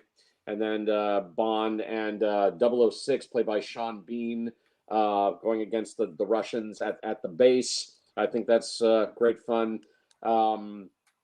Bond escaping by going off the cliff in the motorcycle and going after the plane that's also going over the cliff. And some people say it's a little too fantastical, but how he gets into the plane, he flies basically downwards and gets into the plane and flies off in the plane. But hey, it's a James Bond movie, you know, just go with it. That's a lot of fun. You know, I love the chase in the tank in was it St. Petersburg Square? Is that where they are? I think. Yeah, in the tank. There's a lot of fun. It's great that Desmond Llewellyn, good old Desmond Llewellyn, came back as Q. I mean, he's older now, but he's still got it as Q. Judi Dench takes over as the brand new M. And sure, if you're gonna make M a lady, who better a lady than Judi Dench? I mean, I bought her completely as the new M, and she was great, and she would stay on as M through Skyfall with Daniel Craig, even though the timeline would be changed with Casino Royale, but she was a great M. So God bless Dame Judi Dench. The Bond girls here, I think are great. I love Famke Jensen as the insane Xenia Onatopp, who gets a sexual thrill by killing guys with her thighs during sex. She gets a thrill just by killing. I mean, she mows down the other Bond girls, Natalia's co-workers at the nuclear base or whatever with her Uzi, and then she does this kind of orgasmic. So she gets a thrill off killing. I mean, she's a sick puppy, Xenia Onatopp, but yeah, I like her. I got to admit, I like her.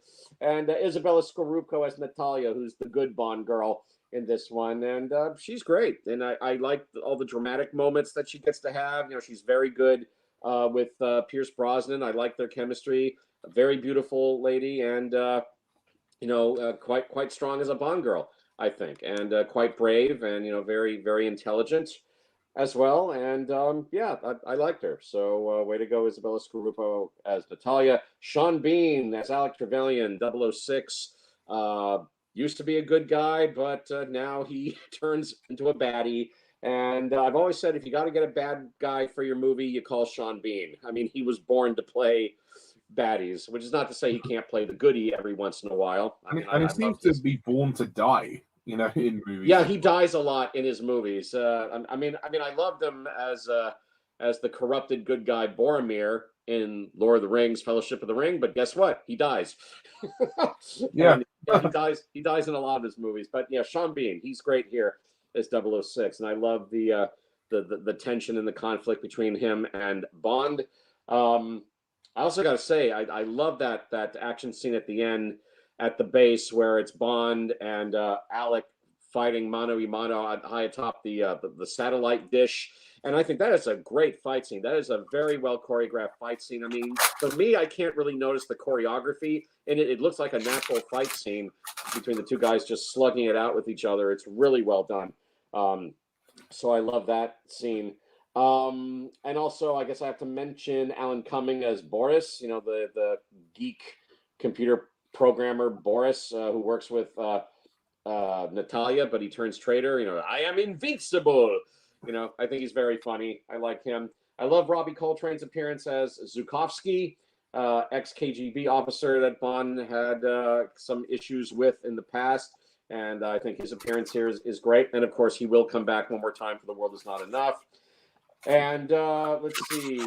I guess I will also lastly mention Joe Don Baker's Jack Wade, who we saw previously in The Living Daylights. He's good. Yeah, he's playing a different character now. But he's funny. He's amusing as Jack Wade, the CIA officer that Bond meets on his mission. He's quite funny. I love the theme tune sung by Tina Turner, although it could be argued it's actually a U2 song because it was written by Bono and the Edge of U2, but Tina Turner sings it. I think it's a very ominous, really great atmospheric kind of Bond theme. I like that one a lot. And it's a very stylistic Bond film, man. It's got, you know, mid-90s written all over it, but I love the look of it, the feel of it. I will say, yeah, the one Achilles heel to this Bond film that everybody mentions is the score by Eric Serra, who he uses these weird instruments and these weird arrangements, such as the Bond theme being played on bongos or something. Boom, boom, boom, boom, boom, boom, boom, boom, boom, boom, boom, boom. And some of his synthesizer flourishes are weird, very bizarre sounding. I mean, it doesn't surprise me. Eric Serra never came back to do another Bond score. So that's like the one thing that pulls the movie down a bit. Pierce Brosnan definitely has some room to grow as 007, but for his first time out, I thought he was very good. And in my opinion, he would definitely get better, certainly over the next couple of movies in his performance as Bond. But no, I think this is a really solid James Bond movie, and I'm really happy that it was a huge success for the Bond franchise and showed the world that James Bond is here to stay. And yeah, well done, Pierce Brosnan, for a great, solid debut as James Bond. So yeah, return to form after License to Kill. oh yeah. No, this definitely made up for License to Kill, and especially after a 6-year layoff between films. Yeah, Bond was back in a big way with GoldenEye. So well done, Pierce Brosnan, and well done, GoldenEye. I like it a lot. As I say, it's currently number 10 on my Bond ranking. So yeah, I think GoldenEye is great. Personally, I do like Tomorrow Never Dies a little bit better, but GoldenEye is great. So there you go. Those are my thoughts on GoldenEye. Ollie, what do you think of GoldenEye? GoldenEye, no lace on leather. Well, I agree with Jack that GoldenEye, it's not perfect, but it is by far the best of Pierce Brosnan's Bond films. I mean, easily. I mean, that may not be much of a compliment when you think of what we think of the other films, but no, I like GoldenEye. I've always enjoyed it. I know Jack's had different opinions of it in the past, and he's now changed his opinion. I've always enjoyed this one. I've never quite loved it, but I like the story. I think it's pretty fun, and I do think I agree with Jack. And some of the elements of this are weird and over the top. I think some of the humor is a bit strange. It doesn't quite work. Like, I do like Xenia Onatopp as a character, but the way she kills people through crushing them through sex, it's a little out there. It's quite outlandish, and it does get a bit crazy, especially with the sex scenes in this film. Like, there's that scene in the sauna when like Brosnan is throwing her around the room, and then he's like, no more foreplay, and then she kills the Admiral as well, which is kind of bizarre. But the film is entertaining, and I think it goes back to sort of the basics, and I think it has a pretty grounded tone, and I think it's good. It's got some great moments, like the tank scene, and the finale with the satellite is really awesome. Like, some great action.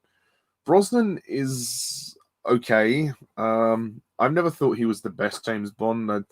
I just think he's all right. He's pretty consistent throughout his era, but I still think the best performance of him is The World Is Not Enough. But he still looks like he's trying to find his feet in this film, but he does a decent job on some occasions. But overall, yeah, I'm kind of with Jack on this one. He's not terribly convincing, but he's okay. I mean, he's certainly fine with the women. He gets on well with them, but he's kind of trying to emulate the others, and he's not kind of found his own thing. But he's still all right. Like, he's better than George Lazenby. Judi Dench as M, a great addition. No complaints with her there, and it's nice that she will last until Skyfall, which is obviously quite a long time after this film and in a new timeline. But it's nice to see her here. Like I said, the action is pretty good. The score is really distracting, though. Yeah, Eric Serra's music is just not very good. It's just like he's just literally thrown it together at the last minute. Like, he literally, it sounds like it took him like 2 days to compose it, and it sounds all over the place, like with all these weird sound effects and like the bongos with the Bond theme, and it just doesn't really work. It doesn't really flow as a soundtrack, and it's kind of makes the film hard to watch sometimes. And yeah, that cheesy end credits song, it just doesn't work. The villains are good. I think Sean Bean is good as Alec. He probably is revealed a little bit late into the film, but I do think he is good when he is on screen. Natalia is decent. I'd say she's all right. She does scream a little bit, but I think Isabella Scorupco is a good actress and performs it well. Boris is okay. He's a little annoying at times, but I don't mind him. He's all right. And same with Oromov. Like, they're not bad villains. They're decent when they want to be, but they're not the best as far as I'm concerned. I still think there are better villains and characters that will show themselves in the future. But to be honest, out of the Brosnan villains, they probably are the best. When you really sort of think about it, I do agree. Jodon Baker coming in as Jack Wade is a little strange, considering he used to play a villain, but he's okay. But Robbie Coltrane is an absolute standout as Zukovsky. I think he's brilliant, and I love the scene in the bar when Brosnan says, "Oh, who's strangling the cat?" He's like, "Who's strangling the cat?" You know, they have such a good rivalry, and I like the backstory with them. You know, part of me wishes Zukovsky was the villain of this film, but no, Sean Bean is good, and the final fight on top of the satellite is great. And when he throws him, he lets him go off the top. He says, "For England, James." No, for me. And the stunt work in the beginning is very impressive. I do like that. And the song by Tina Turner, it's pretty good, even if the lyrics may not make a huge amount of sense, but it's still a good song. And the titles are good as well by Daniel Kleinman. You know, he would now obviously take over, and I believe he is still now creating the titles for the Bond films. And I think he most recently did the ones for No Time to Die. So he's still around, which is good. Yeah, it's a good movie, and obviously the DB5 at the beginning is nice as well, and it's definitely Brosnan's best movie. There's no question about it. Not his best performance, but his best movie. So yeah, that's pretty much all I've got to say about GoldenEye. All right, thank you, Ollie. Although I would like to say one more time that Tomorrow Never Dies is my personal favorite of the Brosnan Bond films. But hey, GoldenEye is up there, and that's cool that it's Ollie and Jack's personal favorite of the Brosnan era. We all like GoldenEye, so nice to see GoldenEye at number 12 in our group ranking. The score of 39 out of 75 points to take number 12. So now we come to the Bond film that lands at number 11. This one didn't quite make it into the top 10, but oh, it came close. And number 11 is Nothing to Sneeze At. So scoring 43 points out of 75 to land at number 11. It's the debut Bond film for Timothy Dalton, The Living Daylights. The Living Daylights at number 11. Jack, tell us your thoughts on The Living Daylights. The Living Daylights. Well, I'm going to keep this short because we've been on for. I don't want to go on much longer because we still have a few more films, or 2 more films. But yeah, 2 more. Living Daylight. Yeah, 2 more. Yeah, but Living Daylights. I think this is a really excellent debut for Timothy Dalton as Bond. I remember the first time I watched this, it was on Sky Movies back in 2012, I think, and I remember watching this and I was just blown away by it. I really like how this film went back to basics because, I mean, even though I really liked A View to a Kill, some people would argue that that film was kind of tired and Roger Moore was kind of too old for the part. So I think John Glenn really upped his game with The Living Daylights. I think it's definitely his best Bond film. And I put it actually number 10 in my ranking. And I just think it's a great Cold War spy thriller. It's getting back to the roots of James Bond. Timothy Dalton was the first actor to go and really read the books. And, you know, he's definitely, along with Daniel Craig, the closest to Ian Fleming's interpretation of Bond. And I just think he's great in the role. And I think the story here is really interesting. I love the beginning in Gibraltar where you have the reveal of him as Bond, and you have this spy who gets killed off, and the smeared spion him, and how that leads into the story later on. And you know, it's a great way to open up the film. There's that great stunt where Dalton actually did himself, where he's on top of the jeep and it's going down the mountain, and he's struggling with this guy, and afterwards, Bond manages to parachute out, and the guy gets blown up. It's a great way to begin the film. It's one of my favorite pre-opening title sequences. And I just think the film itself is just really thrilling. I mean, all that stuff with Kara is interesting, and Bond, he's got the sniper rifle, and he's with Saunders, and he realizes that something's going on, and we see later on that Necros is there, and there's a great fight in the kitchen with him and another MI6 agent, and the film just has a lot of great things going for it, and I think I really like Kara in this film as well. I think Miriam Dabo as Kara is really great in this film, and I kind of like the love story that she has with Bond in the film, because I mean this film, I think because of the whole AIDS thing that was going on at the time, you don't have Bond sleeping around with the women, which I kind of think works for Timothy Dalton's Bond. I mean, Roger Moore's Bond was very much the James Bond ladies' man. Dalton, he's a bit more, I guess you could say, a bit more romantic in this film with yeah, yeah. I think Dalton's a bit more romantic with Cara. Like it's kind of a slow build in the film, this sort of love story. I love that scene where they're on the Ferris wheel and they're kissing, and he's like, "Oh, don't think, just let it happen." I mean, he is a bit intense in the film. He's a Shakespearean actor, so I mean, one thing I will say is like maybe he's not the best at some of the jokes, like some of the humor here. He's probably not the best at delivering the one-liners, and maybe he doesn't have the best charm when it comes to the ladies, but he gets that sort of psychopathic aspect of Bond perfect. Like I love that scene where he's interrogating Pushkin. It's probably the best scene in the film where he's like, "Oh, three of our men are dead. Koskov has named you," and he's like, "Oh, you should have brought lilies." It's a great scene, and I really like John Rhys Davies as Pushkin. He's really great in this film. Originally, they were going to have General Gogol, but I think John Rhys Davies is great as Pushkin. And that scene where he fakes his own death, or Bond pretends to shoot him, that's great. One thing I will say about the film, and the reason I can't quite give it a 10 out of 10, is I think the villains in here are pretty weak. Like Joe Don Baker and Jeroen Krab as Koskov, and yeah, well, I think that's how you pronounce his name, Crab or Crabbe, something like that. Yeah, I think the villains here aren't particularly memorable. I mean, Joe Don Baker, I think he's better as a villain than he is as the comic relief, but he's just this generic arms dealer. He's nothing really to him, and Joe Don Baker.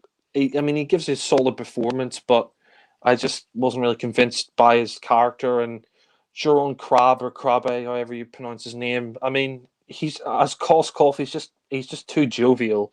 Like he kisses James at one point, and he's like, "Oh, James," and we find out later on that he's a bad guy, which is kind of interesting. But the villains are kind of the weak point of the film, and I also think the film can get a little bit too complicated. Like they're doing a lot of the plot in this film, and there's a lot of twists and turns in the plot, which I understand why they did it, because they're trying to go back to the Ian Fleming books, and they're trying to get invested a lot more in the story and the plot of the film. But I think sometimes the plot can be a bit confusing. I don't get all of the stuff in the film, but I could follow the plot, but it does get a bit complicated. It's one of the most complicated Bond storylines. But you've got some great action in the film. Like, I love that action scene where he's in the Aston Martin, and she's like, "Oh, what happened?" And he's like, "Oh, salt corrosion." And he goes on the frozen lake in the Aston Martin, and he's driving around in the hut, and the Russians are after him. That's probably my favorite action scene of the film. The action in this film is great.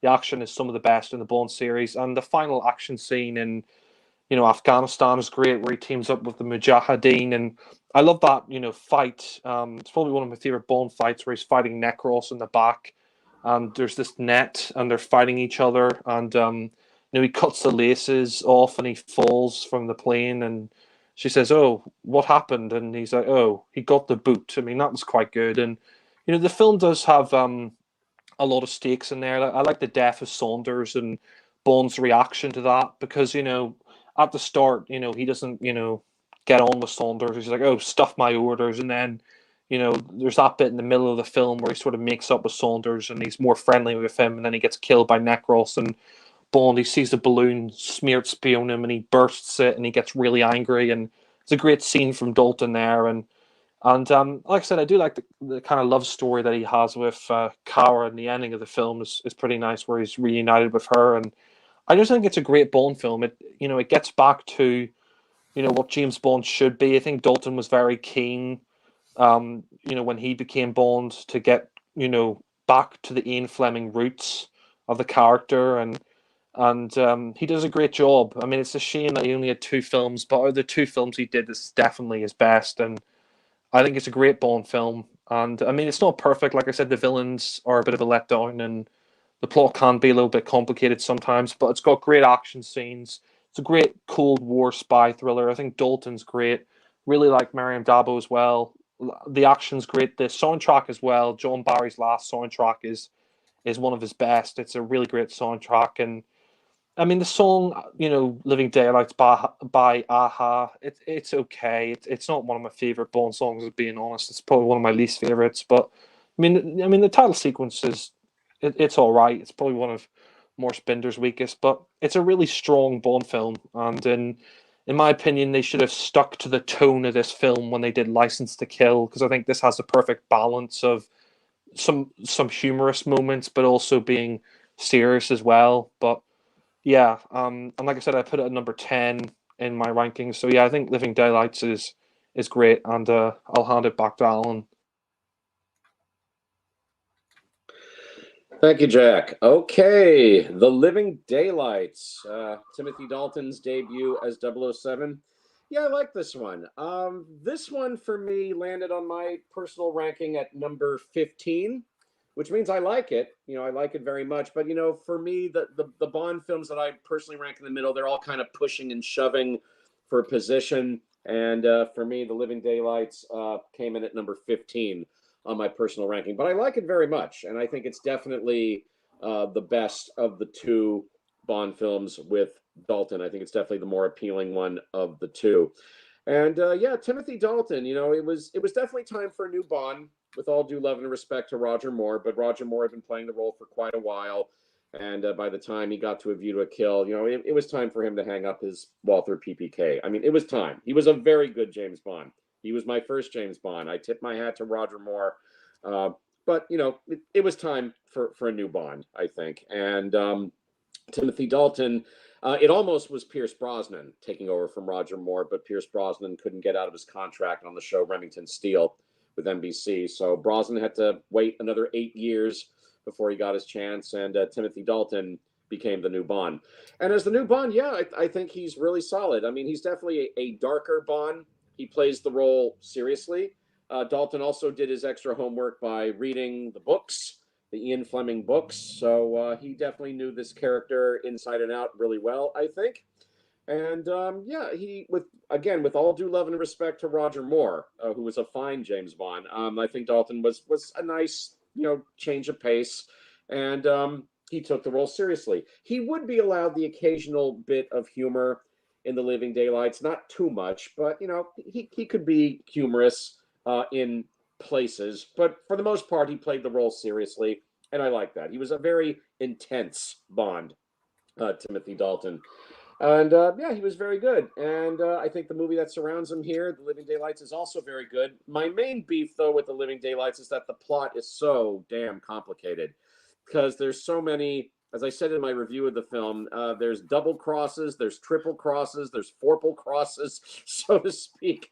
It's hard to tell who's on whose side. I mean, obviously, we know which side Bond is on, but the supporting players, who's on whose side, because there's so many double crosses and triple crosses, and it's a complicated plot involving drug smuggling and a KGB agent defecting, but it gets pretty complicated.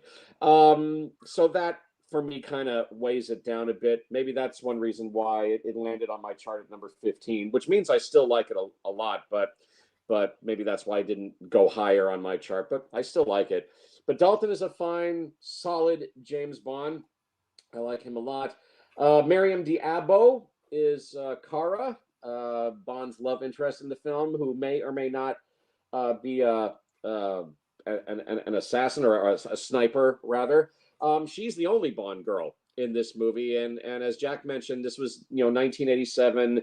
The AIDS virus was in the news a lot, and the Bond filmmakers felt, well, maybe we shouldn't have Bond sleeping around with various women in the Bond movies, so they just give him one Bond girl to woo for the whole film, and we don't see him in bed with Kara. He's more like an affectionate boyfriend rather than a lover in this film. But that's what Dalton was given to play. That's what him and Mariam Diabo were given to play, and I thought they made a really good pair together. And she's very good actress, and very beautiful too, and she made a good partner for Dalton in this film, Mariam Diabo.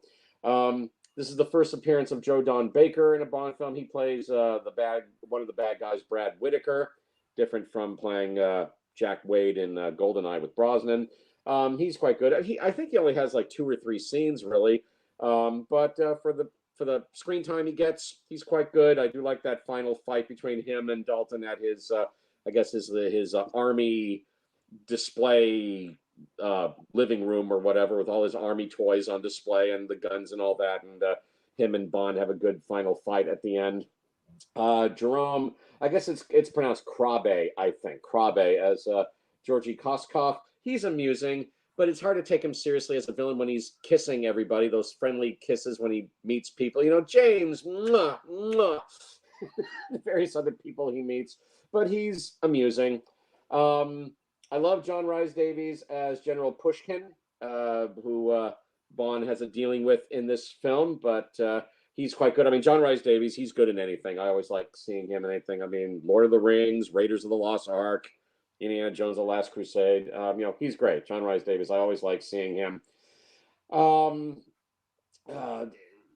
Anyway, yeah, I mean, there's lots of good action scenes in this film. I mean, I love the opening scene where it looks like Bond and some other 00 agents are playing a war game on an island, but it turns deadly, and then Bond is, involved in the chase on the truck.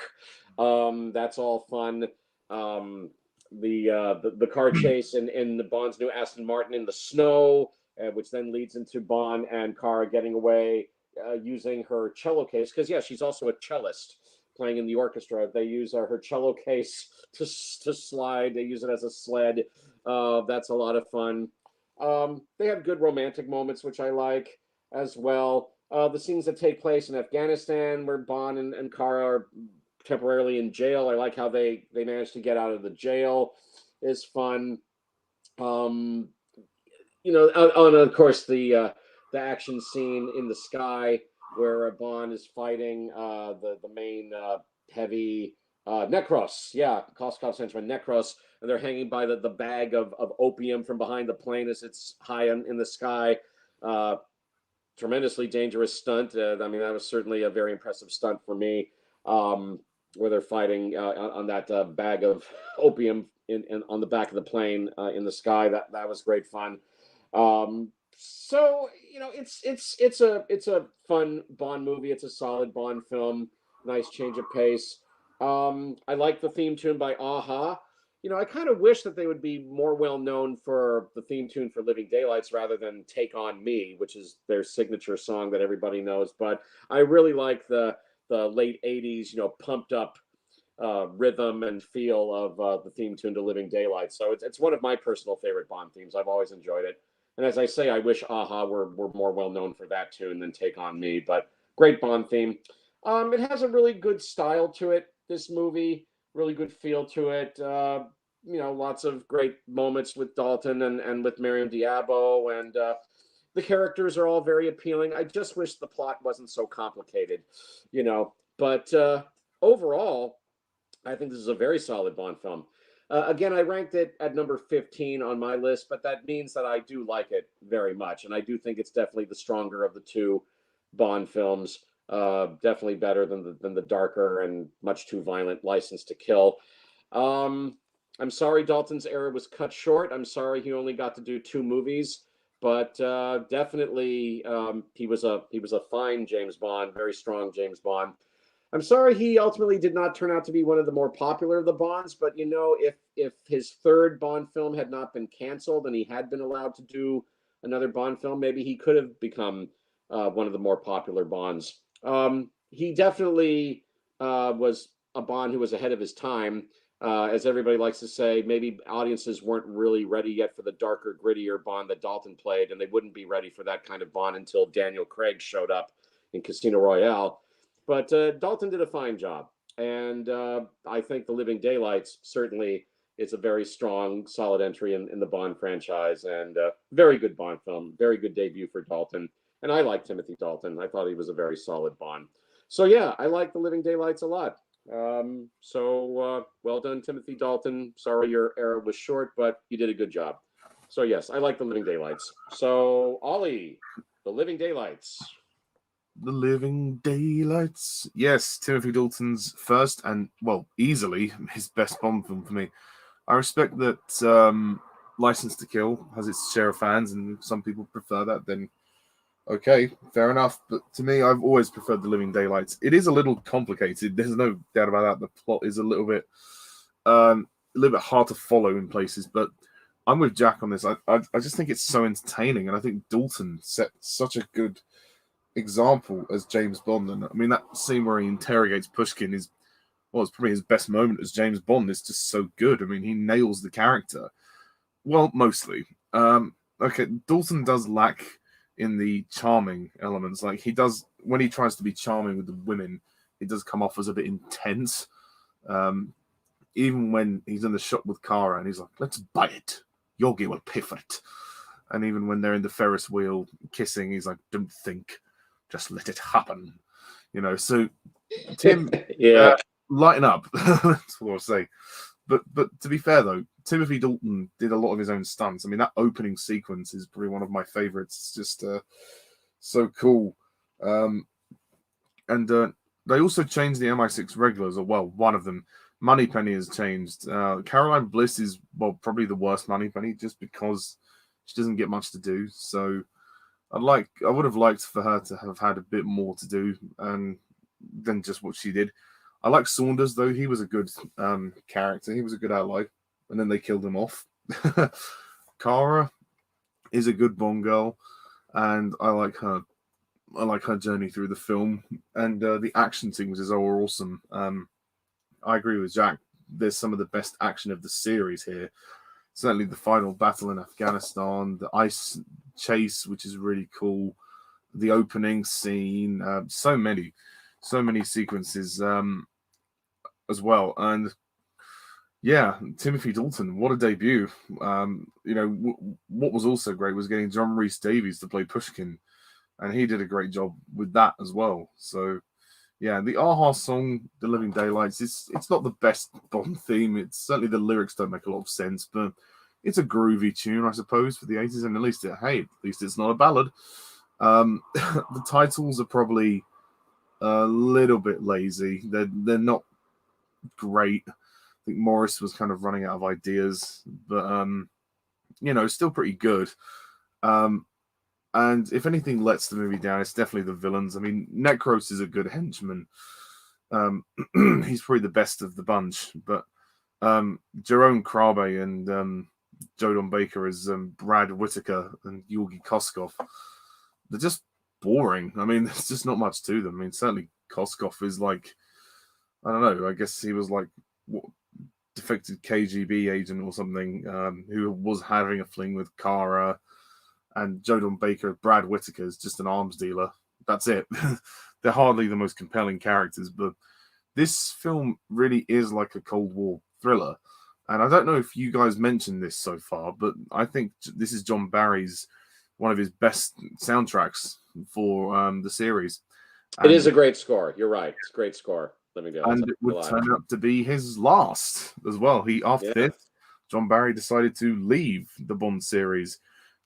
Which I think is fair enough. I mean, he'd contributed what he could, and I don't think he probably had any more ideas for James Bond. And I mean, he'd been there 25 years anyway, so yeah. Yeah, 25 years exactly. So kind of about time to hand it over to someone else. But God, I miss John Barry's music after this. But at least Michael Kamen is a good composer, so there was a fitting replacement. brought in afterwards. But the score for this film is beautiful, and it's so good as well. Like there's some awesome things, like the way it incorporates the title song into the score is great. But also the love theme between Bond and Kara is really nice. I mean, I never really quite saw it as a love story, but I suppose it kind of is when you think about it. But I just think that maybe Kara is a bit more infatuated with Bond than he is about her. I think he just feels protective of her really more than anything else, because she does seem to irritate him quite a lot with her stupidity. Like the scene where she's driving along in the Jeep and she says, James, James, and he's telling her to reverse and go up the ramp, and she's not understanding, and you can see Dalton muttering under his breath. But still, they do have some lovely moments, especially when she throws the pillow at him and she's like, you stupid back end of horse, you calling me a horse's ass. Like, yeah, some awkward delivery of the comedy there. But to be honest, there's less humor in The Living Daylights, and purposefully so. But some of the one-liners that are there, they do work. But I mean, obviously, Dalton is a far drier James Bond in comparison to Roger Moore. But it was time for a change, and I think it came at the right time. And John Glenn's direction is on point. So yeah, I think it's a great film. It's just a shame the villains kind of suck. But other than that, it's very good. So yep, and easily the best of the Timothy Dalton era. All right. Thank you, Ollie. So that's The Living Daylights with Timothy Dalton coming in on our ranking at number 11. So, lads, we now enter the top 10. The top 10 Bond films according to Jack, Ollie, and myself, according to our group ranking. We're just going to talk about 2 more Bond movies, and then we will call it a night. We'll go up to number 9, and then we will stop for the night.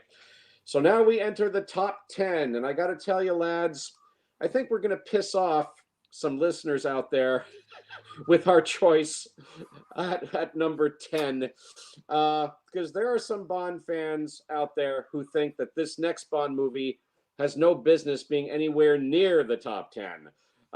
There are Bond fans out there who are probably going to think to themselves, oh, you 3 have got some nerve putting this Bond film in the top 10. I mean, what crack have you 3 been smoking putting this Bond film in the top 10? Well, let me just say it's in the top 10 because all 3 of us on the panel like this Bond movie, okay? You got a problem with that?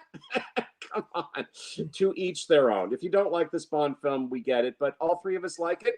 And in the group vote, it came in at number 10. What do you know? So breaking into the top 10, at number 10, with a score of 44 points out of 75, it's Roger Moore in space in Moonraker. Yeah, baby. Moonraker in the top 10. Woo! All right. Just the Moonraker. We like Moonraker, folks. Deal with it. So, Jack, your thoughts on Moonraker? Can I just say before Jack continues, in terms of all 3 of us liking this movie, well, lads, here's to us. Here's to us. I'll drink to that. Yeah, you guys are insane. I hate. You guys are insane. I hate this film. I put it at number 25. No, joking. Well, Jack, let us take you around the world one more time. Yes. I mean, imagine if they referenced that in No Time to Die. I think there would have been some eye rolling. Yeah. Yeah. And for the record, Moonraker, it beat The Living Daylights for the number 10 slot by a single point. So that's why Living Daylights settles for number 11, and Moonraker scoots in the top 10 at number 10. The numbers don't lie, folks. So with that, Jack, your thoughts on Moonraker? Well, Moonraker, the James Bond that went to infinity and beyond. Yeah, Moonraker. I mean, I put this at number 12 in my ranking, so it's about the middle of my list. Just one place above the middle of my list. But yeah, I know a lot of Bond fans who hate Moonraker, and to be honest, I can understand why. I mean, it is. Let's be honest, it is very over the top. It is ridiculous. It is a far removal from Ian Fleming's original source material on Star Wars, and it makes no apologies for that.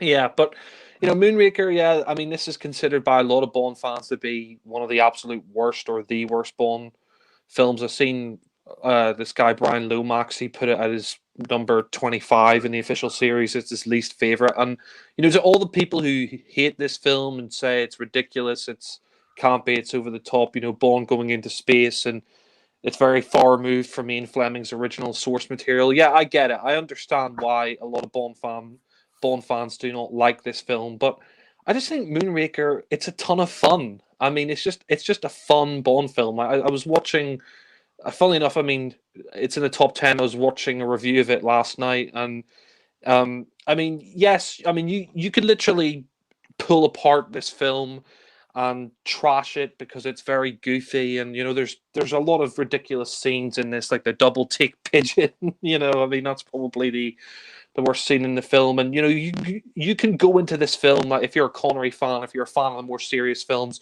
you can go into Moonraker and you could just rip this to shreds. But for me, Moonraker is just a lot of fun. I mean, it's not meant to be taken seriously. I mean, this film is basically just saying, let's have a bit of fun, let's have a laugh with James Bond, and that's why I enjoy it. I enjoy it on a a campy level. I mean, it's it's a Bond film that you can either take it or leave it. It's a Bond film that you could either despise or you could go along for the ride. And I choose to go along. I think it's a Marmite Bond film. Yeah. It's either you love it or you hate it. Like Ollie said, it's a Marmite Bond film. But for me, it's fun. I can watch Moonraker and I have a lot of fun with it. I mean, it's a very entertaining Bond film. It zips by. I mean, it's 2 hours, but like The Spy Loved Me, it zips by. It's just really fun to watch. I mean, that being said, it's exactly the same as The Spy Who Loved Me. Yeah. I was about to get to that, but yeah, coming after The Spy Loved Me.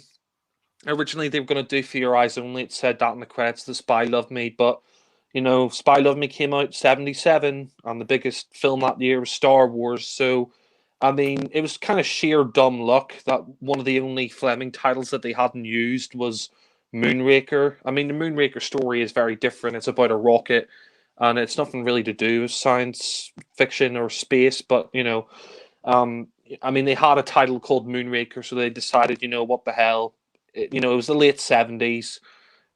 Science fiction was huge in the late 70s with Star Wars. I mean, that year, 79, you had Alien that came out in 1979. And, so, I mean, it was a big sci-fi craze. And, it did pay off. I mean, I think the budget was twice that of The Spy Loved Me. They spent a huge amount on it. And it was one of the highest grossing Bond films up.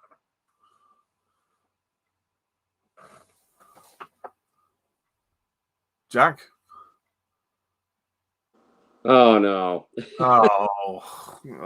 Okay, come on back, Jack. Let's give him a minute to come back. I want him to finish. So I can't really stay on much longer. I know we'll make it quick. We'll make it quick, but we only got one more. I have work tomorrow. I can't. I need some sleep. I hear you. I hear you, brother. I hear you. Let's see if Jack can make it back.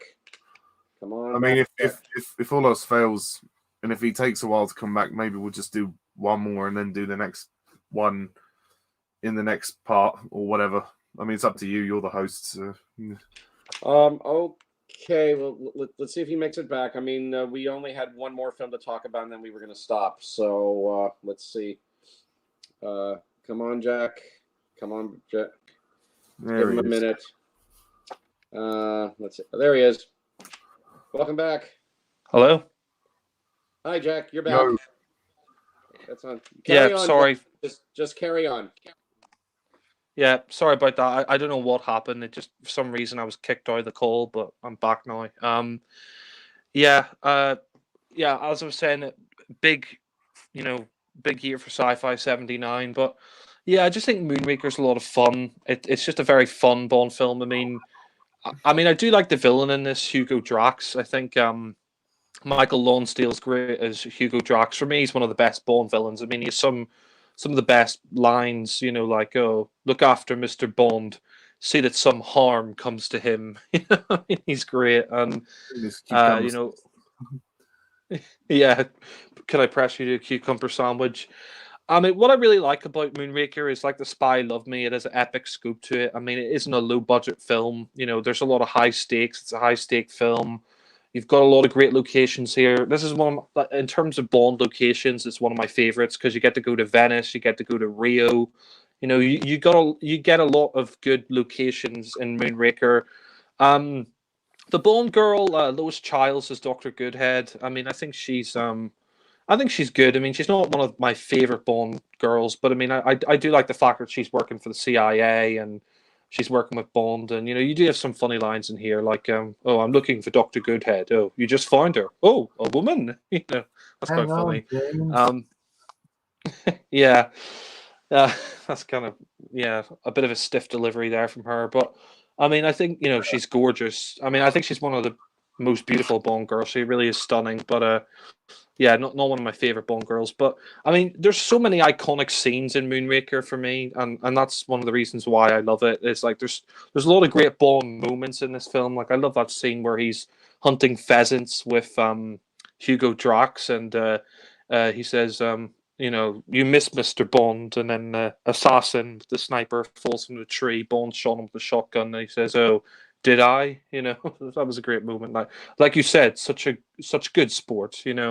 That's great. I mean, I think Roger Moore here, it's one of his best performances coming after The Spy Loved Me. You could tell he's just really enjoying himself with this film. I mean, there's a lot of like good action scenes, I think, in this. Like I love that fight in the glass house with that villain. I think his name's Chine. I mean, he's very good in the film. And yeah, I like that fight in the glass house. I also think there's some other good action scenes here, like the gondola chase in Venice. That's good, although it does get a bit ridiculous with the double take pigeon at one point. Yeah, I mean that's a bit. By the way, can you hear me, guys? Or yeah. Sorry, just wondering. I thought I'd cut out there again, but yeah. No, I mean I do like the gauntlet chase. Although the double take pigeon is a bit ridiculous. I mean I think that was John Glenn's decision, but yeah, should have taken that out.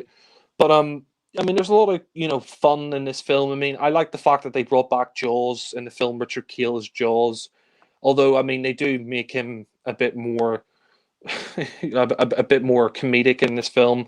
Although saying that, you do have one of my favorite action scenes in a Bond film at the start. Where they're falling out of the plane. It's a great skydiving sequence. It's probably the best skydiving sequence they've ever done in a Bond film. It's just so good. I mean, it's such a great, it's one of the best pre-opening titles where you've got Jaws and Bond fighting over that parachute. I mean, the song by Shirley Bassey, Moonraker, I mean, yeah, it doesn't have the best lyrics, I'll admit that, but I mean, I love the way Shirley Bassey sings it. I mean, she just has a fantastic voice, and I like the song. I mean, it's not one of the it's not my top 10 Bond songs, but I don't think it's like one of the worst either, just because Bassey sings it so well, and I just really enjoy listening to it. Yeah, but I mean, the film, granted, I can understand people if they're not a fan of the humor, but I mean, Bond going into space. I mean, it's only the last like quarter of the film that he goes into space, because the first 3 quarters of the film, like the first hour and a half of the film, it's all set on Earth. It's only the last half hour it's in space. But they do have some. I mean, the space battle. I mean, I said it before and I'll say it again. I'll take it over the underwater battle in Thunderball any day. I mean, I like the soundtrack by John Barry. I think that's pretty good. Although I think the ending is a bit similar to Star Wars, where he's going after the vial, the poison vial, and he's trying to shoot it, and and the I was expecting Obi-Wan Kenobi to say, "Use the Force, Luke." I mean, yeah, but it's a fun Bond film. It's an entertaining Bond film. Jaws, gets a girlfriend. He's with Dolly, and I do like that line. He's like, "Oh, here's to us." And I mean, the cable car fight's pretty cool. I mean, there's a lot of good action in this. A lot of the humor here, I just think is funny. And there's a lot of obvious product placement, but they just kind of roll with it. Like I like that sign where that bit where the guy goes under the sign, it says British Airways, we're here to look after you, and you got 7-Up in one scene where they demolish that building after the cable car goes too fast. But yeah, I mean, I think it's a fun Bond film. Just to wrap up, I mean, I think the sets as well by Ken Adam with some of his best sets. Again, just does a great job with the look of the lair that Drax has underwater, and and the special effects here are great. I mean, they really spent the budget with this film. They spent a huge amount of money. I think that's why For Your Eyes Only it had a much lower budget. But I mean, it did really, really well at the box office. So, and I think it's a great ending to the 70s. I love that ending where it's like, Bond, what's he doing? Oh, I think he's attempting re-entry, sir. I think that's quite funny. And the final line, oh, take me around the world one more time, and he's like, yeah, why not? And and you end with the disco version of the Moonraker song. So for me, it's a really fun Bond film. I mean, I couldn't quite put it in my top 10. I put it at number 12, which is just one above the middle of my ranking. But I really enjoy Moonraker. It's a really fun Bond film. But my only criticism would be is that the plot here is just a carbon copy of The Spy Loved Me. It's the exact same plot, He's going to destroy the world so then he can repopulate it with his own perfect race. It's the same storyline of The Spy Loved Me, and I think the reason for that is because Christopher Wood, he wrote the Spy Loved Me, and he wrote this as well. So I think they just thought, well, Spy Loved Me was great. Let's just recycle the same plot. So that is one major flaw I have with the film is the plot is essentially the exact same as The Spy Loved Me, but it's a really fun ride. It's entertaining. I mean, it's just a Bond film that you can turn your brain off, sit back, get the popcorn out, have a laugh throughout it. I mean, if you're not a fan of the campy Bond films, you're going to hate this film. And I can understand people hate it because it is very far removed from the Fleming source material. But like Alan said, it's a cartoon. It knows it's a cartoon, but I think it's silly. It's good silly, unlike Die Another Day, which I think is bad silly. But yeah, like I said, I give it 9 out of 10. I put it number 12. But yeah, I'll hand back to Alan.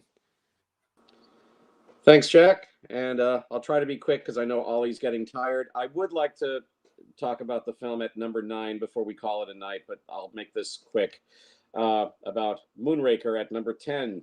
Moonraker, I'm not going to argue with any Bond fan who hates Moonraker. I get it. I understand. This Bond film is a total cartoon, and either you can enjoy it on the level of cartoonish fun, or you can't. And if you can't, I get it. I understand. It is, as Jack and Ollie have said, it is like the Marmite Bond film. You're either going to love it or you're going to hate it, but I'm in the camp that loves it. As I've said in the past, this was my very first Bond movie. This was the Bond film, Moonraker. This was the Bond film that introduced me to the world of James Bond. My mom took me to see it when I was 10 years old, and Roger Moore was my very first James Bond. So I have great nostalgic affection for Moonraker. And it's my personal favorite Bond film with Roger Moore. Like Jack has said, I just think it's great fun. And like I said, it's just total shameless cartoon fun. That's what it is. And either you can enjoy it on that level or you can't. And I definitely enjoy it on that level. As for Roger Moore, although I think Roger Moore gave a better performance in The Man with the Golden Gun, this is my personal favorite of Roger Moore's Bond films because I just think, for my money, it's his most fun Bond film. And I know some Bond fans out there will disagree, but for me, it's his most fun Bond film. I just totally love it. And I just totally enjoy it on the level of cartoon fun, the campiness about it. And as I've said in the past, this is the kind of Bond film that could only work for Roger Moore. You couldn't put Sean Connery or Daniel Craig or any of the other Bonds in Moonraker. It wouldn't have worked. But Roger Moore, he fits it perfectly. So he's great, and he's a great fit for Moonraker. Lois Chiles, her performance here is kind of wooden, kind of flat, but she's stunningly beautiful. And I think, as Jack has remarked in the past, she does have kind of a Lauren Bacall kind of look to her, like a dark-haired Lauren Bacall. I mean, she is a stunningly beautiful woman. I don't know if what she and Roger Moore have here is what you could call chemistry, but I do think they make a good pair. And, I just can't take my eyes off her. I mean, she's gorgeous. So I enjoy her as a Holly Goodhead. chuckle with the name, but she's definitely great to look at, and she makes a good partner for Roger Moore. I love Michael Lonsdale as Hugo Drax. He plays the film. He plays the role with such great, hamishness, but he's just fully enjoying it. Look after Mr. Bond. See that some harm comes to him. I mean, I think he's great. He's a lot of fun. They bring back Richard Kiel as Jaws. We saw him, of course, in The Spy Who Loved Me. I like Jaws better in this one. I actually like that they made him a little bit more humorous. And I like the fact that they gave him a girlfriend at the end that makes an honest man out of Jaws, who turns into a good guy at the end. Corinne Clary plays Corinne, Drax's personal pilot. She succumbs to Bond's charms and sleeps with him, gives him information, but sadly she pays the price for that. Very powerful scene, her death scene when she's killed by the dogs, although it happens off screen, but it's a powerful moment. But she's quite good. I also want to make special mention of Emily Bolton as Manuela, 007's contact in Rio. She's only in the movie for a little bit, and amazingly, she does not get killed. You think she'd be the Bond girl who would get killed, but she survives, thank goodness, and quite appealing as Manuela. Lovely woman she is. Nice to see her. I just think it's great fun. I mean, and by the way, it has to be said, Bond only goes into outer space in the final act of the film. He's not in space for the entire movie. He is earthbound for most of Moonraker. He only goes into space in the final act. But when they do finally get into space, yeah, I think that's great fun too. I think the space station set is terrific. The laser battle at the end is a lot of fun. And again, this movie was following 2 years after Star Wars, and that's the reason why they did Moonraker. Because the Bond film for 79 was supposed to be for your eyes only, but Star Wars came along in 77, so the Bond filmmakers decided to go with Moonraker as the 1979 Bond film to cash in on the Star Wars craze. But to sum up, I just think Moonraker is great fun. I love all the shameless product placement in the film. Marlboro cigarettes, 7-Up, British Airways, Seiko watches. I mean, it all adds to the fun, in my opinion. To sum up, this Bond film, as I've said, this is a Bond movie that knows it's a cartoon. It makes no apologies whatsoever for what it is, and either you can enjoy it as on the level of cartoonish fun, or you can't. But I love Moonraker. I just think it's terrific fun. Roger Moore's clearly having a good time playing Bond, and I think that definitely comes across. And as I say, I have nostalgic affection for this movie because Moonraker was my very first Bond film. So I'm always going to have affection for Moonraker. It was in my top 10 for quite a few years. It's currently sitting just outside the top 10 now on my ranking at number 11. But I still love it, and it's still my personal favorite of all the Roger Moore Bond films. The detractors of Moonraker, they can hate Moonraker all they want. I just don't care anymore. Hate the film all you want. Moonraker detractors, I don't care. I love Moonraker, and I have no shame about that whatsoever. So I love Moonraker. It's my favorite Bond film with Roger Moore. So there. And I'll turn over the mic now to Ollie. Ollie, your thoughts on Moonraker? Sorry. Okay, Moonraker. Oh, sorry, I'm getting really tired. Moonraker. This is a good one. Yeah, I enjoy it. I think you're right. It is silly, but it's fun. It's a good silly. I'm a Star Wars fan, and I think that's part of the reason why I'm kind of drawn to this one.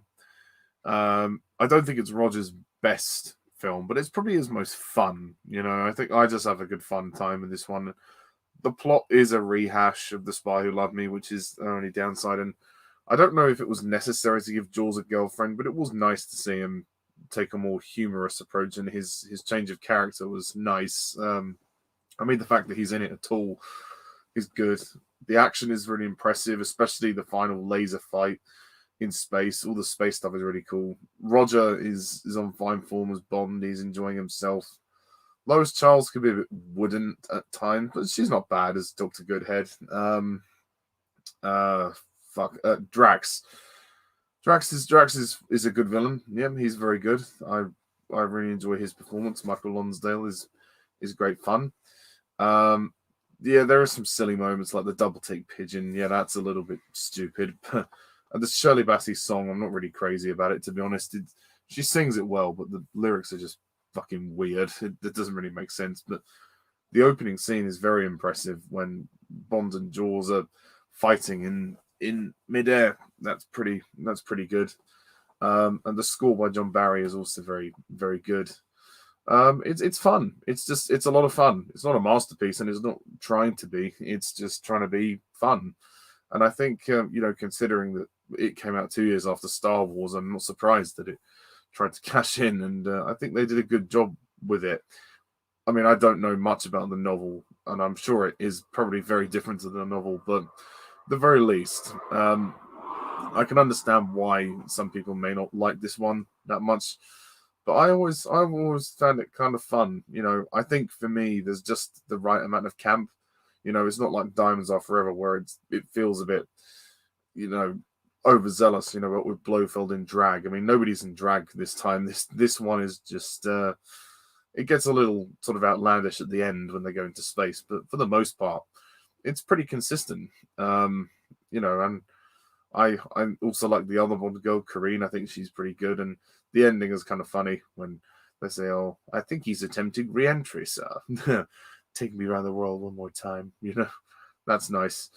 So yeah, it's not amazing, but it is what it is. So yeah, Moonraker's a good one, and I'm glad that it's ended up quite high on the list. All right, thank you, Ollie, and thank you for sticking with us. All right, Moonraker. We like Moonraker, folks. Deal with it. So Moonraker lands in the top 10 at number 10. So 3 cheers for Moonraker. Literally 3 cheers for Moonraker from the 3 of us. All right, so now we come to the film at number 9, and this is the last Bond film we're going to talk about tonight, and then, Ollie, you can go to bed. So this is the last one. At number 9, with a score of 49 points out of 75, it's the James Bond film that started it all, from 1962, Dr. No, with Sean Connery in his debut as 007. Dr. No at number 9. So, Jack, if you can be brief, your thoughts on Dr. No. Thanks, Alan. I'll be brief on this one. Yeah, Dr. No, the first Bond film to start it all.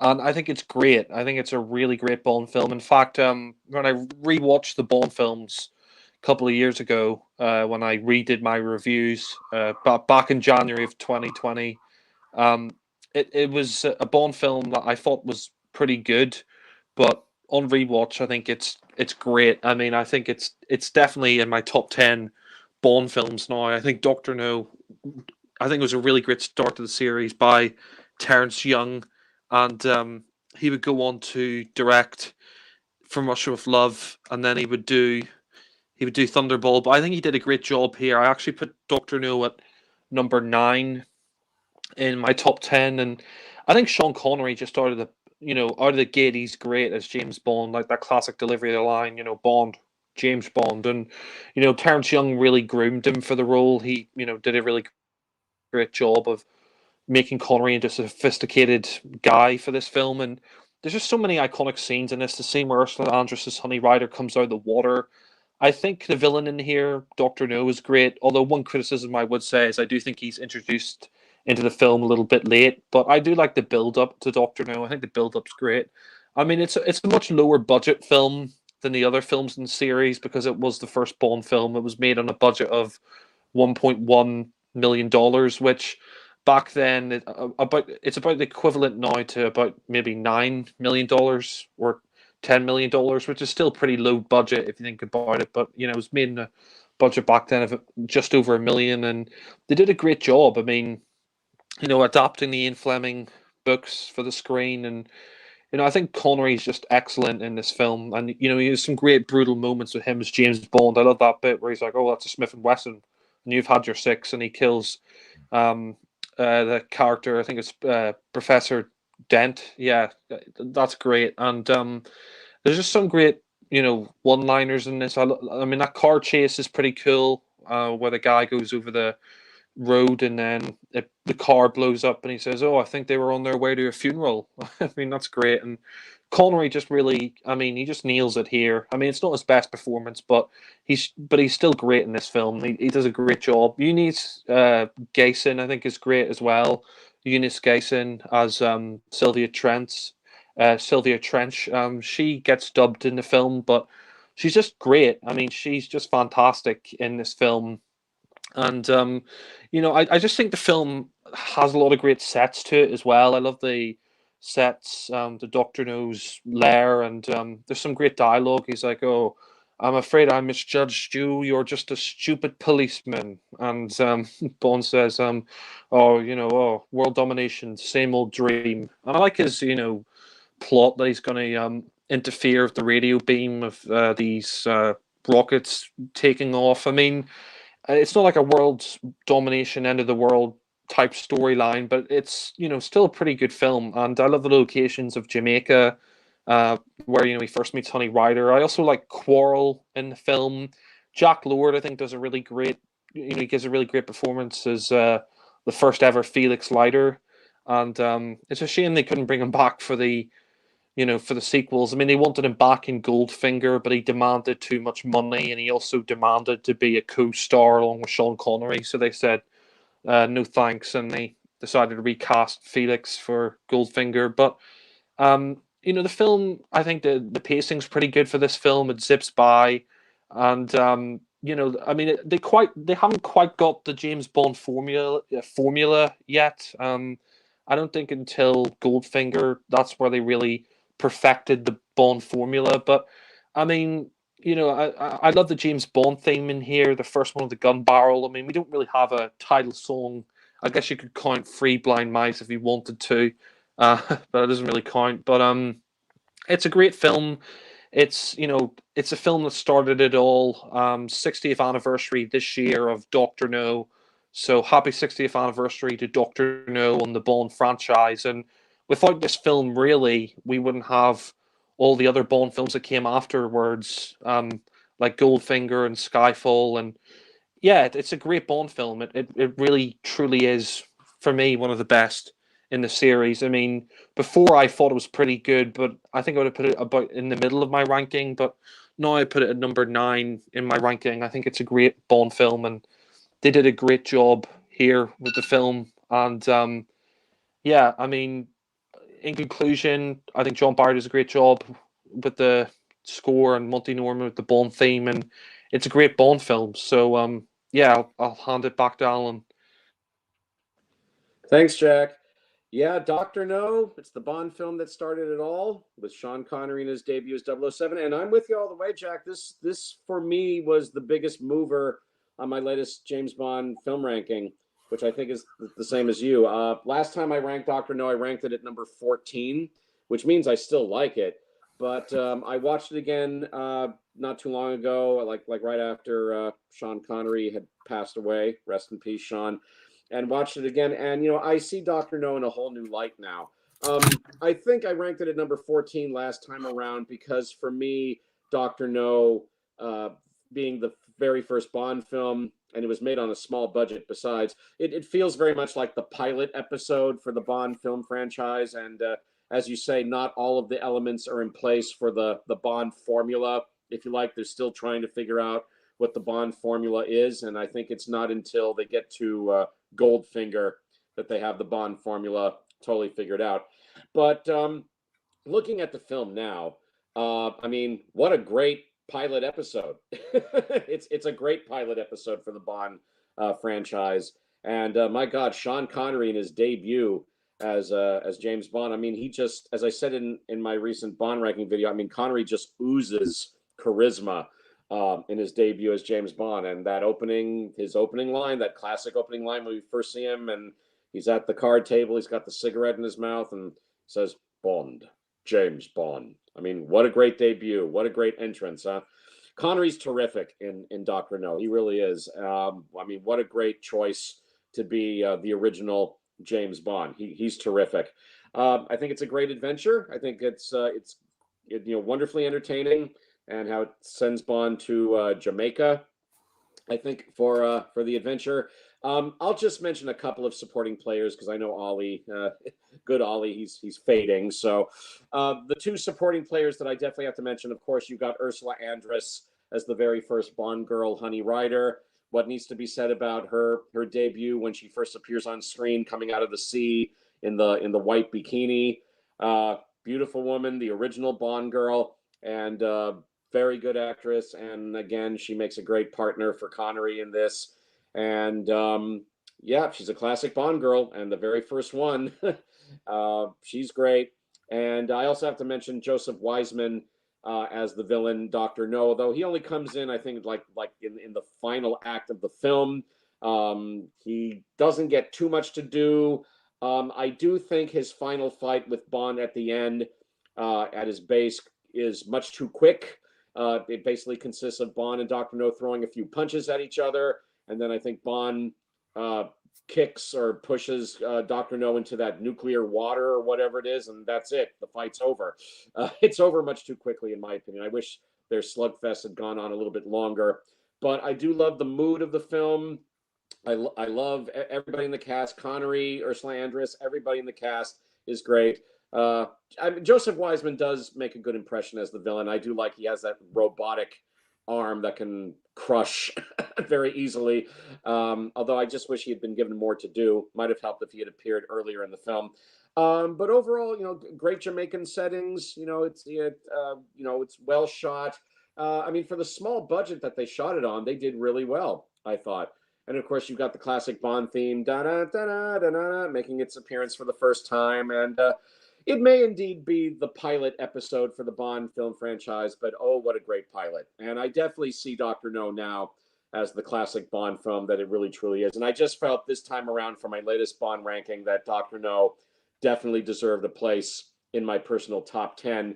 And I currently rank Dr. No at number 8 on my Bond ranking. It's definitely a Bond classic for sure. And what a great debut for Sean Connery, and what a great debut for the Bond film franchise. So yes, I love Dr. No. It has definitely gone up in my affections. So great debut for Connery and the Bond film franchise, Dr. No. Yeah, I love it. And so, Ollie, to close it out, your thoughts on Dr. No. Okay, right. Okay, I'm going to be very quick because I can't stay awake at the moment. Okay. All right. Thanks for staying up with us, Ollie. I appreciate it. That's all right. Just for future reference, lads, I won't be able to stay up this late anymore. But anyway, Dr. No, this is a good one. Yeah, it's a great start to the series. I probably don't rate it as highly as you two, but I still do like it. I think it's a solid start to what will be nearly 60 years of movie magic. And, it's a great film for Sean Connery as well. And the way he's introduced with the classic line in the casino, that's amazing. And yeah, also Sylvia Trench is a great Bond girl. It's nice that she came back from Russia of Love. Well, briefly anyway. I also think that it didn't quite have all of the formula there, but I think it was a good start to plot wise. A couple of weird elements that kind of blend in, like in the title sequence, the music changes 2 or 3 times. I mean, I would have just stuck with the Bond theme in there personally, but they changed to this kind of bongo music, and then they changed to the 3 blind mice, which is a little weird, but still kind of amusing. And I love the Jamaican locations. This one looks so exotic, and I think it was a good taste of what was yet to come. And of course, Ursula Andress as Honey Rider is fantastic. Her classic scene when she comes out of the ocean and says, "Are you looking for shells?" "No, I'm just looking." Quarrel is also a really good ally as well. The Lair as well looks really good production wise. Like the sets are amazing. And Joseph Wiseman as Dr. No, he's a good villain, but he certainly could have used a bit more screen time, I think. I liked his demeanor, so to speak. Perhaps his death is a little anticlimactic, but it was also a good kind of introduction for Spectre as well, like kind of just giving us an insight into who they are and what they do, which is interesting. And that's obviously a plot thread that will continue in the later Connery films. and Sean Connery just seems so cool, like so at ease here, and also his friendship with Felix is well explored here. I think Felix is done well in this film. Would have been nice for the actor to do more than just this one, but oh well, it is what it is. I believe it's Jack Lord who plays Felix in this one. The action is quite basic, but you know it'll do. I mean, there's some other scenes like the scene with the tarantula, which is quite a classic Bond moment. That's good. I think that works very well. And there's that scene where he like pulls the cab driver over and then he beats him up.